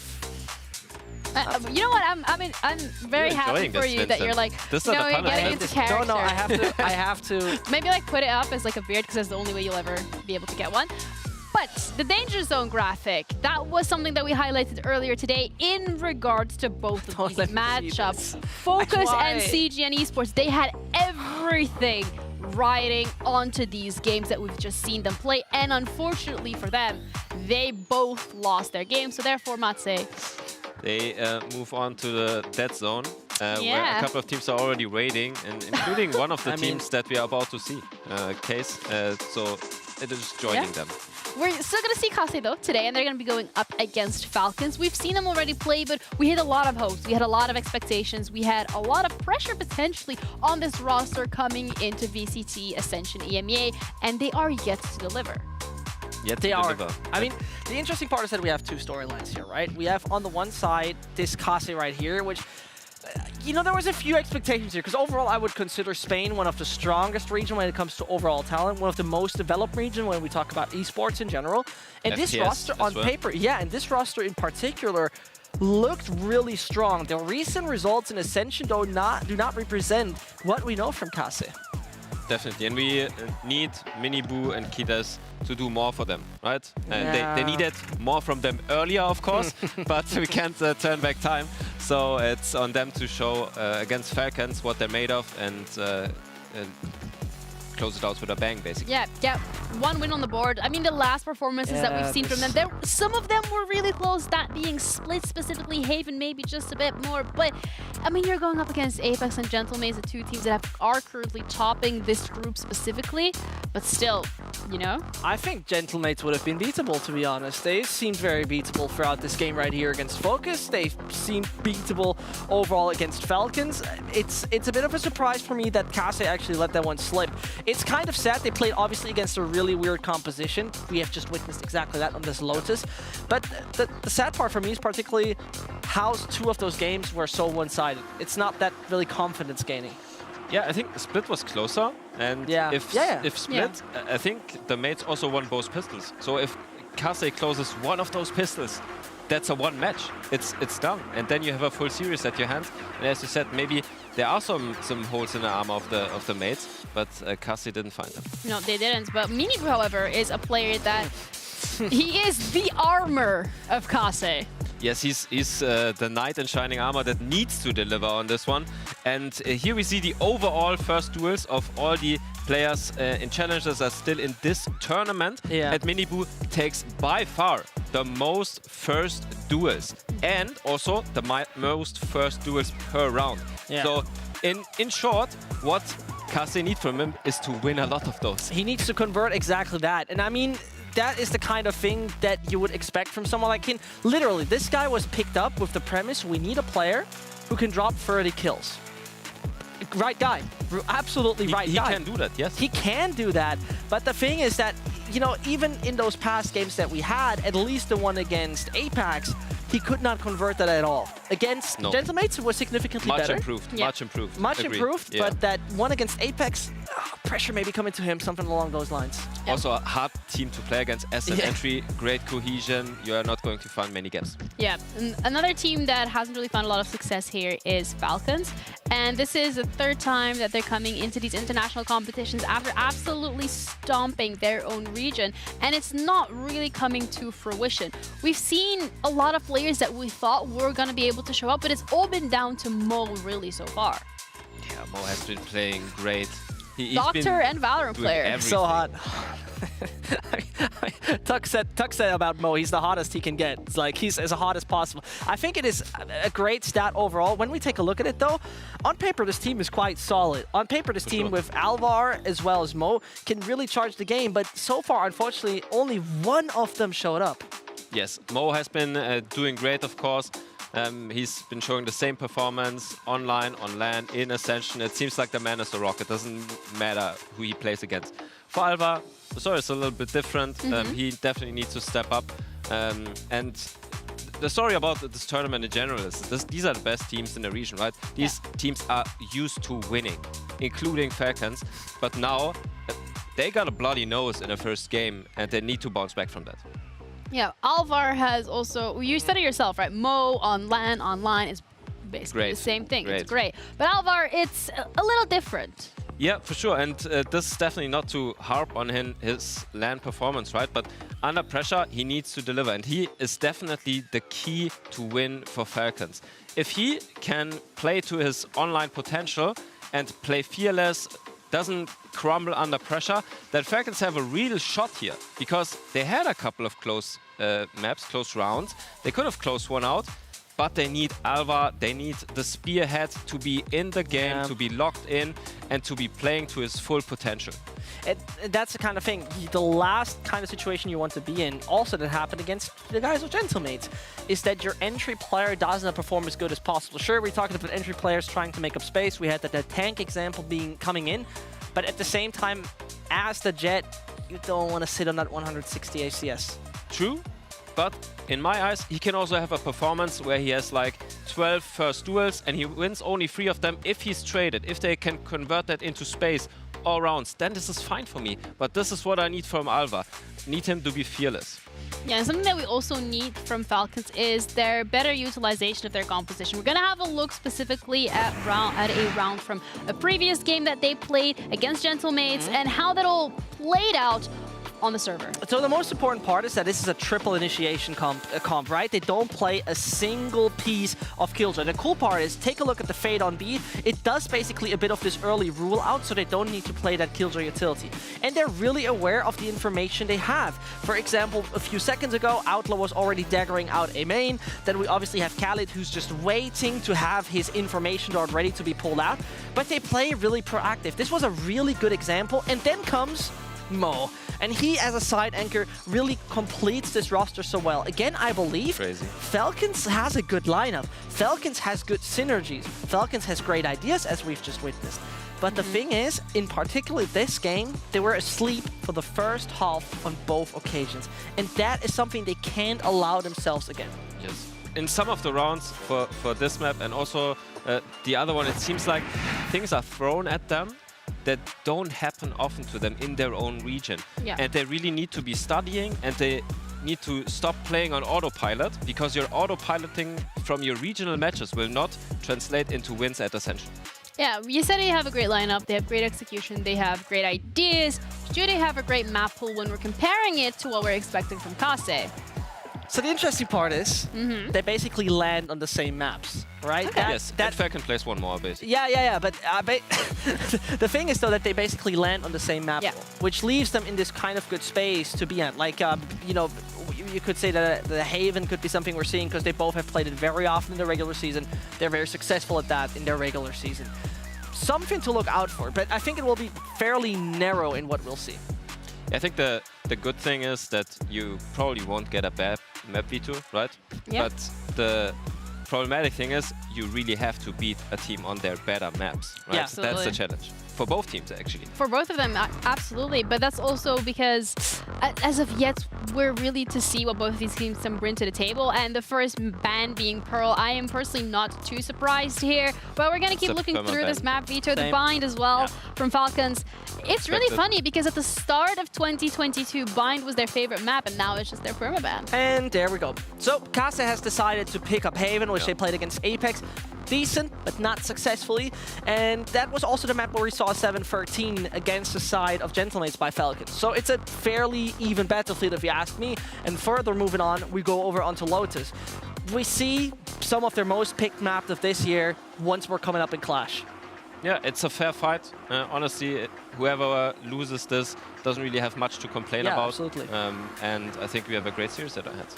Yeah, well, focusing specifically on the first two picks, Haven and Lotus, that only remains Ascent open. We've seen Falcons on it already a little bit, and as we said it, they were a bit asleep on the first half. So the likelihood of this going to that third map, the likelihood of both teams securing their own map picks, I think the interesting part is starting with a little bit of a pressure point is, do Kase even have any pressure, right? They're basically, the journey's over. So is there any pressure for them? That is the kind of thing. Do they maybe come to new fruition and have some new fire inside of them that they're going to send on the server? Possibly. I think whether it's fire or less pressure, both things are good for players like Minibu. Individually, massive talent, right? If he's just playing however he wants, no pressure, maybe a bit of hunger, maybe a bit of spite, then this could end very deadly for the Falcons. I mean, both of these teams have a lot to prove, and they have the weight of their regional leagues on their shoulders. Kase last year as well in the regional league finals, they made it to third, so there was a lot of expectations from this organization specifically to be performing. Falcons last year, they made it first on split 1, they made it first on split 2, they were also competing in the regional league finals. Both splits, they were actually the first teams to go out, so maybe not a lot of pressure, but there's pride on the line this time around. For sure. They're disappointing a region, you can say that. You felt that as well. Both of you did. Yeah, myself as well, that's true. But I feel like for the first map, Haven, it's going to be interesting. The boys from Kase don't really have to hide their performance against Apex, I feel like. 9-13 against Apex. Apex are very good on Haven. That's nothing to scoff at.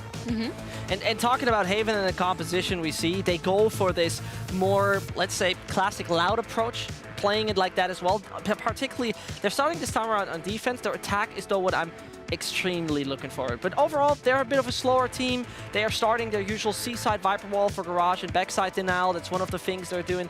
It's not much lurking that we're about to witness from them.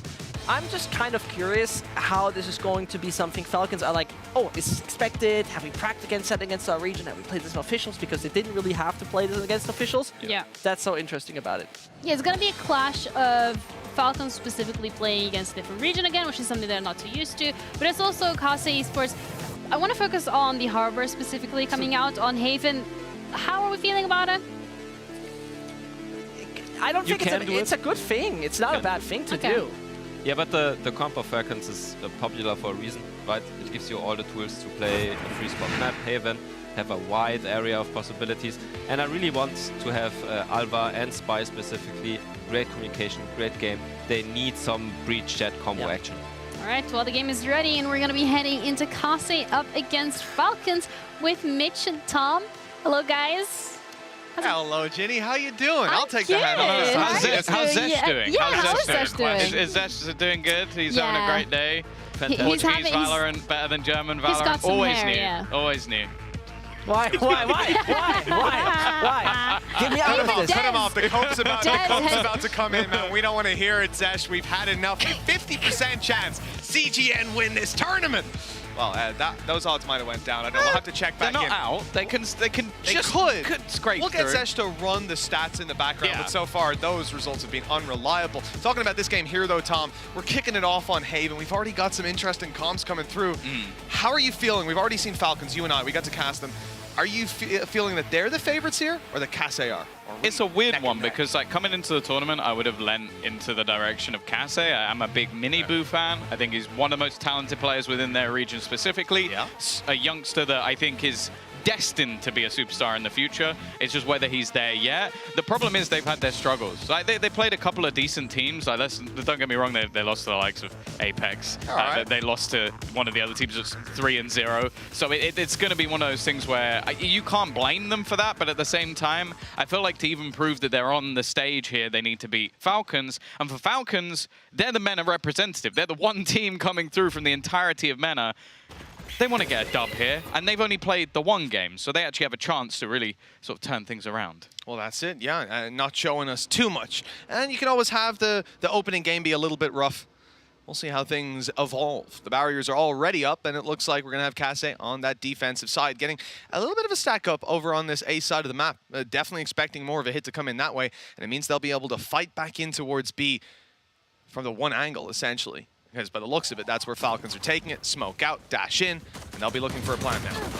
Oh, good damage already. I mean, the downside of having so many people in that angle is it's a target-rich environment. Spam through some ghost shots, and, well, he's already made a ghost of one of the Kase players, left Roxy on 35 HP.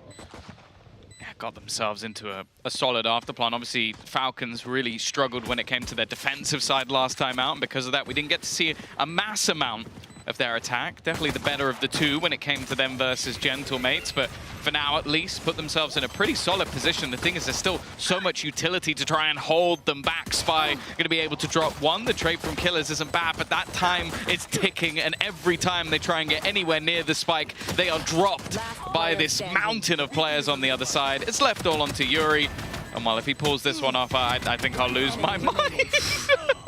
He's gonna get knifed. Time was gone, of course. It looks a little bit silly, and honestly, the amount of orbs he's just gained is actually not bad. Almost makes it worthwhile, right? I mean, I guess the only thing you'd be thinking is it could have been a stronger ultimate. Hell, you see someone like Miniboo have a round like that at the end, you're gonna feel very confident, but I think Yuri's will be a little bit more difficult to apply, especially against a team like Falcons. These guys are quick on their feet. They don't mind moving around, dodging those stuns.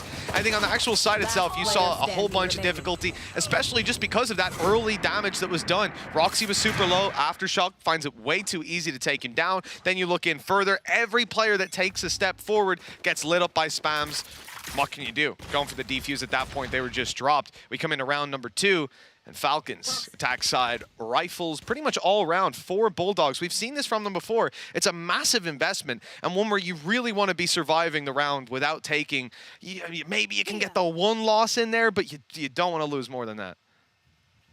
Yeah, a couple of Sheriffs invested into, but ultimately it's a heavy gamble stack over towards A, so unless there's going to be something to deter Falcons from just basically diving straight into this site, it should be a relatively easy round for them. Killers as well, only on a classic, and his utility not even placed. So looking like they're either just going to go for some sort of team retake, or they may even just opt to die to the spike here, in all honesty.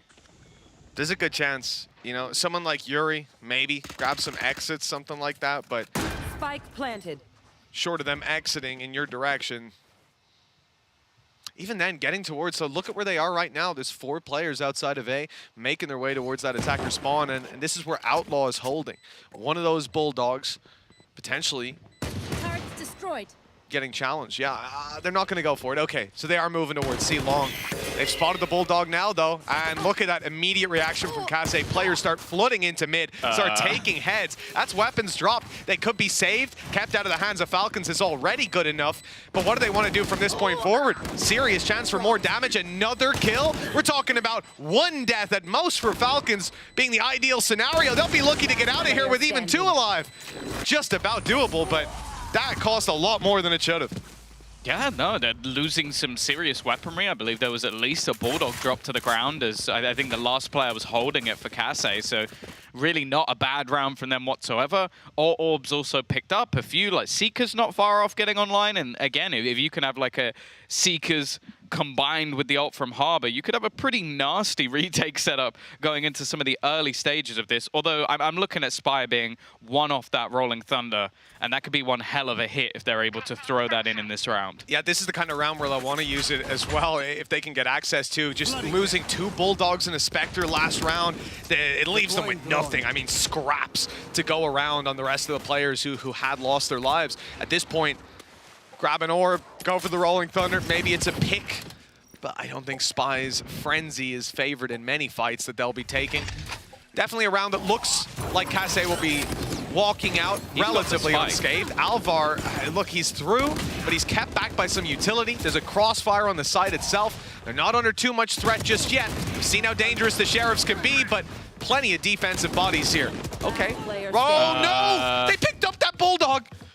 I have the spike. This is very, very dicey. I don't know how they've managed to turn this back into a winnable position. Rifle picked up for Outlaw as well. And, well, SA's very, very far away. Spike planted. Just looking to try and get himself back into position. A long rotation through. Post plant already being held. They've even got an aggressive nano as well. If he looks to try and come through the defender spawn area, it's going to be delayed significantly, and now contact of the turret as well is going to delay even further. Like, this is starting to look impossible without a serious mistake. He's going to be able to bypass that utility, but the time has already got so low. Just looking to try and find one of these jewels. Paranoia even still available into the late stages of the round. Mo, this man has been an absolute menace for the side of Falcons. The one shining light for this team, and he is there again to win them around. Just check this out, man. On the way through, and Mo's coming in with his Bulldog ready to go. I think he retrieved that from a corpse earlier, and it's the flurry of frags he gets there in that corner. The players are rushing back. Like I was saying, there's plenty of bodies from the defensive side. Yuri still had control backside. It looked like that was about to be pieced together perfectly, but one guy stood in a corner that, I mean, they just killed someone there, so maybe they're not expecting it. They're looking deeper into the site when they're swinging through the smokes. But for it to be a Bulldog as well, taking those, just unbelievable stuff. Falcons have decimated their opponents. With the damage done to them in round 2, they made it look easy. That's been one of the fun things about this tournament, is like, there's definitely been some teams where I'm like, I'm not sure how far they'll necessarily get if they're looking to try and fight into tier 1. Okay, I'll pause for a second, because Killers is looking to try and fight. Oh, he's been hit by that. Not ready yet. Yeah, what I was going to say is I feel like we've seen a fair few individual players where I'm like, they definitely look like they could fight at the tier 1. And I think Mo is right up there on the list at the moment. Unbelievable. You know, you could chalk it up to a good series the other day, but now he's already kicking it off in the first couple rounds with the same old stuff. Great position for Miniboo. That's an angle not expected, but at the same time, couldn't quite expect the player to be there. They're going to invest. Yuri's ulti trying to push these players out of position back down towards Miniboo, who is picking them up. Last player spotted, the information worth it alone. They've got the time here, and all they need to do is deal with Mo. Another 4K from this point forward. It's halfway defused already. A Cove is up. There was no chance of a clutch this time around. And once again, Tom, the team that looks to be at a heavy disadvantage coming into the round, even late into the round, is still able to come out on top. Yeah, I'm not really sure how Miniboo manages to win 2 battles from behind alone. Like, I can understand if like you're not trading effectively versus these pistols sometimes, but if you have basically what should be a 2v1 watching the flank and he kills both of you separately, then I start to call a few questions. A huge boost to the economy of Kase. They're now going to come in with an operator, and the finances are still decent for Falcons, but that's definitely going to shake them to their core early in this game. It's been a rocky start, but I think for both sides, you know, Kase not capitalizing off round 2 damage definitely will have upset them with the way that they lost the round to Mo. Being able to return it like that, maybe we're neck and neck starting the series from this point. Either way, Falcons had that little bit of a leg up on their attack side. You can see there's a little bit of hesitation for a moment. I thought Miniboo was going to go through that wall, but he waits for it to drop before taking the control. It allows these players to sneak up through short. They've got their way onto the site, and look, a surprise waiting for Roxy. How many do they expect to be on long? Well, they've got the information the hard way. 2 players, 2 kills. Good stun by Spy, though. He's caught both of them. The op can't even fire off right now. Way too easy for Alvar, and it's back into a 2v2. It's just back and forth. The entirety of these rounds swinging either side, and it's whether there's another twist and turn in this round to come, or if this is just going to be closed out by Falcons. Alvar was someone mentioned on the desk. He had a fantastic season within MENA until the playoffs went a little bit quiet and was missing in the first game, but has started this one off incredibly strong alongside of Mo. And again, this round just seemed like a lot of issues with timing, like an initial aggression, a huge gap left from the side of Kase, which, okay, didn't actually end up going too badly, but just that breach being in behind them, not expected, not properly cleared, and he's going to get himself a free couple of kills. Well, that's it. Credit to Spy for even just tucking in that moment. The plenty players would have tried to punish them as they fall back out. Instead, he sat there, used his util, made Jet uncomfortable so his teammate could capitalize. Really smart play. And a great start to this map, all in all, for Falcons. It hasn't been a conventional 4-1 start, but it's one that they now seem to have some control over. Look at Kase, though. Bladestorm backing up the rest of the rifles for this defensive side. They've gone for aggression on A short. They've pushed the players back. They've seen them retreating. And that allows this rotation to come through the wall up just in time to make this a little too difficult to get into Garage. They might have to pump the brakes on this play. Again, this is where you see the sort of the irritation of Harbor. Well, the turret is there for contact, but more so, it should have been spotted out by Roxy. They haven't cleared the close corner, though, using his own Viper screen to hide behind, and then the trades from Killers are sublime. 2 freebies off the back of his teammate. A whiff from Roxy, though. It looked like a free kill. They know there's a player in the corner. The problem is, do they actually expect Killers to still be around the other side? No, they didn't. A slaughter as Killers will pick up the quad, and, well, Casse now have their second. I gotta say, you know, the harbor wall there, perfectly timed to pump the brakes. But past that, it's this play. It's the fact that you have a swing come out that SA goes through the wall to try and allow Killaz, who is just coming towards the end of his stun timer, to still be able to take that fight. Otherwise, it could have been just an easy punish on a stunned up player, and then SA stuck inside a smoke in a very narrow corner that's either going to get spammed or punished once the wall falls. They seem to be on the same page. It's certainly a good sign to kick this off. Defensive side aggression. Miniboo up there with the operator, but he's out. Forced back by the drone, which I think will make it all the way up to him. Indeed, he's... Whoa, whoa, whoa! The knife whiff is huge! Alvar not able to get any value out of it. Roxy, I mean, gotta be thanking his lucky stars to still be walking around this site. Yeah, it's not been the best couple of blade storms we've seen. Both popped and not having basically any impact at all. We'll see if that changes throughout the game. I kind of hope it does. Miniboo is tagged up a little bit here. But they've got, again, it's a nice little 1-2 sort of contact. If they swing through to try and clear out the player they know is there, they might not expect the second, but the judge has done well. Yuri, I don't even think he spotted the second player as he got that kill, and Boo just flying through the air. It's almost just going to act as a distraction. Again, a couple of nice setups coming out from Cass over the last couple of rounds, just having players in the right place at the right time. The problem is with Haven, it's quite difficult to do that consistently. Like, that's 2 rounds in a row where they've had 3 players on the right side of the map. That sucks to see, man. The tracking was actually decent. It's just the click came in always a second, less than that, too early. And then the adjustment was made. I like the fact that in the end as well, you've got Miniboo basically being a drone, just like dashing, updrafting all around the site. Didn't need to get any damage done, just spot out the players. So, look, 4-1, it was not a conventional start. Falcons now haven't tasted victory in a little while, and this is where they start to look for different strategies. The A-long aggro wasn't working out, so they take it down A-short. But watch the response. Kassev tucked Roxy right in on A-long. Should be one and done, though, right? Like, I don't know how much more you get from this, especially with a drone. He's going to try and swing into it. There weren't really many of the options from this sort of position when you have no support from teammates, but it's a very all-in play to try and make after losing that first player. And speaking of all-in plays... Yeah, okay. Yeah, there we go. That was the right call. I was just waiting for the instant death. Planted. You know, maybe for Roxy, I'm sure there's going to be people like, why didn't he just flash? And I think it's just down to timing. Getting out the flash, swinging around, you're going to get swung by that point, probably killed. Yeah. Look silly, so... Well, where do you even go? Like, even if say you flash... you have to flash and peek them, and like, you've either got, you've got to swing them or you've got to try and run away. Either way, you're facing a full team. Like, I think he was hoping to find a very quick kill on a lurker, and instead he met the full force of Falcons. It's bad luck, but also, yeah, I'm more sort of interested to know what was happening with Yuri, because it was just like his opponent crossed, he was not ready for any sort of fight on short, and especially as one of your sort of 2 controllers, but in a place where your whole sort of playstyle revolves around delaying.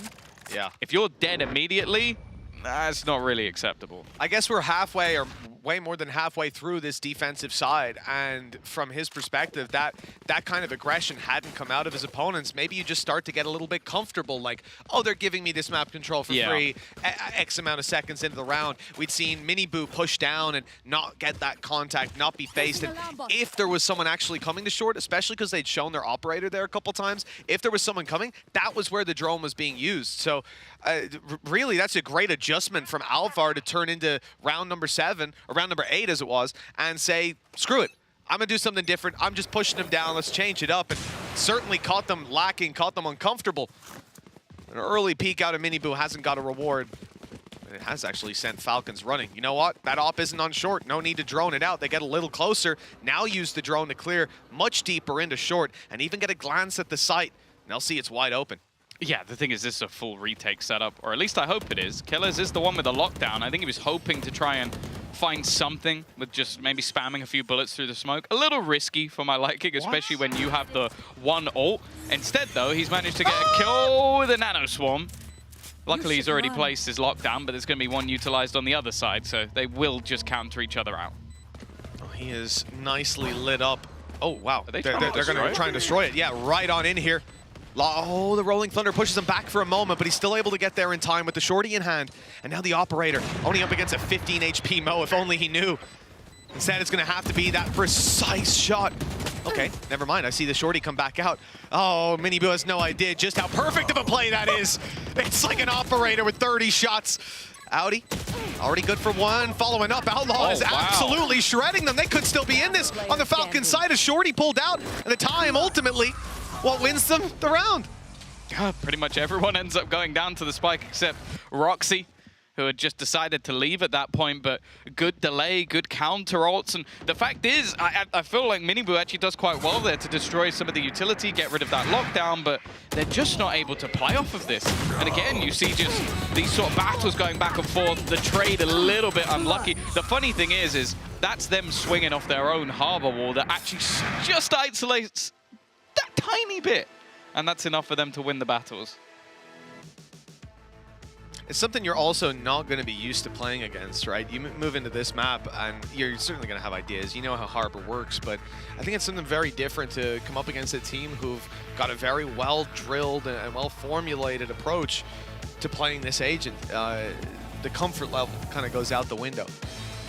Timeout used here by Kase. Round number 10 that we're walking into on Haven. And Falcons have got the lead. Tom, moving on to this defensive side for Falcons. I mean, it's not like their comp is going to give them too much trouble. I think the main thing is, you know, it's going to be easier to isolate someone having a bad game. And right now, Khaled hasn't been able to get up there. And he's not going to be first man in a lot of the time. So getting caught off by nanos and stuff like that. It's been a rough start to the game. So we want to see him start to find a stride soon. Yeah, I guess what I will say, though, is although they struggled last time versus Gentlemates, I do genuinely feel like for Falcons, just getting off to a good start on this attack side might be enough for them to just close things out on the defense. Like we've already seen on other maps that Mo's very good as a site anchor. So if they can sort of use that to their advantage and almost just, wow, shut down what has been a somewhat average half for Kase so far on this defensive side, hasn't been going fantastically well. Operator in play again. This time they have shut down that initial control, and one of the places there has been success for Kase has been defending against Garage, but this time they don't have any players there. They've gotten up close to this wall. Something we've seen out of Kase a few times. It had previously stopped Garage pushes, but it certainly will not stop the B aggression. They're in and they're planting the spike with a minute left on the clock. An attempted late play by Alvar is shut down, but there's another one. Outlaw, who's ready and waiting to make a play inside of Garage once those rotations begin. Right now, Kase are very unsure of where these players could be, and look, right behind Miniboo is actually going to be a reach of Spy. Although Khaled falls, will it be expected that there's a late flank coming through the window? I mean, this shot better hit from Spy, and indeed it does, leaving it in a 2v2. A near unwinnable situation for Roxy. The stun comes in, and they see that the defuse isn't happening.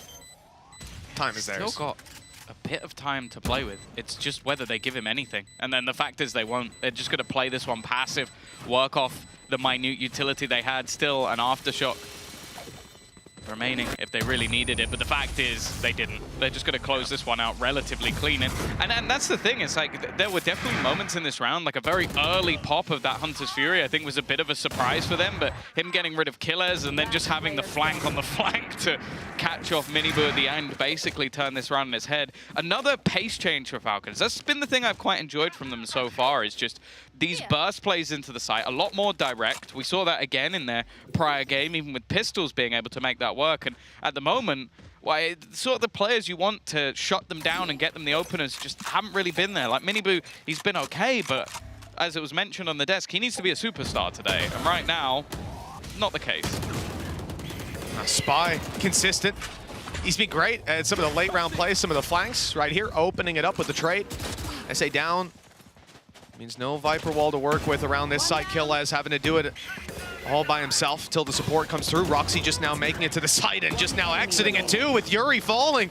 That round has fallen apart incredibly fast. Miniboo hoping that the speed can save the day. Certainly not going to be caught out by that turret, but there's already a player up close. Of course, it's Spy who's watching it and winning the fight. 3 kills from this man in the round. And like I say, been a real pleasure to watch Spy play here on Haven. I think he's just, from a pacing and the space that he's occupying, he's doing a great job. But when it comes down to it and he has to deliver, he's hitting it every time.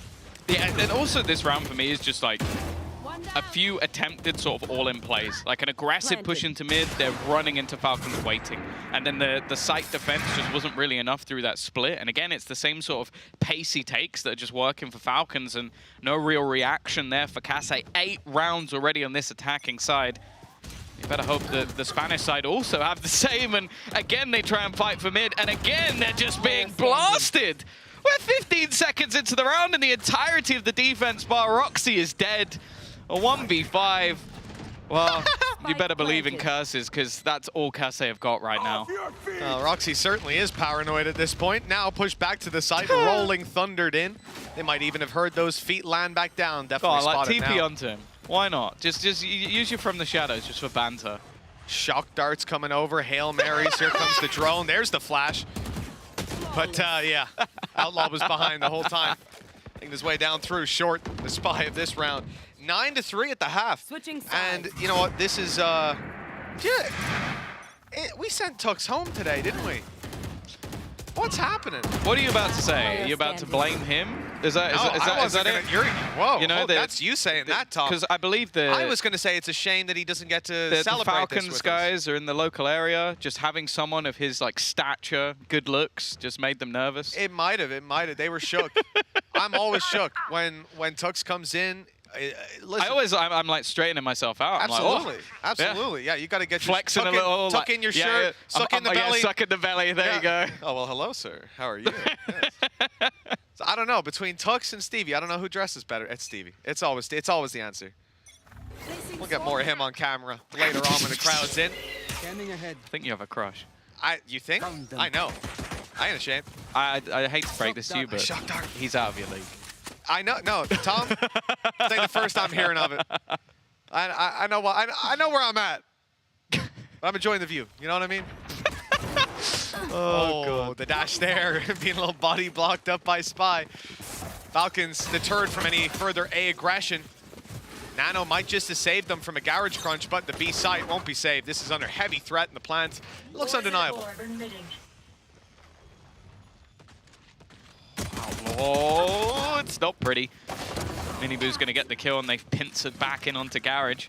Sectioning off sort of both sides of the site with different walls. I like the ideas. Nice shot from Albert. He has been on today. Like I think, again, some of the performances we've seen from him prior haven't been the best. Khaled's now caught another. This is starting to get dicey.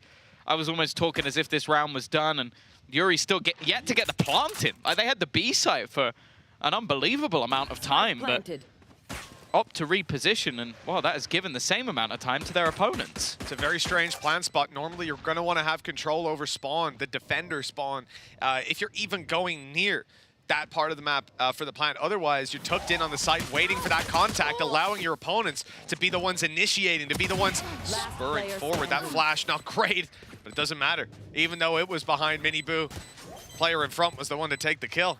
Double digits now found with this defuse, and lest my ears deceive me, there is plenty of time left on that one. 10-3. Falcons making a statement with game 2 of their season. I do have to say that I feel like Kase just overplayed this one. Like, look, even in that clip there, they are on the B side with the spike. Yeah. They have walls sectioning off both sides of B. They're Viper wall and a Harbor wall. They could have got into an after plant. And I think they just overthought it. Just like, okay, we can get the C site from this point, so let's go that way instead. And I sometimes it'll work, but this time I just don't think it was necessary. And it left a lot of spots that they hadn't cleared, including C long, which ended up being the one punishing them. I don't even mind them extending in to get the kills in the first place when they went garage. He's 1 HP in the first 10 seconds. Just from spams. Oh, that's brutal. Kill on to Miniboo. Paranoia not even needed. These players are already basically cleared out. The Aftershock's certainly doing its work. It's going to be SA on a sliver of health and quickly dealt with. We've seen Khaled heat back up as well these last couple rounds. He's been occupying the kill feed on the other side. He's 7-9 right now. Guy was 0-8. So at this point, there seems to be basically no weak link for Falcons. Game plan is working. Where are you going if you're Kase? Well, yeah, I think to map 2. It's been 7 rounds in a row. Just Falcons map pick. Don't worry about it. We'll be better there. Yeah, to be fair. It'd be hard to be worse. that is also true. It's a map that You'd have they've to be also... CGN, sorry. Wow. Yeah, come on now. I don't even feel like we're being mean to Zesh anymore. Just I like the voice of CGN. They're nice guys. They're nice guys. Just like being mean. It's not about you, boys. No, it's about him. It's just, yeah. Anything we're saying is to bully Zesh. I want that per writing. That's in all my contracts. Yeah. Also, if you saw how cocky he was over the last couple of days, hilarious. You would definitely understand why.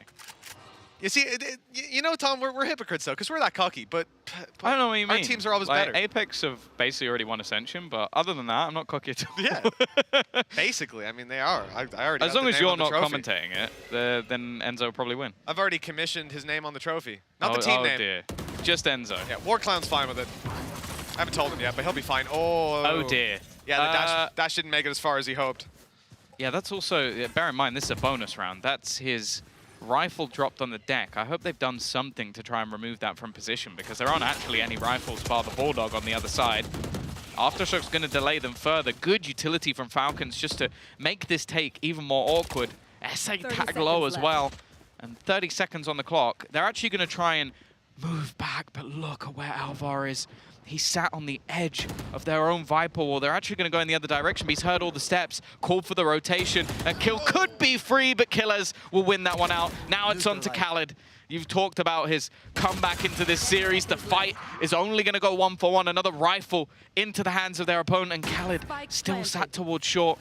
They have to try and clear this man out, and they will. Roxy wins the battle, and Outlaw, well, he's fighting with just having bullets in the gun, and instead the wall will be peppered. Finally, Casse managed to win a round, but that's not the sort of clean fight back you're hoping for if you think they're going to turn this game. Oh, definitely not, especially in the context of the round, Tom. You mentioned it here when Miniboo goes down. That is a rifle that was a massive bounty for those players to go and claim. They didn't have anything bar one Bulldog, and they still are able to put up that much of a fight. You know, it's definitely feeling like Falcons are the stronger team. And at 11-4, it's not the bravest statement I've ever made. We're going to see an operator coming through. And this is in the hands of Alvar, delivering again and again on that attack side. He's had a good series, much better wake up than what we'd seen on their first day here at Ascension. Oh, nice shot, though.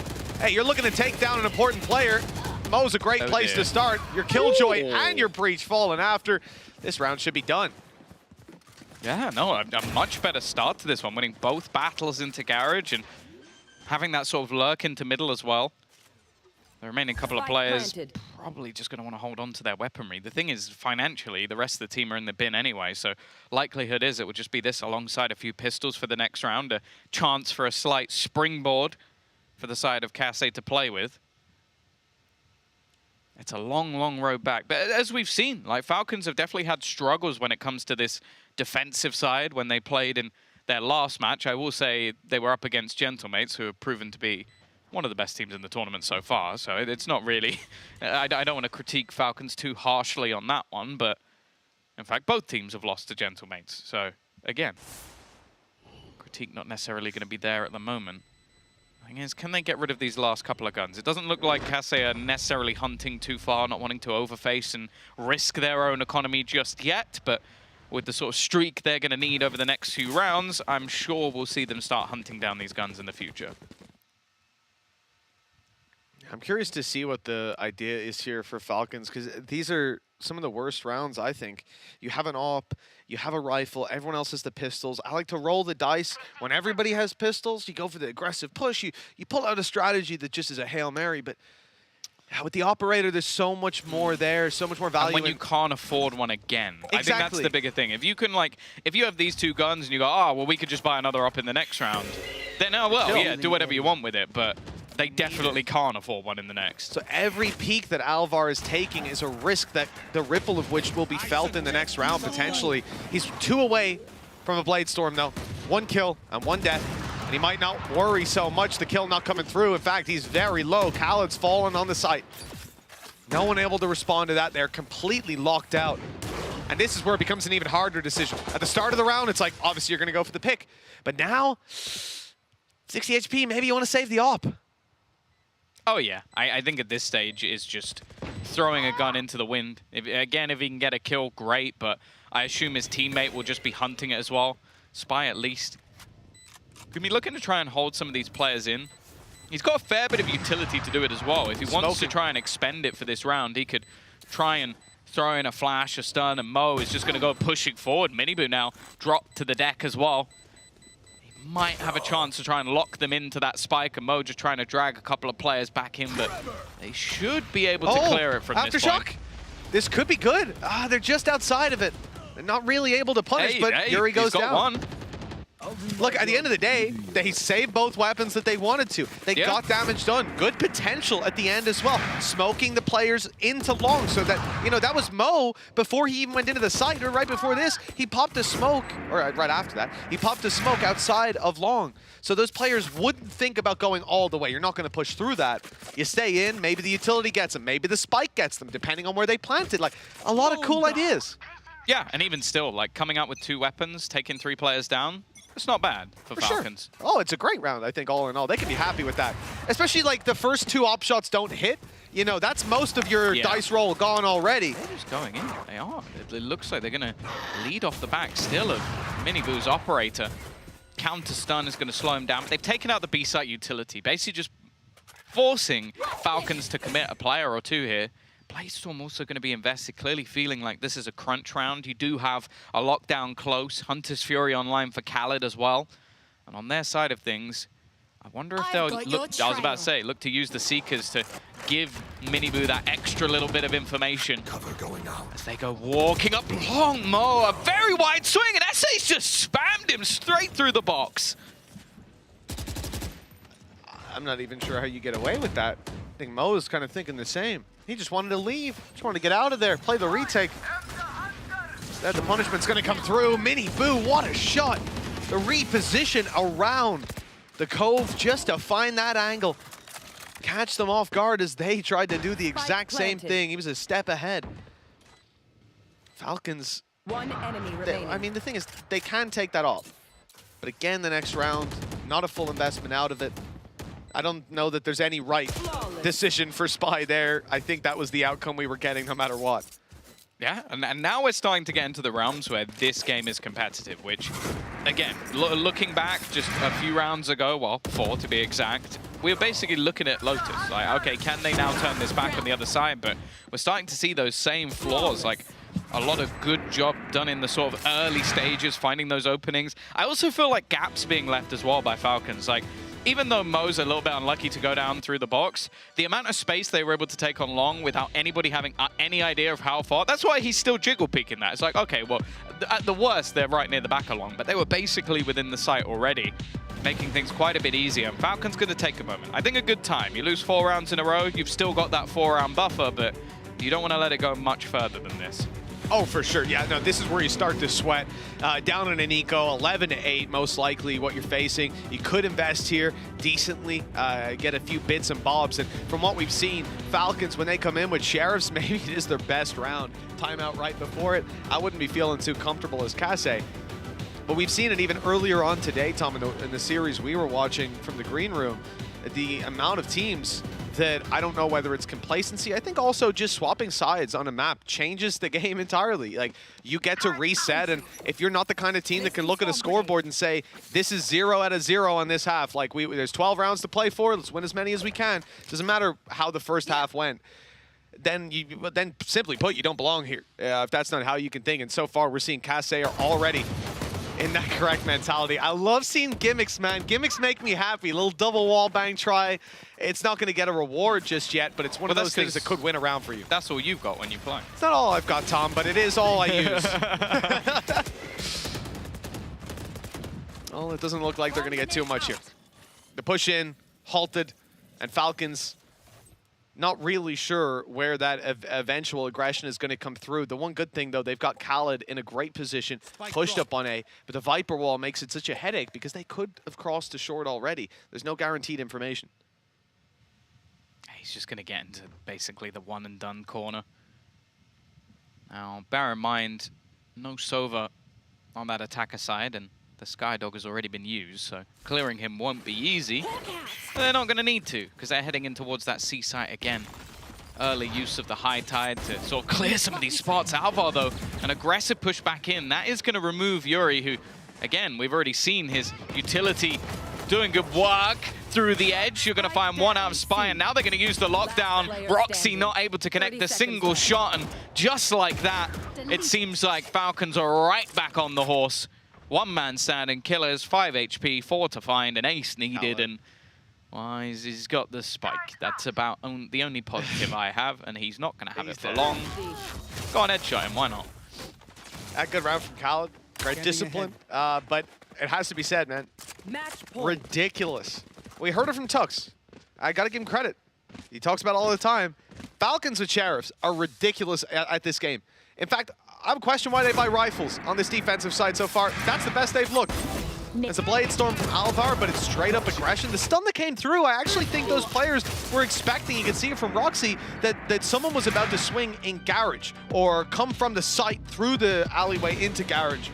But in fact, that stun that came from C that hit Garage was for the mid dash. It was for that player of Alvar to find the impact outside of the doors. Everything from that point fell like dominoes. Another timeout called here, and it's Kase that want to get their head screwed on straight, coming into this 5-round streak that they need on the attack side. Remember, that domination that we just felt from this side, back-to-back rounds, they were feeling good, they were in the rhythm.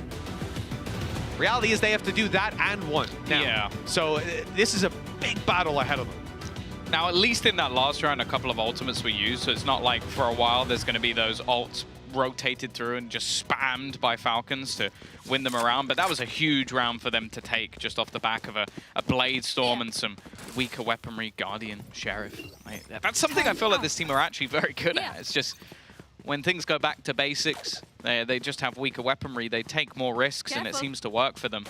Speaking of risks, 4 players outside A, maybe trying to make a hard read. It has been heavy C dedication over the last few rounds from the side of Kase, so maybe just making the decision to go, okay, well, if they're going to keep stacking up one site, we've finally beaten it, they'll probably change it now, right? Right? I like their util. Right?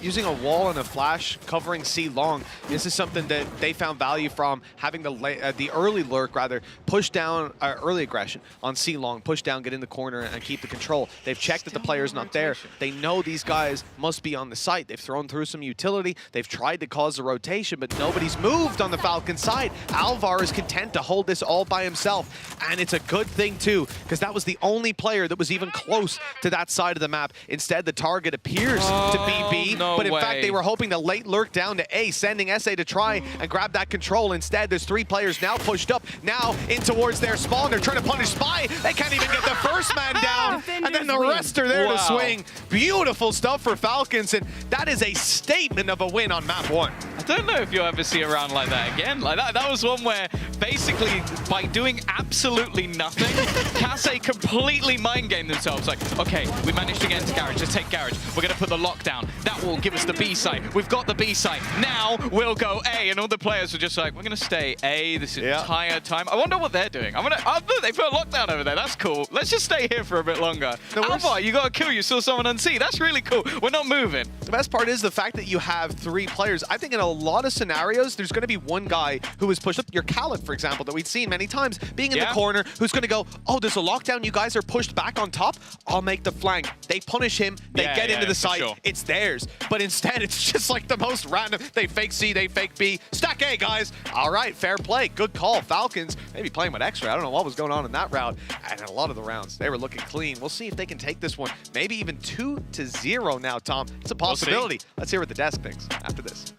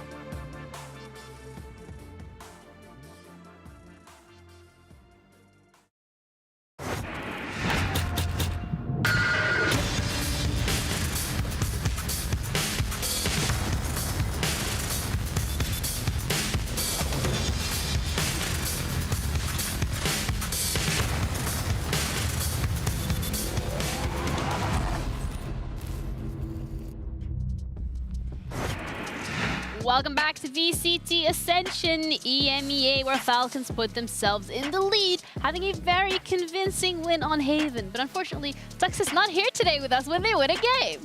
I would have loved to see his face. He would have been so happy. Tux, if you're watching, very much congratulations on that victory. But it's obviously not done, right? This was a very convincing first map, much better than what we've seen against Gentlemates. And I'm just so happy that this is like the active, well-thinking, not autopilot kind of Falcons that we witnessed. Exactly. I really enjoy the utility usage. It feels like they have arrived at Ascension while maybe regionally you didn't need to contest every corner with a flash. At Ascension you have to. You have to drone everything, and they were avoiding Mini Boo brilliantly. I like that match from Falcons. Great play. And if you haven't tuned into the B stream, Desire won the first map against Ascend. So we're in it here for a bit of a spicy one as well on the A stream. I don't think many of us were expecting Falcons to show up the way they did. We did say that both of these rosters, both of these teams needed every single individual player to show up, and that really wasn't the case for Kase. No, but it was for Falcons. I mean, we talked about how Mo needed some help. Either Alva, we pointed out Alva, he helped, and Spy stepping up bigly. Absolutely. Especially considering Spy was by far the worst player on paper in that game versus Gentlemates. Really, you know, over 2 maps, finding 16 kills is not a good sign. He found 16 here. Exactly. he was actually making that work just on 1 map. I'm really, really happy to see that. Yeah, one of them being a knife skill. First one here at VCT Ascension EMEA. I mean, it is something you can do. It is something objectively you shouldn't do. As we can see here, this is round 4, and they immediately eat those 3 kills they gave Yuri in the retake, and they eat it properly. Oh no, are those the consequences of my actions? They are the consequences when you give 3 kills to an Harbor and such a pivotal side-taking agent. Exactly. There you go. That's what happened. But it was not a long-lasting effect. No, Kase wasn't really able to stitch a lot of rounds together, and Falcons, the way that they've played it, the discipline that we've seen coming out from them, the adaptation. I mean, I was not expecting this. Tux has been preaching this for the last 2 days. We didn't believe him, but I guess now we have to. Definitely. I believed him from the start. I can say that. I never doubted him. Falcons are looking fantastic, but they're gonna have to look fantastic for another map. It was great on Haven. I hope they can bring the same adaptation to Lotus. They like playing Lotus. Kase was a bit shaky on Lotus, so I think there's a 2-0 angle, but it's a long road. It's a very, I mean, this is a long road with a lot of bumps in it and potholes and, you know, potentially Spanish fires on the road blazing because they cannot get through. I don't know. Are you okay over there? Yeah, I'm fine. I think you need to take off the hair I'm recovering from the he has to CGN keep thing. it on. He lost the bet. You know, you gotta... So cute. Yeah. He didn't... Apparently also lost the plot. Yeah, you go, girl. Anyways, at least I'm not losing my hair. Was one of the players Fury was one of the players that we said as well, they really need to step up. They have done so in comparison to Mo, but we do really need to take into consideration the role as well that Mo plays. Yeah, exactly. They're both playing the controller. Yuri maybe more active role on the harbor, making space and trying to get his team into position. In some situations, the harbor looked excellent for what they wanted from him, taking space, taking zones. But in other situations, more often than not, I had the feeling you want a different controller. Yeah, but fair point. But that's the that's the game plan of Kasi. So I cannot be really mad at Yuri, because also just from a mechanical basis, there are no big flaws in the way he played that agent. No doubt. Very solid walls, very good job in that department. But you're right, I think it was not too satisfying on the defensive side, as they could not really deal with the side takes we've seen. Because Falcons was not necessarily fast, of course, but either way, it seems like they were not at the right place at the right time, which more is an entire game plan thing. Yeah, you know what was really satisfying though, Mo? I mean, we've said it, this guy has consistently shown up for Falcons in every single map. The guy is a rock, and he picks his battles well. Usually, you would tell a controller player, just don't take first duels, or don't die at all. Please die late, if at all, right? But Mao, time and time again, finds these gaps. He's reminding me a lot of Obnox from Mousesports former big. He's lurking on the smokes, but he's making it well. He's making it work marvelously, especially on the Omen, where he can have a cross-map presence no matter where you are. He's playing that very well, and he's finding the kills, finding the holes in defense, and also on attack. Question remains, are they able to replicate that on Lotus? That's the map that's coming up next, and it is actually Falcons map pick. They are going to be starting off on the defensive side. The interesting part is that we unfortunately didn't see too much of the Haven defense right now on this particular one, on the better Falcons, because this is where I see a weakness of Kasi. Taking a look at that game they had versus Gentlemates. What Kasi did in the Kasi fashion is absolute getting that pedal to the metal, full speed. I have to go through this 300 kilometers of hour type of beat situation. You really like your cars, huh? Hey, I love cars. You know what? They're firing on all inline 5 cylinders, bashing it through. You can be happy. Both of them are playing Neons or Room Room. It's they're gonna pedal to the metal it. Okay, hear me out. Most importantly, though, what has been the big issue of Kasi was the afterplans on their attack side. Yeah, for sure. And that was, I think miserable is a hard word, but it kind of seems fair. Whilst Falcons, on the other hand, they played this map last time around in their own region. Yeah, and they were successful. I mean, like many things we've said about Falcons so far, we need to see them doing it on an Ascension stage. They for sure have played it enough, and we are going to see the double Neon. I like it. We're also going to be seeing the Harbor this time around for the side of Falcons. We did kind of touch up on the point, Matse, how in last game Haven, Harbor wasn't as maybe useful as you expected it to be. Is this going to be a different case for Lotus?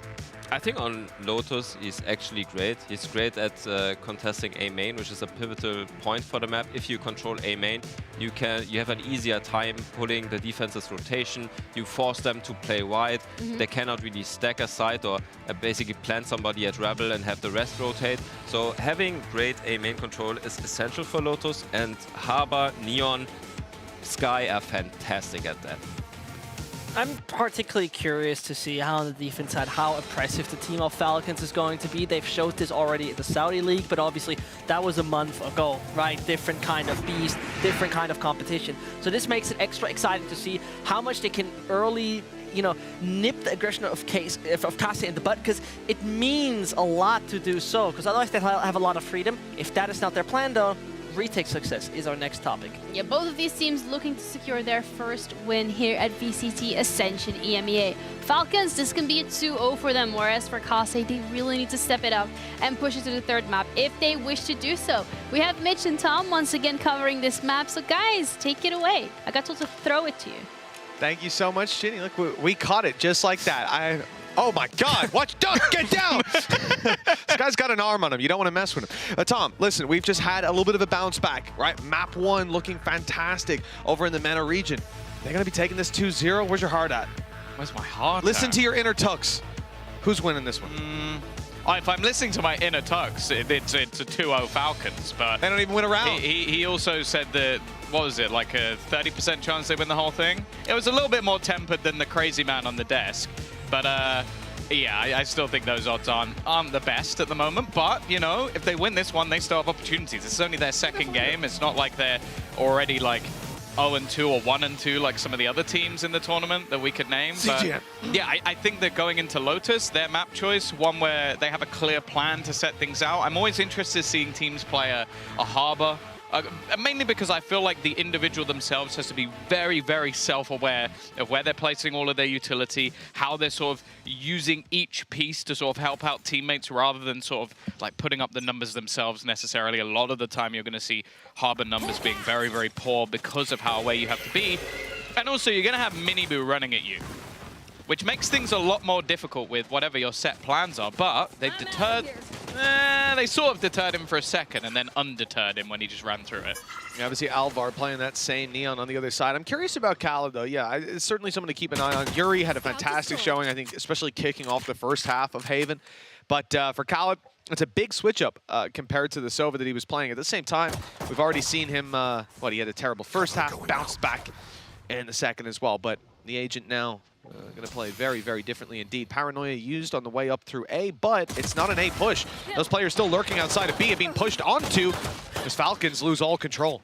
Yeah, no, Killers has done incredibly well, being pressured by multiple players, and he's going to be able to hold the line. Miniboo, they expect him to be there, maybe waiting for some sort of jiggle peek to check, but he doesn't check at all, and because of that, it's just the Frenzy being king once again. Mo, the last man standing, 1 versus 4, and the Frenzy, well, it's a Frenzy ace, but between 2 players. A shared ace. Yeah. Wow, what a wonderful chase. world. That sounds very I'm not Irish. sure about that. I'm not sure about that. That sounded... I didn't like how you said that. It's a chase. It's a chase. It's a chase. No, we're not doing that. I'll have Jack given out to me later on now. 1-0 for Kase. They're feeling good. They're looking good. And I think at this point... What, Jack Igo? Jack Igo, yeah. Jack Igo. Jack, where do you go? Jack Igo where? I've fought so hard the temptation to make a Photoshop of Jack in the shops. Just Jack, I go to the shops. Jack, I go to the cinema. Jack, I've resisted. Instead, you've decided to say it live on air. So someone else will do it. I won't have to. Yeah, wonderful. Basically, I'm bad at Photoshop, and I'd like someone to help. That's what I'm saying. Although my phone's pretty good at it. My favorite thing about this is that Jack's actually working behind the scenes on this broadcast. So it's not even like he won't see this. He definitely will. Yeah. Love you, Jack. Well, the second round, it's been slow. Slow and steady sometimes wins the race. We'll see if that's the case for Kase as they move their way towards the B side, but they're deterred once again. Door open, nobody there, no angles to be seen for them. And with 55 seconds left, I'm actually surprised at the lack of map control they've gone for. But they're very much waiting for Falcons to make a move. That hasn't happened. Eventually, you got to roll the dice. And for now, well, it looks like it's going to land in the right spot. The A side is wide open, and we're even seeing Outlaw rotate over to C. They've seen the map on the door. Yep, that's what they've seen. They've seen the door on the map. They know there's players around here, so now they start to rotate to A, thinking, oh, okay, I see what's happening. But actually, look at Roxy. Sat outside of C. They went to C, they went to B, they went to A, and now they're back to the C side. But the timing might not be great. Some Falcons players still decently close by. They were in the middle of the rotation, so they're actually still here to put a fight up on the site. The stuns have gone through, though. They know now there's players in spawn. 10 seconds left. Kills need to be found. Kase doing well on that front. There's only 1 player left. Even a denial of the plant wouldn't necessarily help here, as Alvar probably died before the clock ran out. Yeah, the idea was to just hopefully those stuns would deter them enough, slow them down enough that the players bursting into the site could get something done. Instead, though, a kill. That would be ideal. He can drop any level of weaponry, and while unfortunately he's not headshotted the right person. If he hit Killers, that's a freebie, but Killers, as you can see, is just playing with the button on the door. He's out of there. 2-0. Strong start for Kase, and I think that's what they need. Like, it was a much slower beginning to the prior map, and again, just them trying to grind things back from a massive deficit this time out. Managed to get themselves the pistol, and you look at the buy that they're going into this next round with and the amount of credits that they still have spare, this is a really good spot to be in.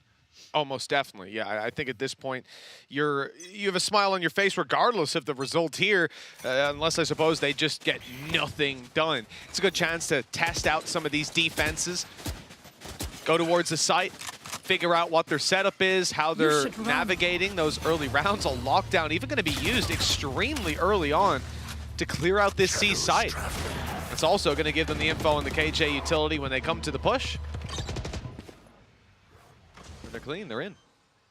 Yeah, that's the thing. The amount of kills that already were coming through for Killers, he's been able to do a wonderful job. The thing is, though, so is Khaled. Just being able to sort of hold on to some of those packlines. I'm surprised with how much of a push we're seeing go through. 2 players, in fact. They know that Khaled is on the other side, so they can't wrap around any further. And this also gives information on the other side to their opponents. Roxy, though, evening up that scoreline. Of course, now the time ticking further in the favor of Kase as the rest of the team need to get a move on. However, they found 2 kills very quickly indeed. The other couple might even be spotted, and the flash is Sublime. Ese somehow surviving. They now still have an opportunity. It's looking to swing back again as they just wipe out everybody on the other side. A 2 versus 4 that ends in a split second for the side of Kase. And I think the primary game plan there, Roxy being on site, had to basically buy as much time as possible. And every second that he stays alive is a headache for his opponents. But the reality is, you know, they dealt with Roxy so well.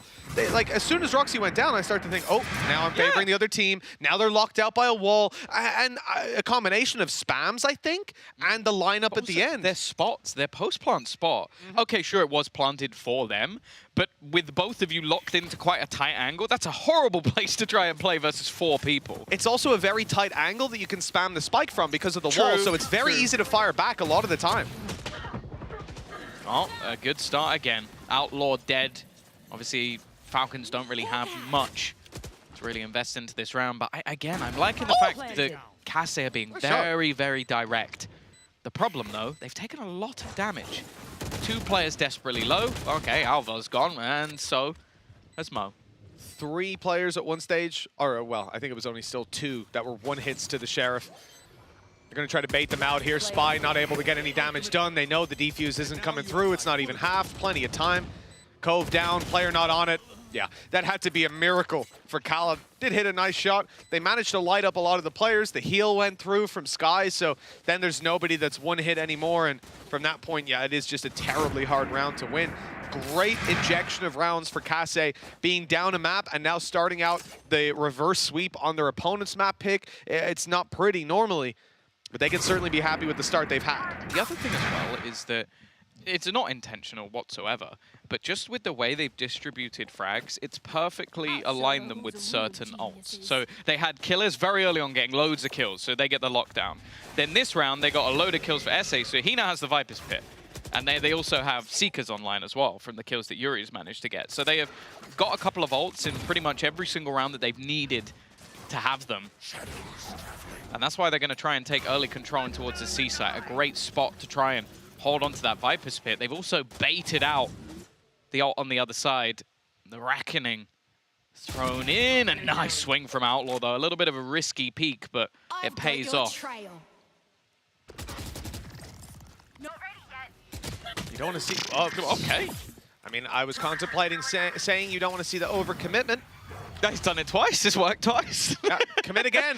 Go for it. Well, there could be a problem. Never mind. No problems whatsoever being found. Everything Kase are throwing out here is being swatted away. And sure, the plant comes in. Off position for Yuri. 1 kill. How much more can be found? A player is extremely close, but they've fallen back. Outlaw content to just play with the teammates, not give a 1v1. And in fact, all 4 now grouping up. In a 4 versus 2, this is quite clearly the best way to play. The advantage is massive. Smoke about to come back online for Roxy. Not even going to have a chance to use it before they flood on through. 1 kill. Now they've got the information. The swing from Spy may be a little much, but it works out. Yeah, this worked for them throughout the entirety of the round. Like, it's not a usual case that you're going to see twice in a round your Viper just basically swing, peek, and angle and find a kill. But it worked for Outlaw in this one. I don't think it was expected. Like the first one, coming out onto killers. And then at both times, or at least the second time for sure, they're even watching the angle that he's going to swing from. But it's just that sort of cockiness. Like, okay, I'm going to swing this battle. I'm looking for someone instantly, and they might be just waiting on the angle, but not really expecting me to actually do this. That's one round for Falcons, but like you can say, or like we've just seen, essentially, Outlaw taking risks. If those risks are punished on... Oh, yeah. Well, not even risks, just the first one, because he'd be dead. Well, that's it. The first risk is punished. Even the second, they lose the sight. It's overrun. The 4v4 retake, not ideal. No chance for Khaled there. I mean, I don't think he realized that Tiger could even hit him from down below, but it's got quite a jump to it. They're not actually committing, and again, it's Outlaw. He's one of the most disrespectful Vipers I think I've ever seen. He's just happy to take ground on his own, go walkabouts. In this one, I don't think as much of a risk just because of the fact that they were already a man down. It could have ended in a domino effect, but instead it's brought them back from the depths. He's also eliminated the Viper's pit as well. At the end of the day, it's hard to be surprised that Outlaw is being disrespectful in some of these plays. The man's name in-game is Audi. I think that'll more or less tell you all you need to know. Making sure his opponents are out of here. He's just gone bouncing through with an operator. He's taking quite a hit for his troubles as well. I mean, he almost lost his life, and that pressure, combined with the smoke down, the lack of information and vision, sends them barreling to A site. Viper's pit on A site after they got a pick on C? I don't know what that read was, but they forgot to read the letters on the page. That was telling them it was C all over, but Mo has just been cleaning house. They used a Viper's pit on A, yet somehow the stronger side hold was just Mo. Just Mo. See, the thing is, there's two possibilities. One, we have seen them every time they've taken a fight, just run back to the other side of the map. The other way. So that was the prediction, maybe, that they'd run back. The other thing as well, if my teammate's Mo, I'm going... Well, C's safe. I've got C unlocked. Mo's on C. I'm going to make sure A's safe and just put all my utility down. Like, and evidently, hey... The fate was rightly placed. You know what? Maybe they were going to go back to A. Then they heard the Viper's pit, welcome to my world, and they said, oh, we have to go C. It's a great plan, a great strategy. Maybe a little bit of an oversight, but that ultimate's gone. The round is not. It's theirs, 4-2, and a timeout for Kase as they try to gather themselves. A huge ult advantage for them coming into this round, both a Viper's pit for post-plant or even just taking the actual site. They've had it for a few rounds, though. I imagine this is where you see it put through, though. Their economy starts to come down to its last legs, and you lose this. Falcons are not only back up probably 4-4, but their economy is going to be stacked. The thing as well, and normally I would be sort of singing the praises of Kase. They're very methodical in the fact they're finding an opener and they're not reacting and just running into the site and barreling through. But the thing that's been problematic for them is because they're not being so direct, like they were in the early rounds. They're getting this early fight, and there's already someone pushing up on the other side of the map that they're not ready to counter. And we've seen that a few times where they've been like, okay, we've slowed it down, we've got a man advantage. I just died to someone who's pushed all the way up on A. Like, they need to be more prepared for that, or they just need to be direct and just almost ignore those players and just go, okay, we got the opener, let's just play that. And simplify things a little bit more. Because I do think that sometimes on their attacks like Kase, if they played it simple and didn't try and be the big brain team, they'd probably win the round. I can see that, yeah. It does win them rounds with the crazy fakes. Oh, it took them a second to clear close, a second too long. The dog couldn't even stun up Mo, letting him find the first on a mini boo, knowing there's another player close by. What a crazy start to the round there. You can really see the confidence of this Falcon side growing. Like, some of the plays, the way they've been winning rounds is almost with disrespectful map control. It's like someone just taking a fight that is so inherently risky. Like, he doesn't know how many players are on the other side. No, no idea. There could have been all 5 players there. He's just like, all right, I believe in myself. I'm going to get this kill. And to be fair, he was right. There's the Viper's pit. Now, like I said, it can be used to in post-plant, but also to secure the site. But a lockdown right away. It's not going to put that big of a thorn in their side because they can still safely tuck into this corner. But if they can manage on the Falcon side to box them in and understand... Oh, hold on. They're not coming back to B. They're not planning to move anywhere near that site. The Viper's pit will fall any second now as the A site's under threat. And off in the form of Alvar, but he's caught. Oh my god, they're all caught. Yeah, he might not be in the pit anymore, but he's still doing as much damage as if he was. Maybe a little bit of an overpeak, though. Wanting to fight that same angle, but this time Mo's ready for it. It gives the advantage back over to this defensive side. Killers has found a battle versus Khaled and won it, but his teammate's gone. And now low on HP, he has to try and battle versus 2. The thing is, though, both of them are low on the other side. Waiting for that initial fight. He's going to win it as well. Looking for the second, and Killers will clutch things out. Holding on to the round for Kase. It definitely wasn't as clean as they'd like, but he's done the damage.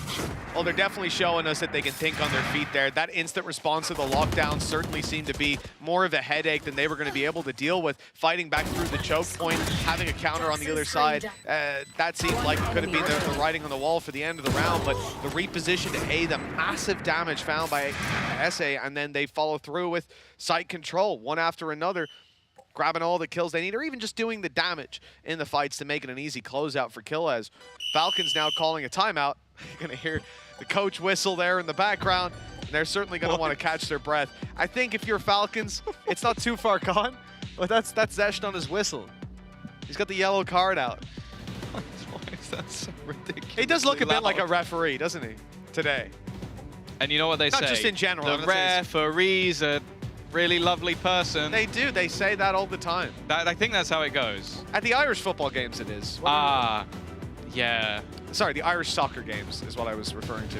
Oh, the Irish soccer. Before you think about Gaelic football, I know that's what was in your head. Well, you mean boxing? football. What? No, listen, in hurling there's a bit of violence now, but in GAA, keep your hands to yourselves. Okay. Unless you were going for the ball, then, you know, how could you know? Oh, okay. Of course, of course. Careful.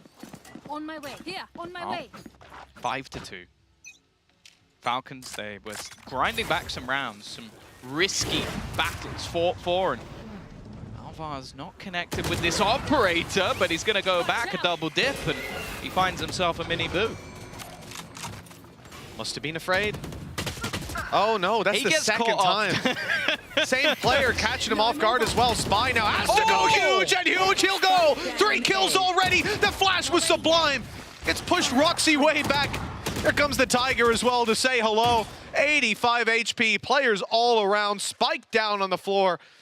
An ultimate maybe even used to get out of here had the spike been in possession, but it's Spy saving the day. Wow. Now, not only are they able to recover on that, but this has to be, especially after that timeout last round, this has to be somewhere that they now make the realization. Alvar's in the open way too much. Those positions need to be changed. Wait, the thing I'm curious about is it's one of two things.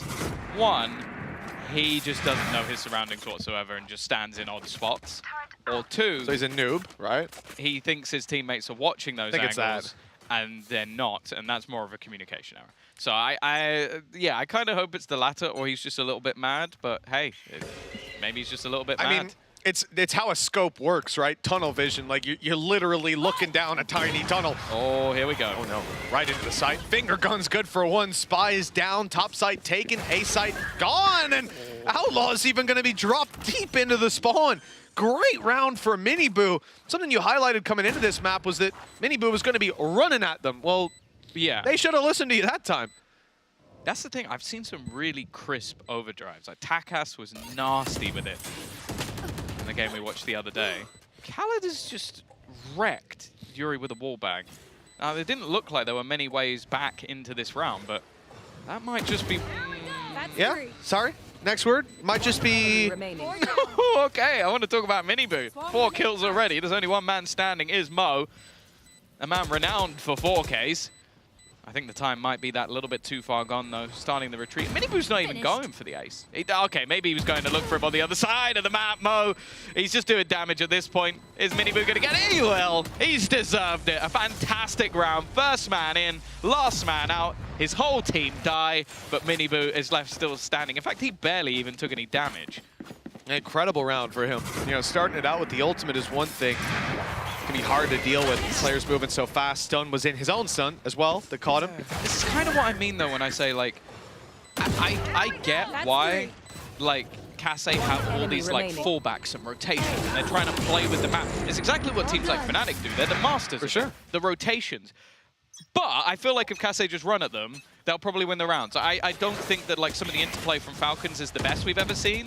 And I think if you just give this man setup, like give him a flash, give him a smoke, he's going to win you the round. He is that good. You should run. And he's just proven it in that round alone. I wonder what the response is here. These early lockdowns. There it is, Poison Orb and Snakebite. It's going to keep a lot of them back. Take this. Nobody getting detained in the end. Minibu knows the space is his.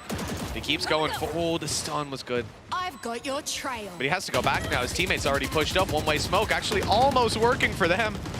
The spams were good. The follow-up is there, but Minibu's saving the day pretty much, stopping the punish from coming through.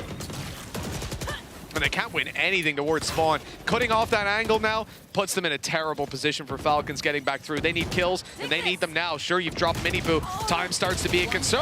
And Callan's got two. It's winnable yet again with Yuri caught. It's one. Falcons just about getting it done. I was starting to feel like it was too far gone, especially once they commit so heavily to the spawn fights, and it's Kase coming ahead, but they wanted to throw out more aggression and push towards the water. That seems to have been a mistake. Yeah, it definitely seems like Kase has some very unorthodox post plants. Like one of the things about this map, which is so powerful, is having that sort of deep post plant playing back towards the mountain. Now, it could be because they know they're up against a harbor, and harbor can just sort of throw down a lot of utility, leave you blind, and then put up a cove that maybe being outside of the site doesn't really appeal to them. I can get that. But I also think that the way that they're fighting for the spawn, it does leave a lot of very 50-50 scenarios. There's not a lot of places you can hide, and in the end, they end up giving it up and sort of re-aggressing elsewhere, and that's where Falcons are waiting for them. So, good retake from them. An instant ult. Again, expecting a more direct push, and this time Minibu, I think he thought he had a timing, and instead he looks a little bit silly. But I guess it's a round where, again, they don't really have that much, so just taking mass risks. The dog up close. As he wants to punish, won't be able to catch him on the way back out. And with the pressures being applied, the idea here that Falcons surely will be rotating into position after all this contact, and maybe just moments away from giving them the duel that they're looking for. In the spawn, Mo has just confirmed that they have all the information here. And for Kase, they could pivot where they are right now, back in towards B. Short of that, they have to move forward. There's no way back through the spawn. The C-site's probably off the menu with 40 seconds on the clock and the amount of control they've lost, but they're making the right call. Are they Vipers pit? Even then, I think the position Spy is coming from will be very hard to predict. Oh, a pacey attempt from Mo. Taking a lot of damage, and there goes Spy. A pounce from behind. This puts SA with so much to do, and he's dead. That's it. That's the Viper's Pit already gone. A very clean take, especially up against the Viper's Pit. Okay, weaker weaponry, but that was just a very well sought out round for Falcons. And again, I feel like it's a spot taken away from Kase that they're just not ready for. And that seems to be the story of this defensive half of Falcons. They're very, very happy to just steal map.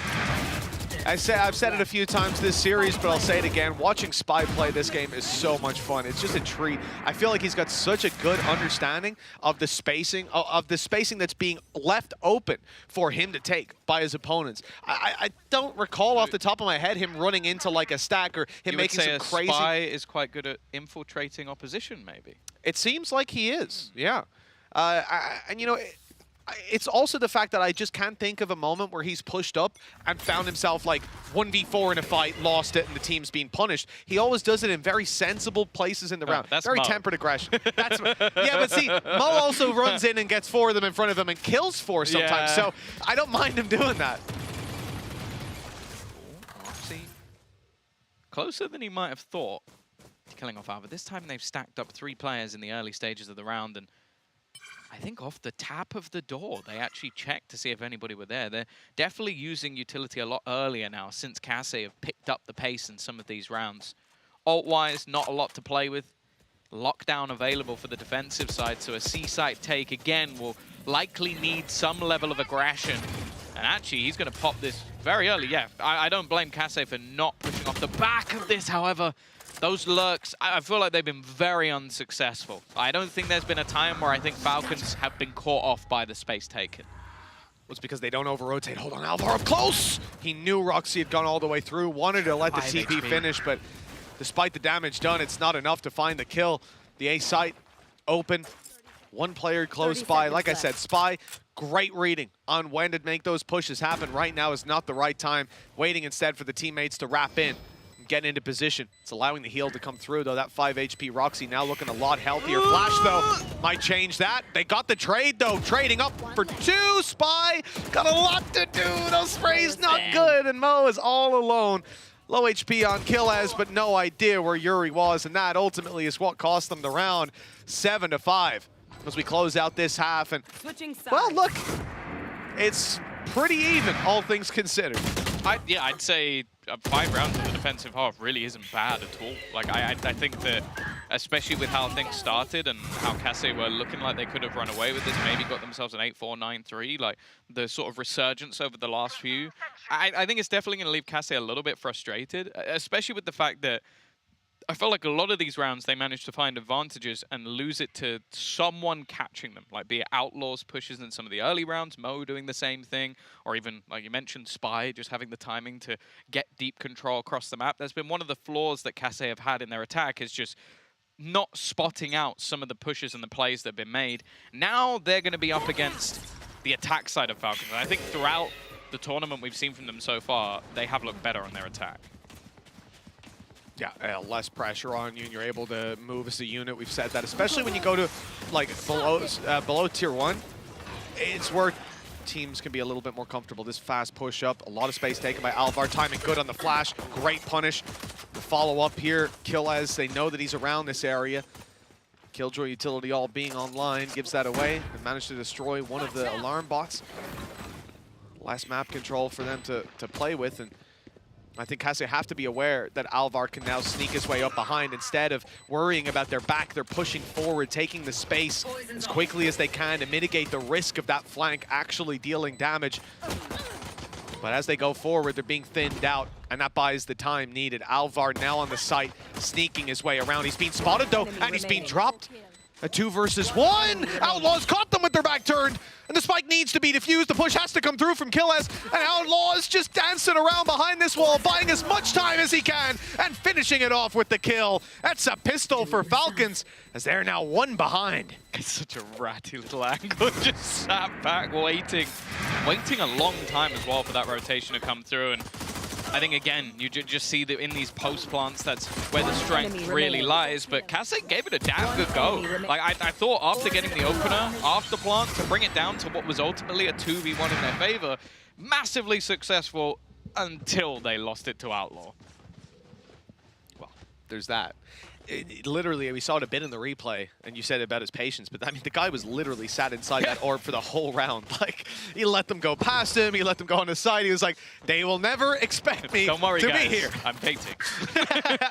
Well, a successful bait this time around. Kasse got aggressive on C, took space, opened door, cleared out outside of B.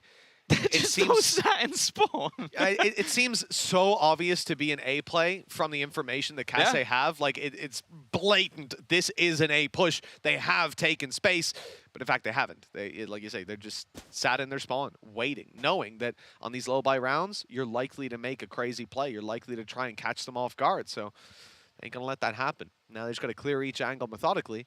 It was a 5-man stack, or 4 at least, on the C side. They're gonna walk in there for free.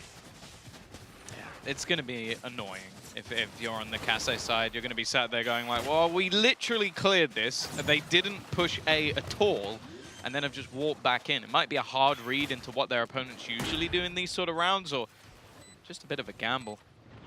I'm not sure I'm a big fan of this, but luckily, Alvar is going to get away with it. The Bulldog up so aggressively, close range position is where those pistols could thrive, but he's managing to win a lot of these duels, and it could just be the amount of orbs he's got. Already up to 5, 2 away from having the overdrive. I'm not sure how Spy is alive.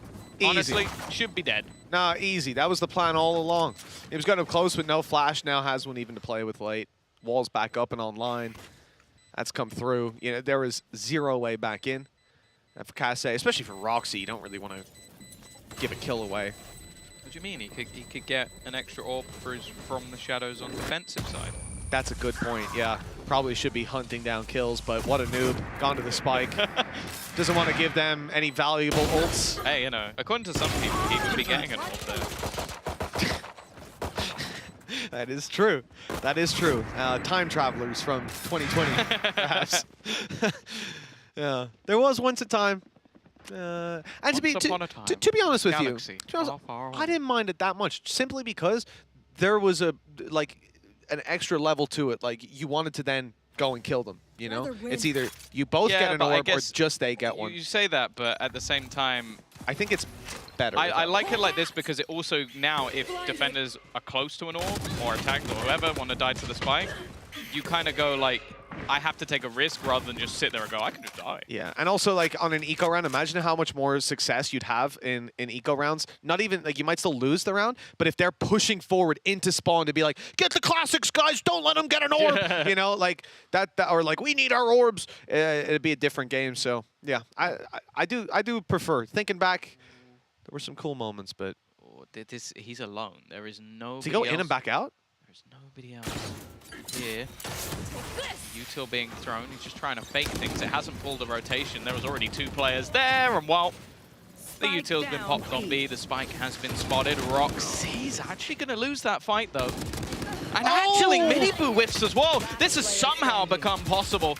Left all onto Spy. Rifle retrieved. Still plenty of time. Like, he doesn't have to rush this. He's watching to see if anybody comes through on the other side. I'm going to assume the door has been broken. He wanted to back away. The head spotted, but that means he's been seen as well. And eventually, SA will put him in the grave. Casse do break back, but bear in mind that was a bonus round for Falcons, so not the end of the world.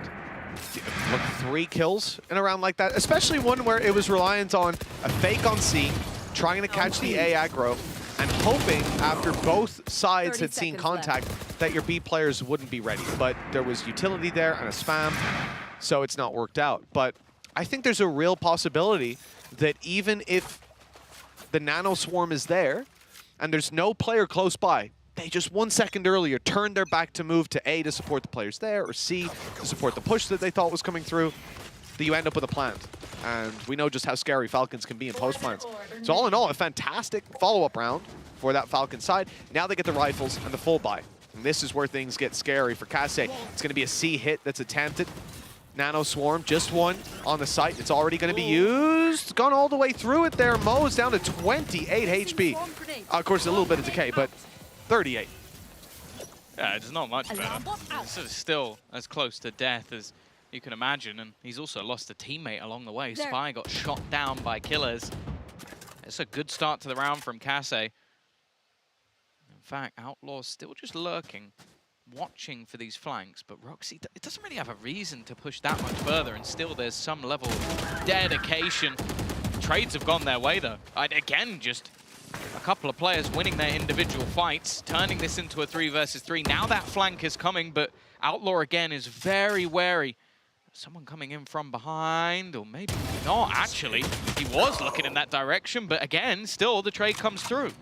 And because they saw 2 players trying to rotate back, they're hearing noise. They think that this is a B, maybe even an A hit. Literally no other decision that I think Casse could have made there. If they sat 2 still on the C site, they'd be idiots, honestly.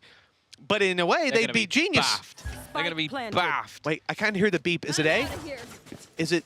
It's not B. It must be A. No, it's C. Unlucky. The best thing is as well is that Khaled didn't even move. He just waited for his teammates to make a play. Outlaw at times was the lurker in this round, and now they put themselves, after what was huge disadvantage going into this site, into a 2 versus 2. Khaled just sat alone, but they've eliminated Outlaw with relative ease. Do they expect him to just be sat close on the site, though? It isn't properly checked as he runs through, and he's managed to find himself the reposition, just about gets around the corner. Killers tag low and the time is going. He's going to maybe peek this in the last second. Eva wins the fight as well. What a round from Falcons to turn that on its head, win another one to level things, and more importantly, the economy's a little dicey now for their opponents. That was masterfully played. I mean, considering that clutch starts with the guy getting shot in the back, stood in the open, his back turned, and then it ends with, frankly, an action scene. Like, look at this. The first kill, the drop back, the foot spotted, spam up, knife out, jumps around the corner, dodging bullets, even predicted The player would think he's down in the water, about to make that swing. Connecting the final shot as well. Absolutely everything going Khaled's way. Oh my god. Aggression from Miniboo, so much damage done. And in the past, this weapon, this ultimate, has been a game changer, resulting in an ace for this man. Certainly not the same pace to the kickoff, and it's about to disappear entirely.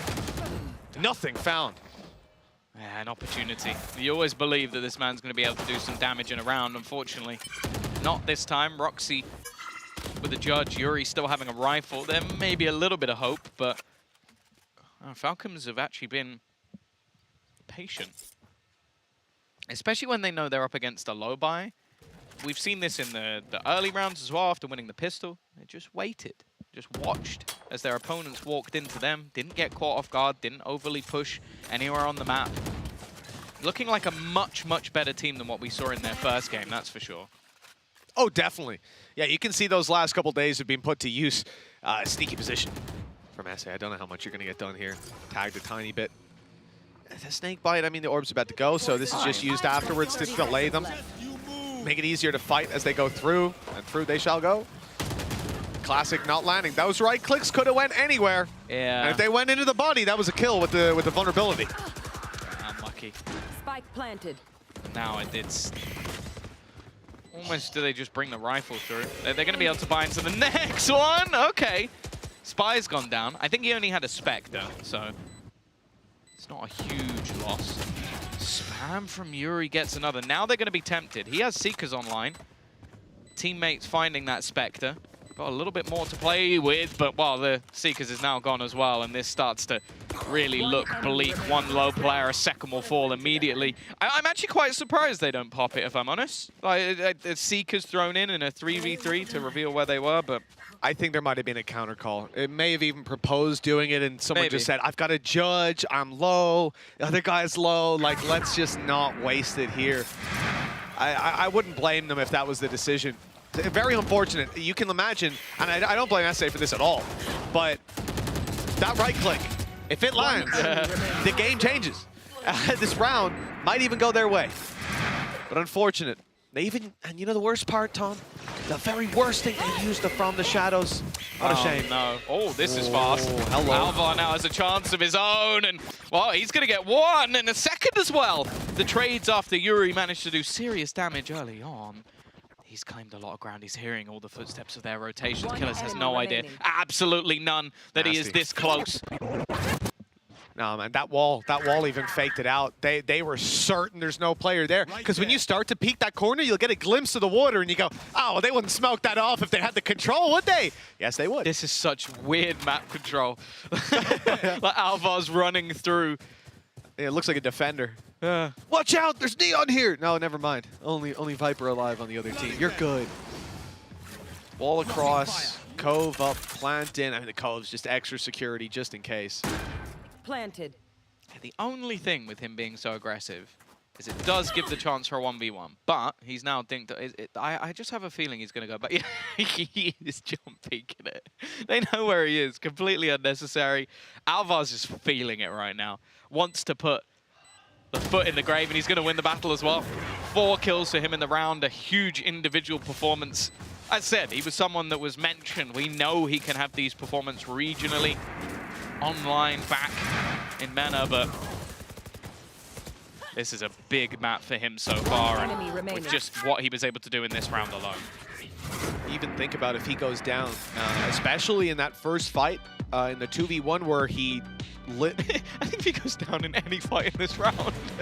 That's also true, but Outlaw would have ended up with the Viper's Pit in a 1v1. It was just one away, has it online now coming into this, or no, sorry, SA, I mean.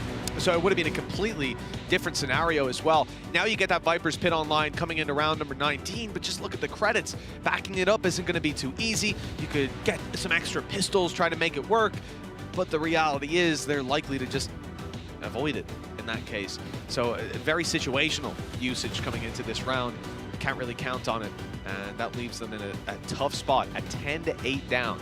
And for that reason, we're getting a pause out of them. Kasse burning up their last timeout on round 19.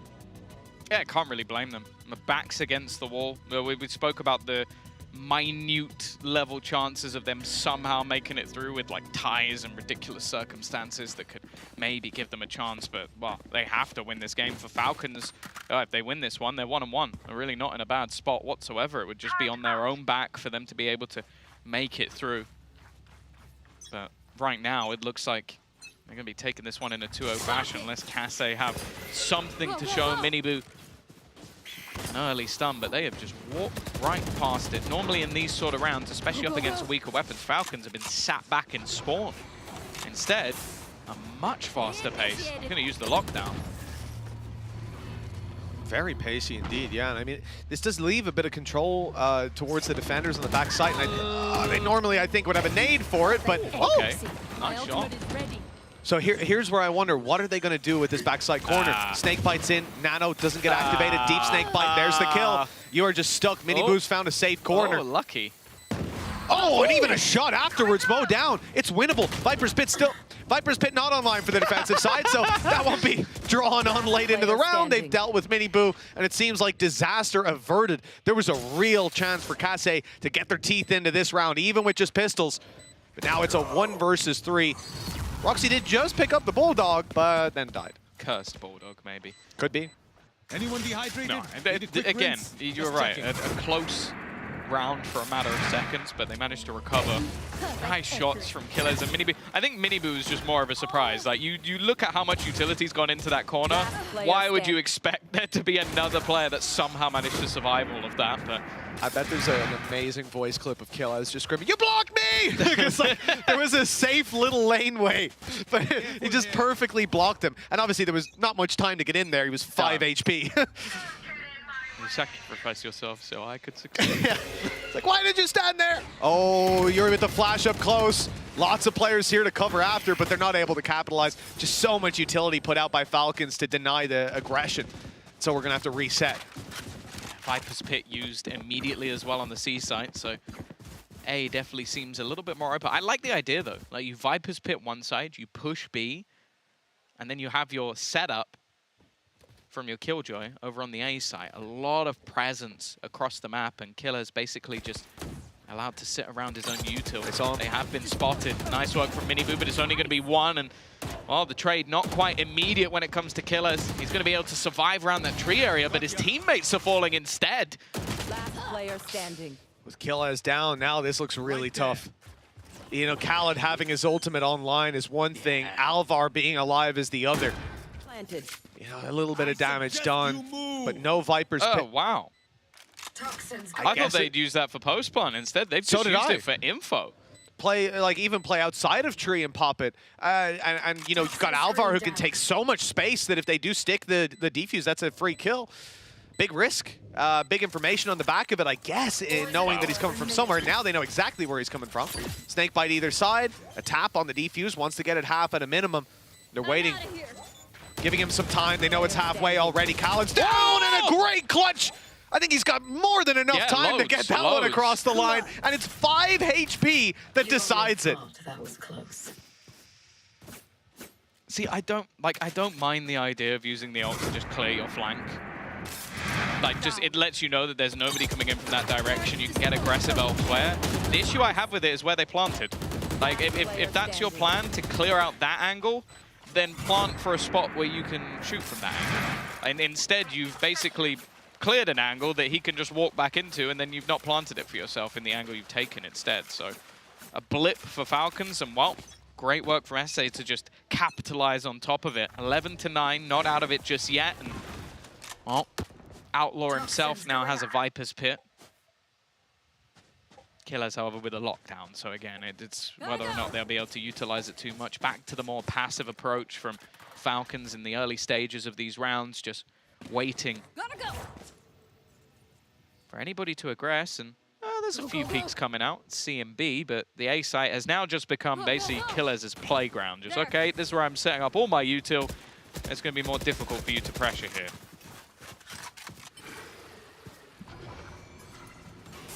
There.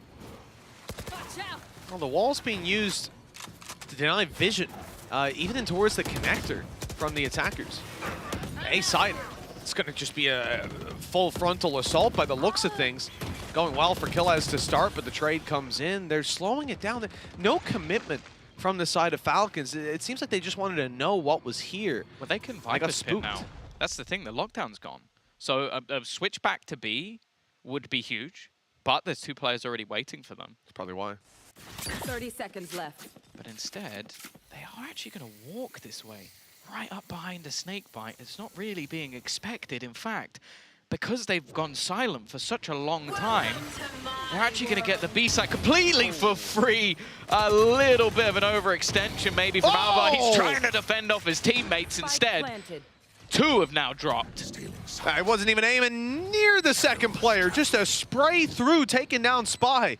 A running spray at that. Still winnable though. Fighting through this pit is a nightmare. Snakebite landed close to Yuri, gave away Outlaw's position, good for the kill, and now Khaled's in the open, no ammo left to make that clutch happen. It's Roxy on the 3K, matching Khaled's performance to put double digits on the board for Kase.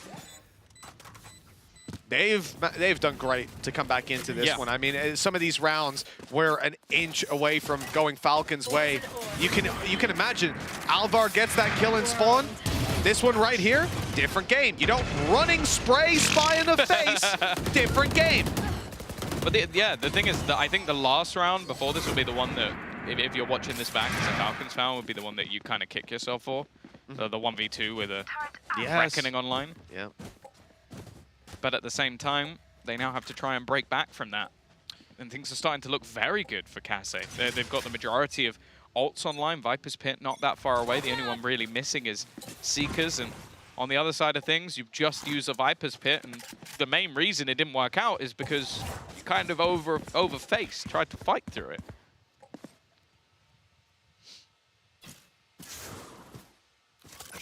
I mean, just looking at Kase, 2 players on A site. They had Yuri here, but Yuri's now switched back up. He's playing towards B. They like to double stack up here, and it makes sense just to grab that control when your Sentinel is not playing around B when they're playing on A site. Here comes the reckoning on its way. Killaz dodging the first blast of it, gonna have to be quick on his toes. Great punish from Alvar. Again, just able to catch these players by surprise.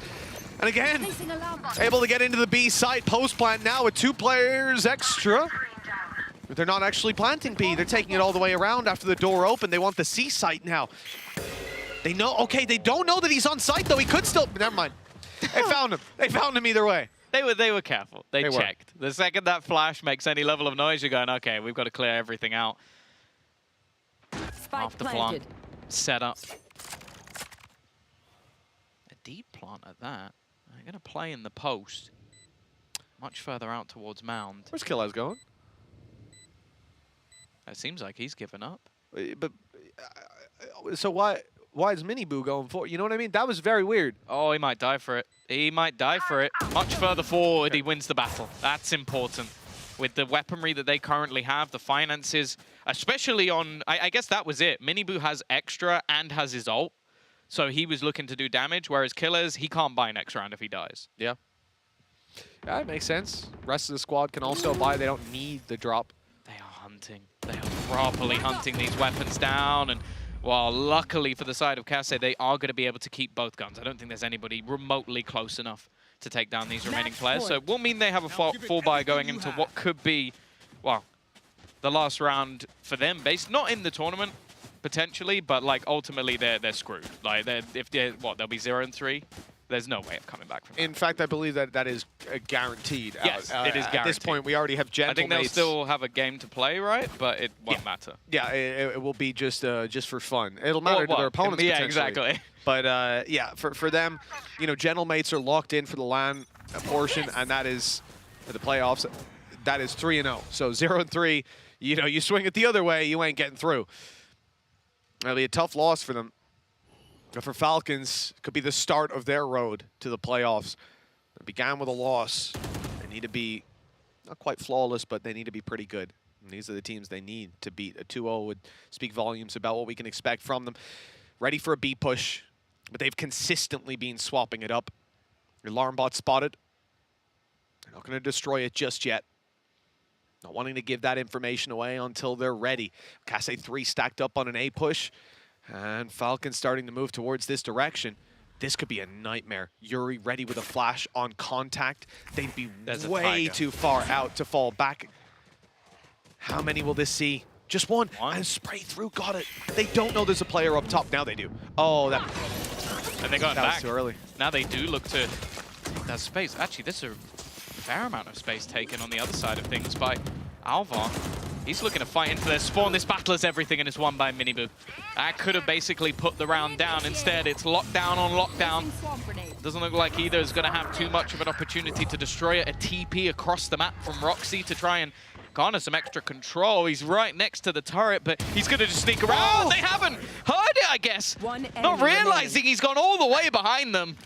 And well, now Outlaw. It's done. Yeah. No way.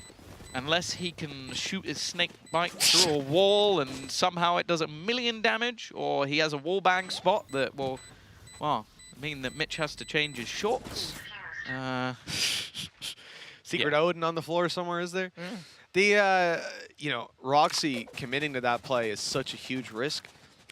For a second when it began, I thought, is this to deny the lockdown? I looked at where the TP spot was. It definitely wasn't. It wasn't going to get there in time. But the lockdown played into it still.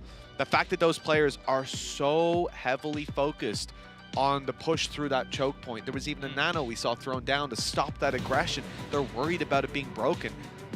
And I almost have to wonder, Tom, if in that moment, they just don't put any respect on the From the Shadows. They hear it and you're like, who does? He's not going to be behind us, you know? That's like the matchmaking strat. It's like, well, it is. He probably just went for info and cancel, right? But the thing is, in matchmaking, there's going to be someone that isn't listening to how urgent it is, that doesn't realize they'll probably destroy the lockdown, and actually does go walk behind. Because half the time you probably lose the round because they defuse while your players in spawn go, but I heard it from the shadows. I think as well, the most impressive thing for me is, up until, well, even still, he is the bottom fragger in the server. He's having a bit of a rough one individually. Just go for an all-in play like that and basically win your team around. That's all that's going to matter. The 10 and 19, irrelevant at this stage. If they manage to close out this round because of Roxy, they're going to be singing his praises and nothing more. It's like a reverse Medusa, can only kill people when they're not looking at him. But it works. It works. Round 24. Those are the hardest shots to hit. That's what they really are. And he hit both of them. So fair play. Falcons, you know, they might even look back at that 2v1 at this stage. It's hard to keep it out of your mind. But look at the weapons as well. I'm interested by the fact that Alvar has his ult and a rifle. Yeah. I guess just the sheer confidence that they have in this man to lead the way forward. The Tiger might be about to get a huge amount of info. At least one spotted, but the rest still hiding. However, they're now going to throw the smokes down. Orb is going to be taking it. The thing is, Spy is so ridiculously far away from his ult anyway that it might not make a difference. And by the looks of things, they are still trying to sell the idea they're about to blitz into this B site. 3 players rotating in now from this defensive side, and they are not going this way. Yeah, it's a doubling up just to get the heal. At this point, though, you have to take a gamble on where it's coming in, and the C site now has 3 players on it. Swap the guns. It's the wrong side. I know what's coming. Here we go on towards the site. Big play needed from Killez to buy some time. Yuri's going to be here now, actually. They've just about delayed enough, but Killez is down. Yuri now to show up. They're not watching him. He got the spacing, the timing perfect. Dancing around the site, though so many opponents flash good. But the challenge is not with Outlaw dropping him. The numbers are now in their favor. The plant can come through. It's Miniboo to try and return a hero play of his own. Roxy's already dropped Mo. And the rifle comes up, looking for that one-tap headshot. 20 seconds on the clock, and Falcons still haven't got that plant in. They know they just need to wait for them to try it, remove a man from the fight. And here we go, the planter gone, 10 seconds. This is unwinnable, surely in overtime is where we're heading on this one, and it's locked in. One more chance for Kase.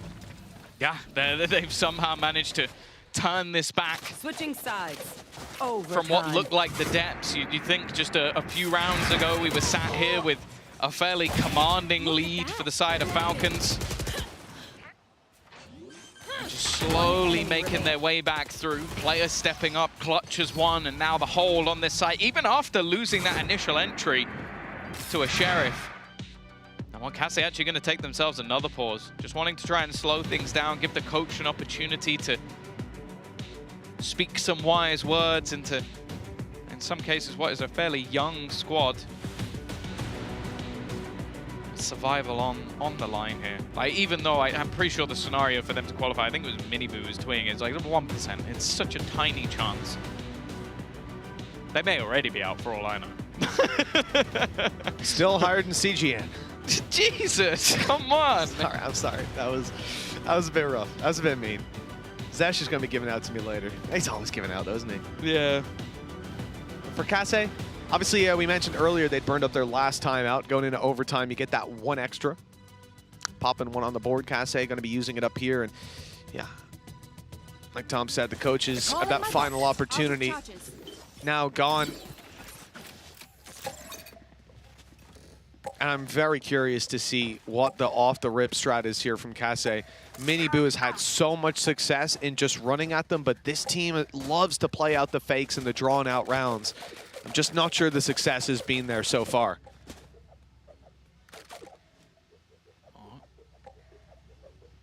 Kase on the other side, they were very, very direct. In the successes they had, comparatively, they loved, well, it's not even that they didn't try those slower rounds. The ones that worked were pacey, but they've been denied early. A lot of utility on the C side. It seems like actually that Falcons were very aware. They had their Killjoy and their Viper util ready on the C side, going, okay, try it.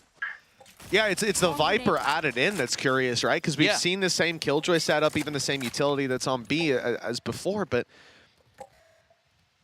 maybe identifying, just looking back at their previous rounds, that was their weak point, and the Kase would try to exploit it. Well, yeah, think about how many times we saw deep sea fights for spawn because they were able to get in, get a kill, and just have a filthy afterplan. The thing is, they're not deterred. They've spotted that utility, and they go, you know what, we raise you, us sprinting into the site. Miniboo's going to destroy the turret, but this time they do opt to sort of rotate back. They're trying to pull players in, tapping the door, but the problem is they haven't taken any ground elsewhere. Look at the position of Alvar. He has been waiting here the entirety of the round. They have got 30 seconds and they need to kill this man, and they are not checking. They have left him just to sit here, a chance for a double kill, maybe even more. But even just the time that he's bought, the rotations that have come through. However, the B site has been left open. And they're going to take advantage of that. Not only that, but push up into the spawn. Some control is needed. A play needs to be made to lock down this site. They've no control. Knowing that their spawn is clear, it's not even a guarantee anymore. The turret deactivated, they have to keep checking. Miniboo good for one on the frontal assault, but as he falls, and Yuri does too, this is looking like it's about to finish. They're just waiting for the flank to come through. SA on the site, trying to fight the players in spawn, but look who's coming up behind. It's Khaled. Another one for him as we go 13-12. That's a beautiful round from Falcons, honestly. That is them hard reading into what their opponents wanted to do, which is those faster C hits and play the post plant.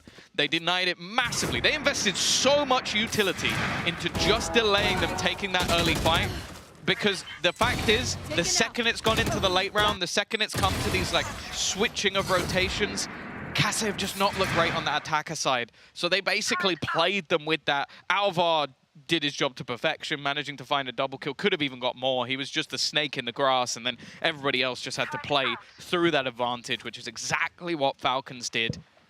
One more needed. Bear in mind, last time MENA came to EMEA in the LCQ, they went out, I don't even think with a map.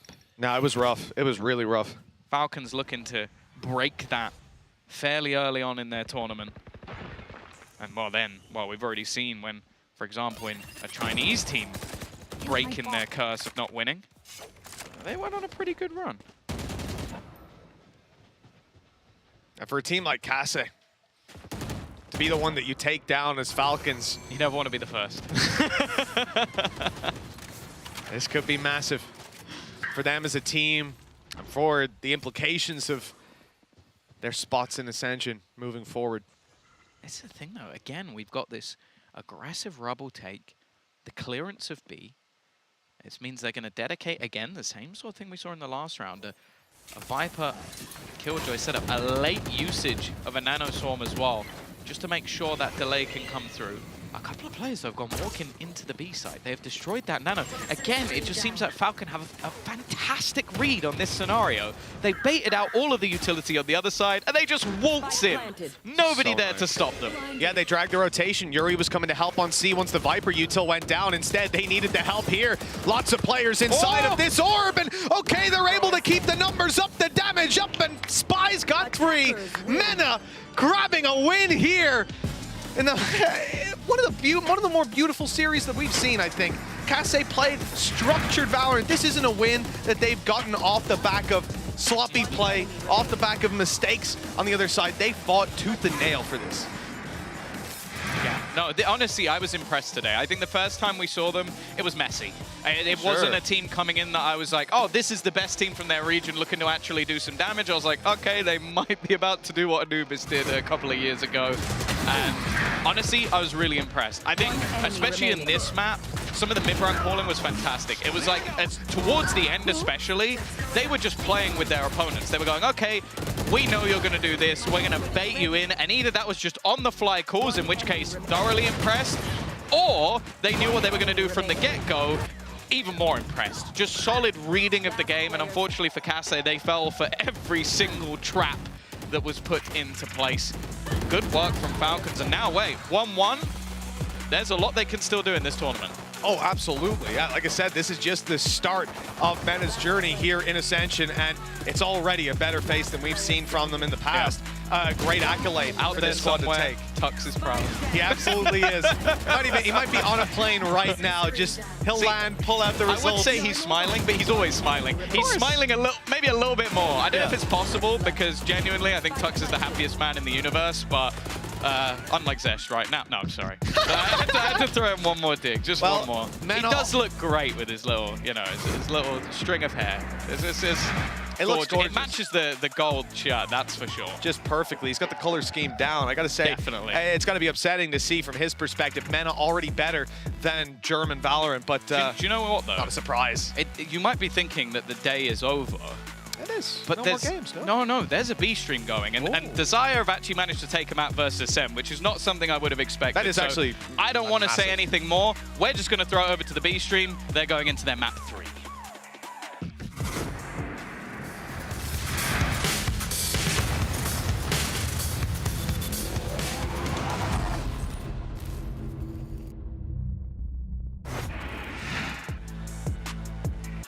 Welcome back everyone to VCT Ascension EMEA. I'm Zach and I'm once again joined by the wonderful Lyric, who has had a very, very long day so far. And we are heading into the last map for the day, which is none other than Ascent in this action-packed series between Ascent and Desire.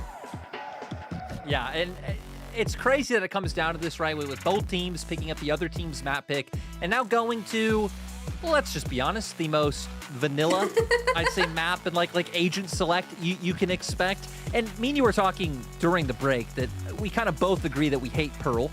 So despite the fact that Pearl's not vanilla and Ascent is, Ascent definitely still, I think the comp, we know a lot of what to expect going into that next game. Yeah, I mean, I'm pretty sure we're gonna see the Omens coming back into play, even with that nerf that came in a couple of patches ago. I think that he is still one of the best controllers for this map, and of course, I'd be very surprised if we don't see both Jets coming back into action as well. And I think so far today, map number 1 MVP, it was none other than the Jet on the side of Desire, but map number 2, it was none other than Ascend Alive picking it up. So it's kind of like the third map will be the decider. Who is the best Jet? And like you mentioned, Agent Select, nothing new. It's just going to be a mirror comp across the board. Yeah, just the same old, but I love one thing that you were actually hitting on in the last game was it's also felt like the deciding factor has been like which team is setting up their duelist better. Which team is providing the utility for them to kind of make those aggressive pushes to go on through. And I feel like that's another thing we're going to be heavily looking at. Wacky, of course, in map 1, Alive last time around. And then the support staff. Can Beckyu and Zazzy go back to kind of using that utility to allow Wacky to push forward so aggressively to pick it up? But this is what concerns me, Zach, is you look at the map win rates for these teams coming into this third map, and it is not looking good for Desire. Oh yeah, Desire have been on an L streak, for lack of a better phrase. I think the last 5 times they've played this map, they have not won it a single time. over the course of that second split. The saving grace for them is that they haven't played it so far over Ascension, so maybe they've done some homework, they've been able to put in the prep.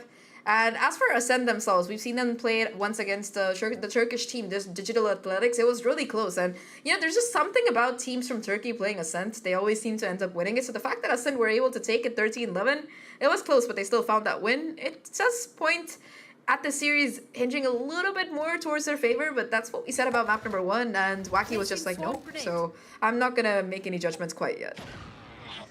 Exactly, right. Just any pop-out performance from our star players can really turn the tide of things. And right now, we can see Ascend playing pretty heavily off the A site. 2 members towards tree. We'll see how quickly Desire want to go towards this, because it looks like they just have a free site. Ooh, that shock dart, though, doing so much damage to Wacky here right off the bat. They do have that A site available for free, but BaddyG, through the smoke, able to find the kill. And the lurk for Tag, he pushes out a little bit too early there, immediately getting pinned down and taken out by 2 players from mid. Now 3 left on the side of Desire. They have that spike down. Brody still in heaven in the smoke, trying to find some impact here. It's gonna come down to the timing. 0 points, not quite detecting anything, though that recon will, and Brody being finally shut down. However, Musashi there for the trade. It's all down to just Zazie. Finds that first one, but unfortunately not going to be able to get more as Pistol goes in favor of Ascend. And I think that first map, I think so far it's been a case of where whichever team wins the Pistol, it's been kind of going in their favor. Fracture, of course, was a bit of an exception in that first round, but nevertheless, Pistols, it's been kind of a domination show coming out of Desire, so it's nice to see Ascend kind of picking up the pieces. Exactly. Now, I feel like one trend we definitely have seen across the series is that whichever team finds a foothold has usually been able to do a pretty good job at stringing rounds together. We saw in that pistol round a big part was just Ascend with the timing of 2 players coming out through mid. I feel like in the last map it wasn't as heavy of some of the eco rounds and like Sheriff Eyes being able to do a lot of work, but we aren't going to count them out. Wacky though, somehow finding Musashi immediately. Great start. And I jinxed it. I was just saying it. You know, last map we didn't see the ecos able to find that much. And Desire saying, hey, Lyric, shut your mouth. We're going to get this done. Yeah, really, really clean shot. And that's going to be a Bulldog as well that is retrievable eventually if Desire so chooses to go for it. Ascend, after that, they decide they want none of it. Try to go for this B hit instead, where there is going to be Brody lying in watch here. Wacky already having found that first one. We'll have to try to get through more of these players. However, Brody with the Ares and Monster as well will be jumping in. Just 1 player left alive. Kaden taking a lot of chip damage as well in the process. Sheriff in hand, seeing what more he can really find. But with that spike drop this round, suddenly it's over already, despite that first split going in their favor. Yeah, not going to be able to do anything. And I heard you guys' conversation during the last map when Munch was asking about, you know, what killjoys have you like to see. You highlighted Monster and then him stepping up in this round. Again, it might be at an advantage with the weapons they have online, but able to string 3 together so seamlessly is what you love to see come out from Ascend. Hopefully, Desire going to be able to do a little bit more on their gun round going into next. Haven't been able to do too much economic damage. Monster will have to rebuy shields. 1 gun have to be repurchased, but still would have loved to see more. Hell, who knows? Maybe Caden still can get more done. About to be a psychopath and just walk out through the smoke. Gonna be caught out by that recon as well, and Alive just ready, holding down the angle, will confirm that kill. Gets down to the last second, but Ascend, they still take that round without too much trouble. They lose a Bulldog in the process, I believe, but all things considered, pretty good round. That's going to set them up nicely for the bonus here. Musashi, of course, might be forced to play with just a pistol, but the rest of them, they have pretty powerful weapons, especially my eyes are going to be on this Ares from Brody, because ever since this map has come out, it has been most notable for its paper-thin walls, and I think that Ares with the kind of punch it can pack, it could really set Ascend up to get a couple of kills in a very covert way. Yeah, it definitely could. Having that one right now posted over on the A site, just overall really heavily towards the A site for the side of Ascend, which makes sense when they do have worse for wear weapons to work with, just trying to have a good read on the hit. And I love this. Starting early in the match to explore towards mid and maybe start getting Ascend conditioned to have to put more resources here than they otherwise would want to, right? Typically, it is just about that alarm bot going down, but that one already going to be taken out by Wacky as he also finds that kill on Musashi. Yeah, he doesn't just take out the alarm bot, he takes out also the KO bot. Sorry, I just wanted to make that really bad joke. So he gets that first opener there, but that's gonna enable them to kind of reposition to try and go for that A hit here, because you do see Ascend, they go for a little bit of a rotation, or rather stack towards the short area. However, Wacky managing to find a live as well before Badiji finally gets that trade will give them a significant advantage here as they push into this ace site. Despite spam kills not quite connecting, although Brody unfortunately whipping will let Zazie get yet another kill. Now Badiji able to pick up that upgrade. Zazie is going to be quite low here, but it's just Badiji in a 1v4. How much more damage can he find? Goes for one of his trademark TPs here, but it's just going to be the spam to shut him down, and Desire, they find their first.